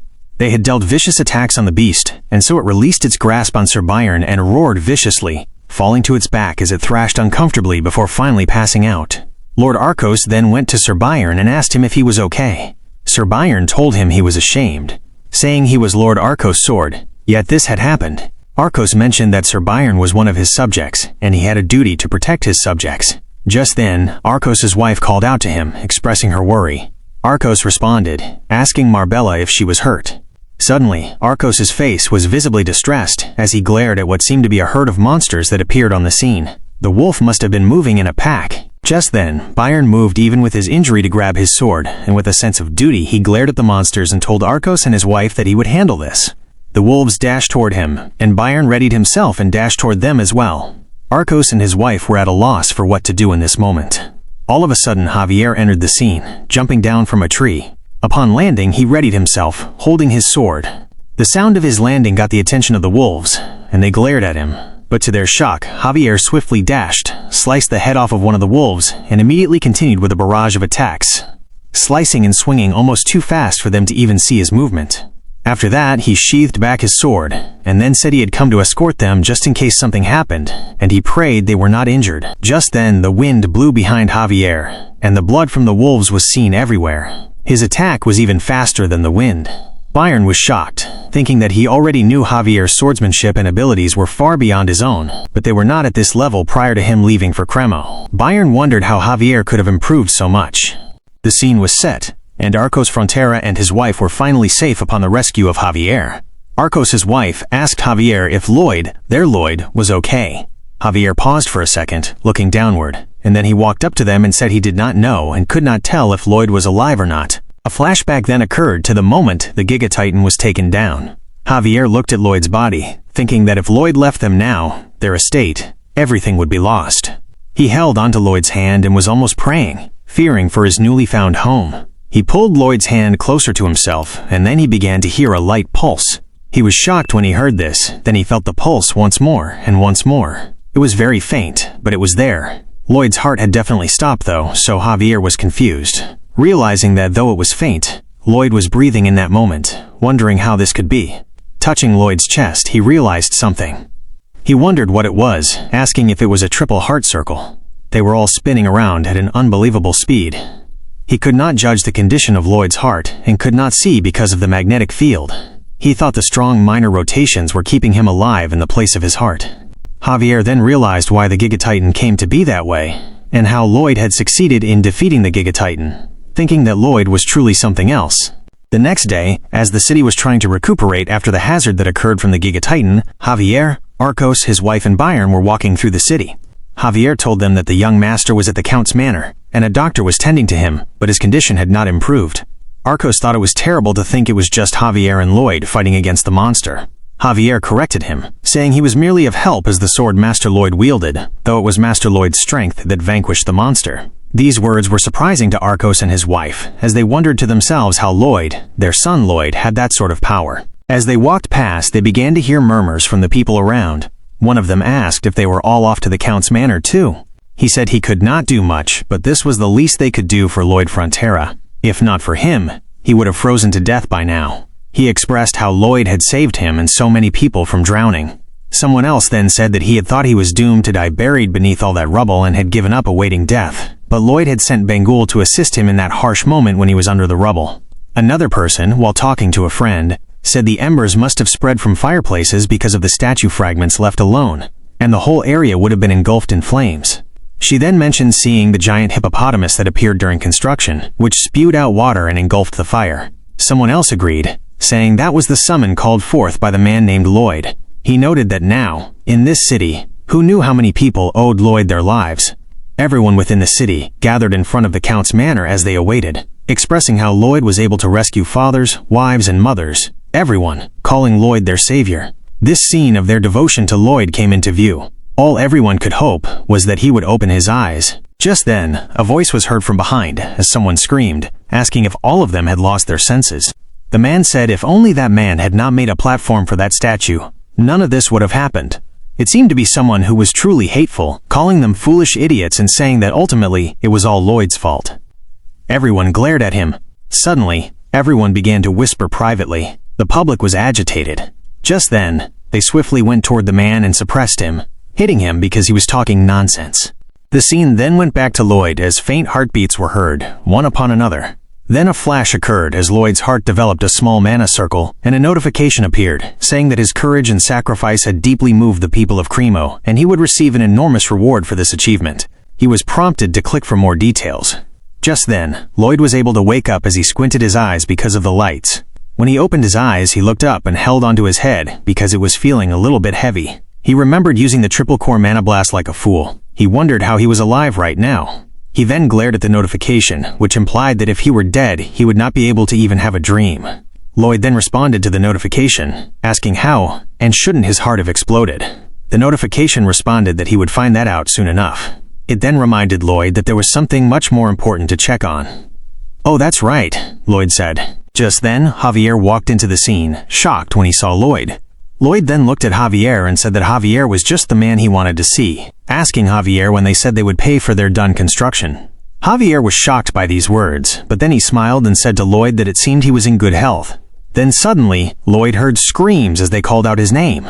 He looked in front of him and saw his parents dashing toward him. His father and mother then hugged him and squeezed him tight, and he screamed. His father then said, "Lloyd, you scoundrel." His mother then said, "Thank goodness, Lloyd. Do you have any idea how worried we were?" With tears in their eyes, his parents wondered deeply, "Are you really our Lloyd?" But decided that the unsettling question was not what was important right now. They were just thankful that he was alive. Some time passed as the scenes arrived at the royal capital in Magenta. A voice was heard, saying that the Giga Titan had been completely destroyed, concluding Count Cremo's letter. It seemed like someone was reading a letter to someone. Inside the palace, a lady was seated upon a chair, legs folded. She then said it was intriguing to learn that such a man existed in this kingdom. She then instructed the man to send a messenger to the Frontera barony and bring both this man and his guard to her. The man bowed in response, saying, "As you wish, your majesty." The lady, revealed to be Her Royal Highness, the Empress Alicia Termina Magentano, said, "Let us see if the contents of this letter are indeed true. I will meet this man and judge for myself." The scene then cut back to the capital of Cremo, where Lloyd received a notification saying that the stories of his great courage, wisdom, and self-sacrifice were spreading all over the land. Lloyd glared at the notification as it continued, saying that he had received bonus RP for his elevated social status, with a bonus of +1 500 RP received. Lloyd then yelled, screaming in excitement, "Yeah!" Then the notification continued, saying, "Accessing skilled information, skill mana hearts. You can store high concentrations of mana in your heart now." Lloyd thought to himself that this was why he had so much energy, despite being in a coma for a month. Wow, he thought. He had become the owner of the mana hearts, which meant shoveling would become a lot easier. The notification then asked him if that was the only thing he could think of to use it on. Lloyd responded by asking if it was belittling all the construction workers of this land. The notification swiftly said, "Forgive me, my lord, of course not, my lord." The description then continued, saying that his mana heart was born not as a result of regular training but from the impact of the mana blast. As such, his mana heart had been given unique capabilities. Lloyd's eye opened widely as he continued reading the skill option. Shock Neutralizer was formed upon impact from Mana Blast. The impact from Mana Blast could be neutralized without additional protection. Lloyd wondered what this was, questioning if this meant he could use the triple core blast as much as he wanted, which meant the work in the quarry could be done faster. He was happy about this. The notification then asked him to think of something more impressive. Lloyd then asked if there was anything more impressive and noble than manual labor. He questioned if the notification was belittling quarry work. The notification responded once more, saying, quote, "Forgive me, my lord, of course not, my lord." Lloyd thought to himself that the mana heart needed to be protected from the impact of the mana blast because it acts like an ammunition dump, so using a mana blast is like setting off an explosion next to one of those powder kegs. When the explosion is set off, it makes a loud kaboom sound, and it is literally a death trap if one does not protect it. He realized that at the time he had used his mana blast skill, he did not have a mana heart, which was why he did not die. The shock from the blast filled his heart, and as it was working to keep him alive, it condensed and turned into a mana heart. He reflected that he had neglected his mana heart training, thinking it was a better use of his time to do more manual labor. He concluded that it sometimes paid off to be lazy. Just then, Count Cremo walked into the carriage and said to Lloyd, "Forgive me for keeping you waiting. Let us depart right away." "Oh yes, my lord." Just as Count Cremo walked inside, Lloyd's eyes squinted a bit as he licked his lips because he knew he had his own plan in mind. As the carriage began to move, Lloyd peeked outside the window, keeping quiet. He then mentioned the buildings and streets, wondering how much it would cost to repair them. Count Cremo, thinking he was initiating an innocent conversation, said it was hard to tell, but imagined it was well over a month's worth of the city's budget. Lloyd then said if the Giga Titan had not been knocked down, he bet it would have been another half a year's worth. Silence engulfed the space for a second as Count Cremo, now realizing what was going on, squinted his eyes and asked Lloyd what he was trying to tell him. Lloyd replied, "Oh, nothing," as he folded his leg. He then continued, saying that compared to half a year's budget, what he was getting for this construction project must be like small change, laughing, feigning innocence. He then continued, saying, quote, "My goodness, who would have known to think that this tragedy was the result of some statue made to drive the Giga Titan away? Regardless of whose plan it was, you cannot say it was anyone's fault, or that it was just Mother Nature either way. A few people did have to risk their lives, but everything worked out very, very well in the end." Lloyd then smiled a bit as he looked to the side and mentioned that he happened to hear something from Count Cremo's attendants. He had heard that his lordship offered an annual compensation to anyone who worked for the public interest of the city, regardless of who they were, without fail, and he was curious, wondering how much of a benefit to public interest that would lead to. Count Cremo was visibly uncomfortable and sweating. He was quiet for a second, then asked Lloyd if 1.5 times the construction fee would do. Silence then engulfed the space, and Count Cremo asked Lloyd if that would do. Lloyd then said, I apologize. I do apologize. It seems I have caused a misunderstanding. I was not asking for more money, but anyways, I finally get it. To you, my lord, your citizens' lives are worth 1.5 times my construction fee. These words shocked Count Cremo, as he was visibly uncomfortable as the carriage kept on going. Count Cremo then said, twofold. Lloyd was quiet in this instance. Count Cremo was visibly uncomfortable. He then said, threefold. Lloyd's face lit up as he grinned viciously at the mirror by his side. He was very excited by this. Count Cremo felt visibly shaken by this expression from Lloyd, as Lloyd then reached out his hand and said, I am in awe of your bold generosity, Count Cremo. I will consider this a special compensation and put it to good use on myself. Oh yes, of course, Count Cremo said as he shook Lloyd's hand. Count Cremo thought to himself that this was strange, so very strange. He was most definitely being exploited by him, yet he did not hate him, wondering why he did not hate him. Just then, people gathered as the carriage arrived, then one of them said, Hey, that's the Count's carriage. It's Lloyd. It's Master Lloyd. Mr. Lloyd has arrived. People were chanting praises for Lloyd. 3 cheers for Master Lloyd. Hip hip hooray. Lloyd thought to himself that he was just a nobody in Korea, and this was so much pressure. As they continued chanting, Count Cremo then said they had set up the podium for him with a magic crystal ball with amplification powers, and all the people were clamoring to hear what he had to say. Oh, of course, Lloyd responded. He then looked away as he thought to himself that all of them who prevailed over this tragedy were the real heroes, wondering if that sort of speech would do. He mused that it was not like he was making money off of this. As he stood at the podium with Count Cremo, Javier beside him and his father and mother behind him, people were chanting his name in the far crowds. It was a lot of pressure. But then Lloyd's face was visible. He was very uninterested in all the chanting, glaring at the people with little to no emotion. He then placed his hand on the ball that amplified sound as he thought to himself that the space was definitely filled with all the people from the land of Count Cremo. Lloyd then thought to himself that if he could make money from everyone here, it would be nice. He began his speech, asking, citizens of Cremo, have you ever heard of Ondal flooring? Everyone paused for a second as they glared at him. Lloyd looked left and right at the people, but he got no response, then palmed his face and said, I see you haven't. He then continued on the rant, trying to advertise his products. He said to an old sir, for those of you that experience stiff joints in the freezing winter cold, and those of you who worry about your child catching a cold in this weather, how much time have you wasted wrestling with your silly fireplace? 1 hour? 2 hours? If you've lived 50 years, that would be 15 years wasted in front of a fire. If you think that is too much time, then remember Ondal flooring. When he was giving this speech, Count Cremo was visibly shocked as he tried to muster out laugh chuckles, but he was very confused by this speech.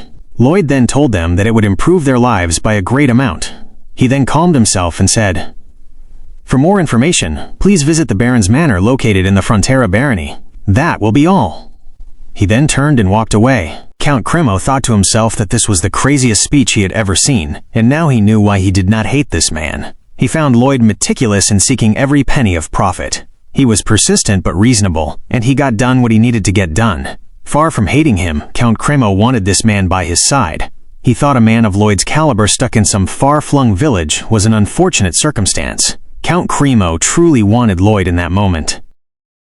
Some time had passed, and the scene returned to the Frontera Manor. Lloyd thought the manor, his soon-to-be golden goose, was quite grand. Sir Byron, the most senior knight, was waiting. Lloyd felt Byron was a man of honesty, integrity, and sincerity, a good man indeed. However, he judged the knight's skills to be only average, perhaps even slightly below average. Lloyd sat across from Sir Byron in the manor. Byron, explaining all he had done during Lloyd's absence, mentioned that the migration plans were complete, detailing the list of names and land allocations on paper. Regarding the farm owner's complaints about the labor shortage, he had decided to send the orcs and bolster the workforce at the mines.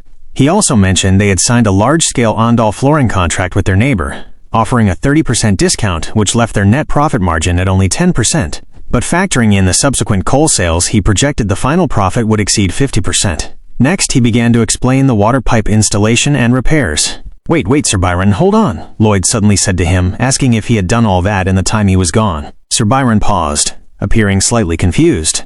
He said to Lloyd that he had simply been doing what he was told, as Lloyd had instructed him to take care of the rest. Suddenly, a man walked into the room and said he had an update for Sir Byron. The interior work on the last Ondal project was complete and was awaiting inspection. "Ah, all right, I'll be there in 30 minutes, Sir Byron mentioned. He then went to the inspection space, carefully checking their work. He complimented them, saying the work was well made now, with no flaws at all, and that it was very good work, and they all seemed extremely happy. Sir Byron said that all the times he had raised his voice at them were leading up to this moment. They were now the most important people on their traveling build team. Lloyd stared at Sir Byron in utter shock, realizing just how capable he was. Lloyd believed Sir Byron was born in the wrong era, thinking that if he were in Korea, he would have been at least a managing director at a big corporation. Lloyd felt he needed to give this man a huge bonus. Just then, he received a notification. The installation of Ondal flooring to Frontera Estates homes is complete. A new page has been written in the continent history book. With Ondal, now known as the Frontera heating system, a large amount of RP will be awarded for this monumental achievement in construction. Lloyd received 400 RP in that moment. It turned out that the large-scale Ondal flooring contract was entirely the work of the Baron and Baroness. Lloyd realized those two also had a gift for something other than being the lord and lady of an estate. He mused that luck began the moment a person was born, and many people would either laugh or cry depending on the era they were born in. Later, Lloyd was outside one of the construction sites as Javier Ashram asked Lloyd if they needed a storage building that large for all the coal. "Of course," Lloyd responded. "The coal will keep coming and coming." He felt satisfied that he had paid off more than half the debt with the money from the construction, and they were getting more than enough in water supply fees from their neighbor. He grinned mischievously, thinking his retirement of fun and merit was almost here. His grin expanded even more as Javier glared at him. Javier felt that he sometimes couldn't stand it when Lloyd made that face, finding himself suddenly wanting to punch him. Then suddenly, a loud horn blew, alerting everyone around. Lloyd turned and asked what that noise was. Javier said he had never heard it before either, but he believed it was the sound of the horn announcing the arrival of the royal messenger. Men holding a flag walked into the scene, entering the Frontera barony. Lloyd wondered what the royal messenger was doing there. They then rode a red carpet on the floor, and the royal messenger jumped off his horse, landing on the carpet. He pulled out a scroll, grabbed it, and flapped it swiftly. The royal messenger held it, gazing at it as the people behind him began to clap, as though cheering him for what he had just done. Lloyd, kneeling in front of the messenger, thought the performance was ridiculous and wished the man would just get to the point.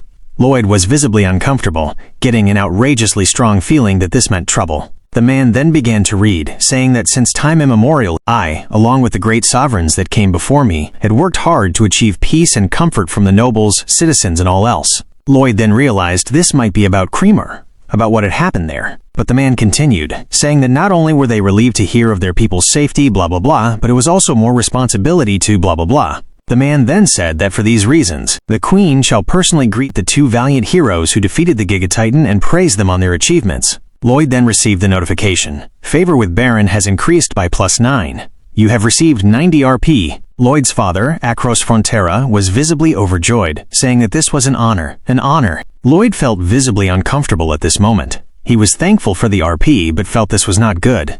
He had learned the hard lesson in the army: do just enough so there is no problem, and never do more than what is necessary. Once that rule was broken, everything changed. Lloyd recalled a flashback from his days in the army. A higher-up had called out to him, asking, "Hey, Corporal Kim, you are a civil engineering major, right? Make a sauna in that spot over there for us." Lloyd then responded to the higher-up, saying that civil engineering wasn't about being a builder. The man then asked if he was telling him he didn't want to do it. Lloyd then responded that he would do it. That was when Lloyd made the fatal mistake. He researched too hard and built one that was way too perfect. He began to get more recognition, and someone else then said to him, asking if he was Corporal Kim, and that he looked pretty brainy, asking him to make them a little cottage over there. Lloyd then received a plethora of requests just like the other, and he wasted all his time in the army slaving himself until he got out. At this point, Lloyd realized that once Her Royal Highness was involved, it was bye-bye to the sweet life of the country noble. The messenger continued, saying, "Hear ye, hear ye! Lloyd Frontera and his guard are hereby ordered to travel immediately to the royal capital." Lloyd felt like crying, thinking he should have just made that sea platform and ended it there. He wondered if that lobster had put a curse on him. He was sad because he believed that once he was on the Queen's radar, she would call on him for the rest of his life. He briefly considered pretending to be an idiot, but immediately dismissed the idea as too dangerous, realizing he would lose his head if she took offense. Without sparing any time, Lloyd was headed towards the Queen's castle, escorted by an entourage. Lloyd sat within the carriage, looking dazed and very uncomfortable. Javier then called out to him, saying he had the face of a man who was about to be executed. "Oh, you have a sharp eye," Lloyd said. Javier said this was unexpected. Lloyd glared at Javier as Javier continued, saying that the Master Lloyd he knew would be excited to meet Her Royal Highness, thinking how much he could weasel out of her. Javier looked away, folding his arms. Lloyd then realized Javier was right. If he took advantage of his knowledge about this world, Her Highness Alicia Termina Magentano's personality, and her future, there had to be a way. He decided that he would take this opportunity to squeeze as much as he could out of the royal palace. When he finally arrived at the palace, the Royal Highness appeared in her jacket and said to Lloyd Frontera and Javier Ashram, "You may lift your gaze." When they lifted their heads, they were faced by the Queen of Magenta. Lloyd was overwhelmed by her charisma, feeling he almost had a heart attack. He then said to her, "All hail our Majesty the Queen. I, Lloyd Frontera, have come to salute your Majesty, the rightful ruler of this land." She glared at him, saying, "So it is you." She seemed to think from his aura that the man beside him, Javier, was the noble. That said, Javier Ashram, "Did you say that was your name?" She continued, saying she sensed a mana flow from him that she had never seen before, and that he seemed like a worthy, inspiring partner for her. Javier said to her that he was merely a nameless knight. Lloyd noted that she could tell Javier was special just by looking at him. He was aware that she was one of the only 2 swordmasters in this kingdom, and that clumsy flattery would not work on her. He needed to be careful. The conversation continued as the Queen mentioned to Javier and Lloyd that she had heard of their deeds from Count Creamer's accounts, and that they had her appreciation for the courage and selflessness they displayed. However, she said, she didn't judge a man merely based on another's recommendation. She trusted only what she had seen for herself. Lloyd felt that this was just as he had expected. She then continued, saying, "Lloyd Frontera, I shall put your skills to the test." Lloyd smirked at this, realizing this was it, a chance to win a contract with Her Majesty, the highest ruler. She then asked Lloyd what construction project he thought was most urgently needed in Magenta, the royal capital, in the current state of affairs. Lloyd realized she was starting things off with a quiz about the most necessary construction project. He believed he knew the answer, as he knew the entire plot of the book. The Queen thought that if he truly was a capable man, he would have noticed it the moment he saw the royal palace. If he was unable to catch that, then she would not acknowledge him. They glared at each other, their thoughts unanimous. The most urgent construction project in Magenta was repairing the crumbling palace. But Lloyd's answer was different. Lloyd said to her that he would place a new bridge on the Magenta River, which ran through the capital. The Queen was surprised by this response as she glared at Lloyd. Lloyd thought she couldn't be completely satisfied with his response. It wasn't the answer she expected. But with her personality, the test wouldn't end here. Lloyd knew she was the one with the highest authority, as well as absolute power. She was tolerant, fair, just, and listened to all, regardless of class or rank. The Queen then asked him what his reason was. Lloyd responded by saying that others may think differently and say that repairing the royal palace was the most urgent thing right now. Upon hearing this, the Queen's eyebrows twitched. Lloyd then continued, saying he knew that a very long time ago, a badly tempered dragon took off with the palace's tower on 2 separate occasions, and to prevent it from happening a third time, the entire structure was widened and flattened into its current shape. The Magenta Castle they saw today was built in this manner. Lloyd then continued, saying that he believed the weight of this structure pressing down on the ground and its pillars was causing it to slowly crumble. However, he concluded that the necessary repairs would only be needed at a much later date. Therefore, it couldn't be deemed as the current most pressing need. The Queen was confused as she glared at Lloyd, thinking what an impudent man he was. He knew what she was thinking, yet he gave her a different answer. Lloyd smirked, realizing she knew he had given her a different answer, even though he knew the answer she was thinking of. The Queen then thought that she knew that he gave her a different answer, even though he knew the answer she was thinking of was different. Lloyd then smirked inwardly, realizing he knew that she knew that he knew that she knew that he gave her a different answer even though he knew the answer she was thinking of. Suddenly, a notification appeared angrily complaining as it stated, "Enough with this nonsense already, Lloyd." Just then, the Queen thought to herself, "You are toying with me? Is that it?" Glaring at Lloyd ferociously. "I would never," Lloyd thought to himself. "I am begging for a contract construction fee," he thought, glaring at the Queen with a puppy-like demeanor. Lloyd then said, "The current bridge across the Magenta River has been rebuilt 12 times already. The bridge collapses regularly because it is unable to withstand the rising waters in the spring. Each time it happens, people's lives are inconvenienced, and large amounts of money are spent on it. Everyone sees the rebuilding of the bridge as an inevitable part of nature. However, if your Majesty would trust me with its construction, I would build a bridge that will not collapse even if there are spring floods or drift ice." At this moment, Lloyd was talking about the modern suspension bridge. He even criticizes my decisions, the Queen thought. Why this arrogant and insolent man? Lloyd gulped, knowing the Queen was visibly pissed. Though the more I speak with him, the Queen thought, the more I seemed to like him. She then told him to tell her more about this bridge he would construct. Lloyd then smirked viciously. Thank you, Your Majesty. Nice. I knew she would like it, he thought. He knew she absolutely despised yes-men who drowned her in flattery, and that she put unlimited trust in those with strong conviction. Just then, Lloyd began to ramble about how he intended to build the bridge, just as he would normally ramble to make Javier sleep. The Queen then paused him and said, "All right, enough, I have suddenly lost interest." The Queen Magentano, in the books, is eventually betrayed by the ones she cherished the most in the story. She loses one of her arms and turns evil, transforming into the butchering tyrant.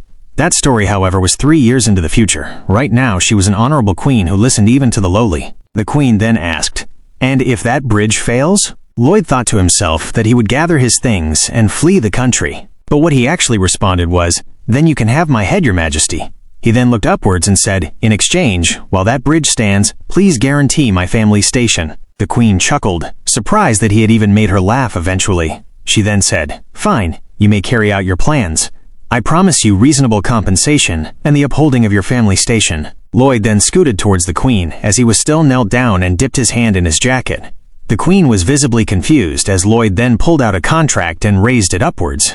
The Queen asked what that was. Lloyd then responded, saying it was a contract, Your Majesty, and asked her to please sign it. The Queen was visibly pissed, asking, "Are you saying you don't trust my word?" In her mind, she thought he prepared a contract ahead of time? Why, this little piece of shit. Lloyd then responded, saying, "Not at all, Your Majesty. This contract states that if I do not construct the bridge in an honest manner, then I am to be hung, drowned, and quartered.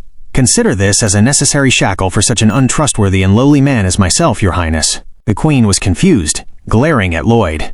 She then signed it regardless, thinking to herself that she was being sweet-talked into something, yet she didn't mind it. Lloyd then took the signed contract and raised his backside upwards as he bowed all the way to the ground and said to the Queen, "1,000 thanks, Your Majesty." "What is with your bottom?" the Queen responded. Lloyd then said that he couldn't lower his head any lower than her signature, so he raised his behind to make it seem lower. "Oh, okay," the Queen then said. "I understand your intentions now. Lower it, I don't want to see it." Just after the whole thing, Lloyd and Javier then walked out of the Queen's presence. Lloyd tapped his shoes and swirled in celebration, thinking he had just ripped off the Queen with this contract. Javier glared at Lloyd, thinking he could have lost his head if she had thought he was being disrespectful. Javier knew he couldn't stop a swordmaster, so he felt Lloyd needed to exercise caution. The scene then cut back to the Queen as her butler, Sir Kyle, who stood beside her, said to her that he was a clever man, very calculating. She then responded, saying, "You noticed it as well? He is more shrewd than I thought." But then Kyle asked if she was not slightly displeased by the man. "Oh, I was," the Queen responded, saying that he assumed from the beginning that he could beat her, but he seemed so pathetic that it was rather adorable. The Queen said this while looking away and feigning a little smile. A few days later, Lloyd was headed somewhere. He was up and ready to go, as he hung a bag on his shoulder. Javier then asked him if he would really be all right going alone. Lloyd then glared at Javier and said to him, "Why would I need an escort in the capital? It's already secured. Besides, it's a huge pain walking around with you." Lloyd said this as he remembered that earlier, when they went out to survey, he couldn't concentrate at all, because all the ladies were literally flocking towards Javier, admiring him, and Lloyd was pissed that this happened. Javier asked him to please tell Master Julian that he was doing well. Yeah, sure thing, no problem," Lloyd said. That Julian Frontera was Lloyd's little brother, who was studying at the Argentina Royal Academy. Before they left for the capital, the Baroness Marbella had prepared heaps of winter clothes and blankets, asking that Lloyd take them to Julian. Lloyd thought to himself, "That reminds me, what happens to him in the book?" He recalled that around this time the Baron loses everything and is unable to pay the tuition, so Julian is kicked out of the dorms and dies wandering around at night, killed by a thief. But that won't happen now. I'm pretty amazing, saving lives and whatnot, Lloyd thought, looking up at the school. It's time to see my little brother, I guess. I don't even know what he looks like. Lloyd chuckled as he walked into the school. Inside the Argentina Royal Academy, Lloyd stared at his junior brother Julian. Julian asked him what he was doing here. Lloyd thought he remembered Julian and Javier being of the same age, but Julian was just so small. Look at that face, staring at his own brother like that. Lloyd must have been a piece of work, he thought. As long as I am not too nice to him and act like I have turned over a new leaf, maybe he won't be too suspicious. "Here, it's from Mother," Lloyd said as he threw the bag at Julian. Julian then thought that he hadn't called him a little shit, and on top of that, he had come all this way because Mother asked him to. Julian was heavily suspicious of Lloyd. Lloyd then received the notification. He is suspicious of who you are due to your own characteristic kindness. What? Lloyd thought. What I did just now was nice? "Oh geez, this Lloyd guy is so exhausting." He then turned away, saying, "All right, later, you little shit." Julian was shocked, thinking that he had left without hitting him, and wondered what was wrong with him. Lloyd then received yet another notification that said, "His suspicions are multiplying due to your humane behavior." Lloyd was confused, because he even called Julian a little shit. "What do I need to do?" he thought. Lloyd was confused about the entire thing. He then remembered that his mother also asked if he could have lunch with Julian, please, and to think of how lonely he must be. Lloyd scratched his head, visibly uncomfortable. Julian stared at him, very suspicious. Lloyd then turned as he said to Julian, "Hey, you little shit. Is there a restaurant around here? Not some cheap place, somewhere fancy." "Let's go to somewhere fancy," Julian responded. "Why?" Lloyd then said, "What do you mean, why?" "I'm going to buy you lunch, you little shit." "But why?" "Because mother asked me to, you little shit." Julian was very suspicious of Lloyd at this point. The scene then took them to a very high-class, beautiful-looking restaurant, as Lloyd and Julian sat across each other at the table. It was very awkward at the moment. Julian then said to Lloyd that he would have the basic set A. Huh? Lloyd responded, telling him to get something expensive, as he probably didn't get to come to places like this often. Julian was confused as Lloyd said this. Lloyd then said to him, "You little shit." Julian thought back, realizing that Lloyd had forgotten to call him a little shit, so he had said it later. Julian then said that he would go for the special set D. Julian thought to himself why Lloyd was acting so normal. He used to curse so much and would kick him if he just looked at him. Lloyd, speaking to the waiter, said that they would have 2 special set Ds. The waiter asked if he would care for any wine. "No," Lloyd responded. "Thank you. I do not drink. I stopped drinking." Julian was shocked, thinking, "What? He stopped drinking? He used to be drunk 24 hours a day and cause all sorts of trouble." A few days ago, someone from the palace had come to see Julian and briefed him on the entire situation, saying that the trading port of Krimmer was attacked by a Gigatitan, and that the person who defeated the Gigatitan was Lloyd Frontera.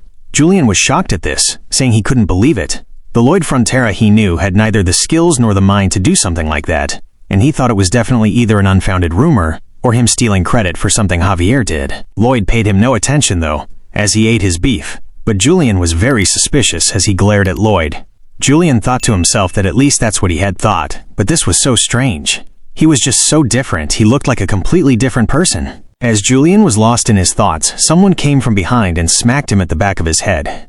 Lloyd leaned upward slowly as the person then continued, asking what a nobody like him was doing here. Julian was visibly shocked and then said he was sorry, something came up today. The man then responded, asking, quote, "Something came up? What kind of something?" He then punched Julian on the back of his head and asked, "Didn't you learn anything in your law class?" He continued smacking Julian at the back of his head as he said, "Can you just break the rules because it feels like it? The Baron's scum should eat where they can't be seen, because you offend our eyes." Lloyd then glanced at what was happening. He looked around and saw that people were smirking as Julian was being bullied. The man who was bullying Julian said to him, "Your family is nothing. Just because you came to a nice place like this, do you think you've become something more? You impoverished piece of trash." Lloyd kept on glancing as even the people who seemed to be teachers and the chef didn't do anything as this smacking was occurring. The man that was smacking Julian continued, saying, "What do you even have in that estate of yours? Ah, that's right. You have your filthy, mangy peasants." Lloyd then realized that though they called it an academy, they valued family status over academics, and it annoyed them even more that the son of a poor country baron was near the top of his class. What do I do? Lloyd wondered. If he helped him, life for Julian here would only get harder. Julian was also giving him eyes that he shouldn't interfere, so maybe he should just sit still. The boy then said, quote, "Our family has the royally recognized Lakanata dyed cloth to their name. You need to at least be at that level to be able to eat here." Lloyd then glared up as he heard something familiar, but he didn't quite get it right. He thought to himself, Lacona? Which Count Lacona? His brain began to boot as it was computing the whole situation. Just then, Lloyd smiled viciously as the calculation was complete. Before the guy could smack Julian's head once more, Lloyd approached him and asked, "What does your father do for a living?" The guy then glared at Lloyd and said to him, "My father? He is the wise and merciful Viscount Lacona. What's it to you? Are you related to this trash? Now stop stinking this place out and beat it." Just then, Lloyd's palm met his face as his face twisted almost comedically, and he twirled as 2 of his teeth went flying out. Julian was visibly shocked by this movement. The guy twirled and slammed the wall. Splats! Lloyd thought to himself that this was the attack called Mana Bitch Slap, and it had a cooldown of 0 seconds. Just then, his notification said to him, "That's not a real thing." Immediately, someone beside Lloyd stood up and screamed, "How dare you mess with a member of the elite union?" But just then, Lloyd responded with yet another slap at the guy. Another man rose up once more, and this guy was visibly bigger than the others, but Lloyd still finished him up with yet another slap. Two other men that looked to be twins also tried to speak up, but Lloyd calmed down for a second and then used 2 bitch slaps on their faces as they twirled away. One of the guys that stood there was feigning innocence, but Lloyd said to him, "But you were the one blabbering about some double horns just now, right?" Before the guy could respond, Lloyd finished him up with his slap.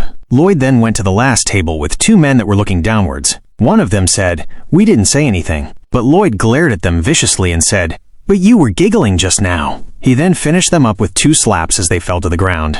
Just behind Lloyd, unknown to him, the Viscount Lacona's son dashed at him and told him to die as he was about to punch him. Just then, he landed the punch on Lloyd's face, and the sound echoed around the space. He shouted out loud, "How dare you! How did you like that, getting mana punched by a mana prodigy like me?" His name was Diego Lacona, and he was age 21. Just then, his facial expression changed, as if something unexpected had happened. The young man regretted his decision as he glared at Lloyd. Lloyd stuck out his tongue and licked the blood that dripped from his nose from the attack from Diego Lacona. Diego Lacona then realized that he should not have thrown that punch as Lloyd looked deranged, and he was very happy because he knew he was about to mess up this guy, as he licked his blood on his face, smirking. That's all for today. Remember guys, make sure you like the video, tap that like button, and drop a comment. Bye for now.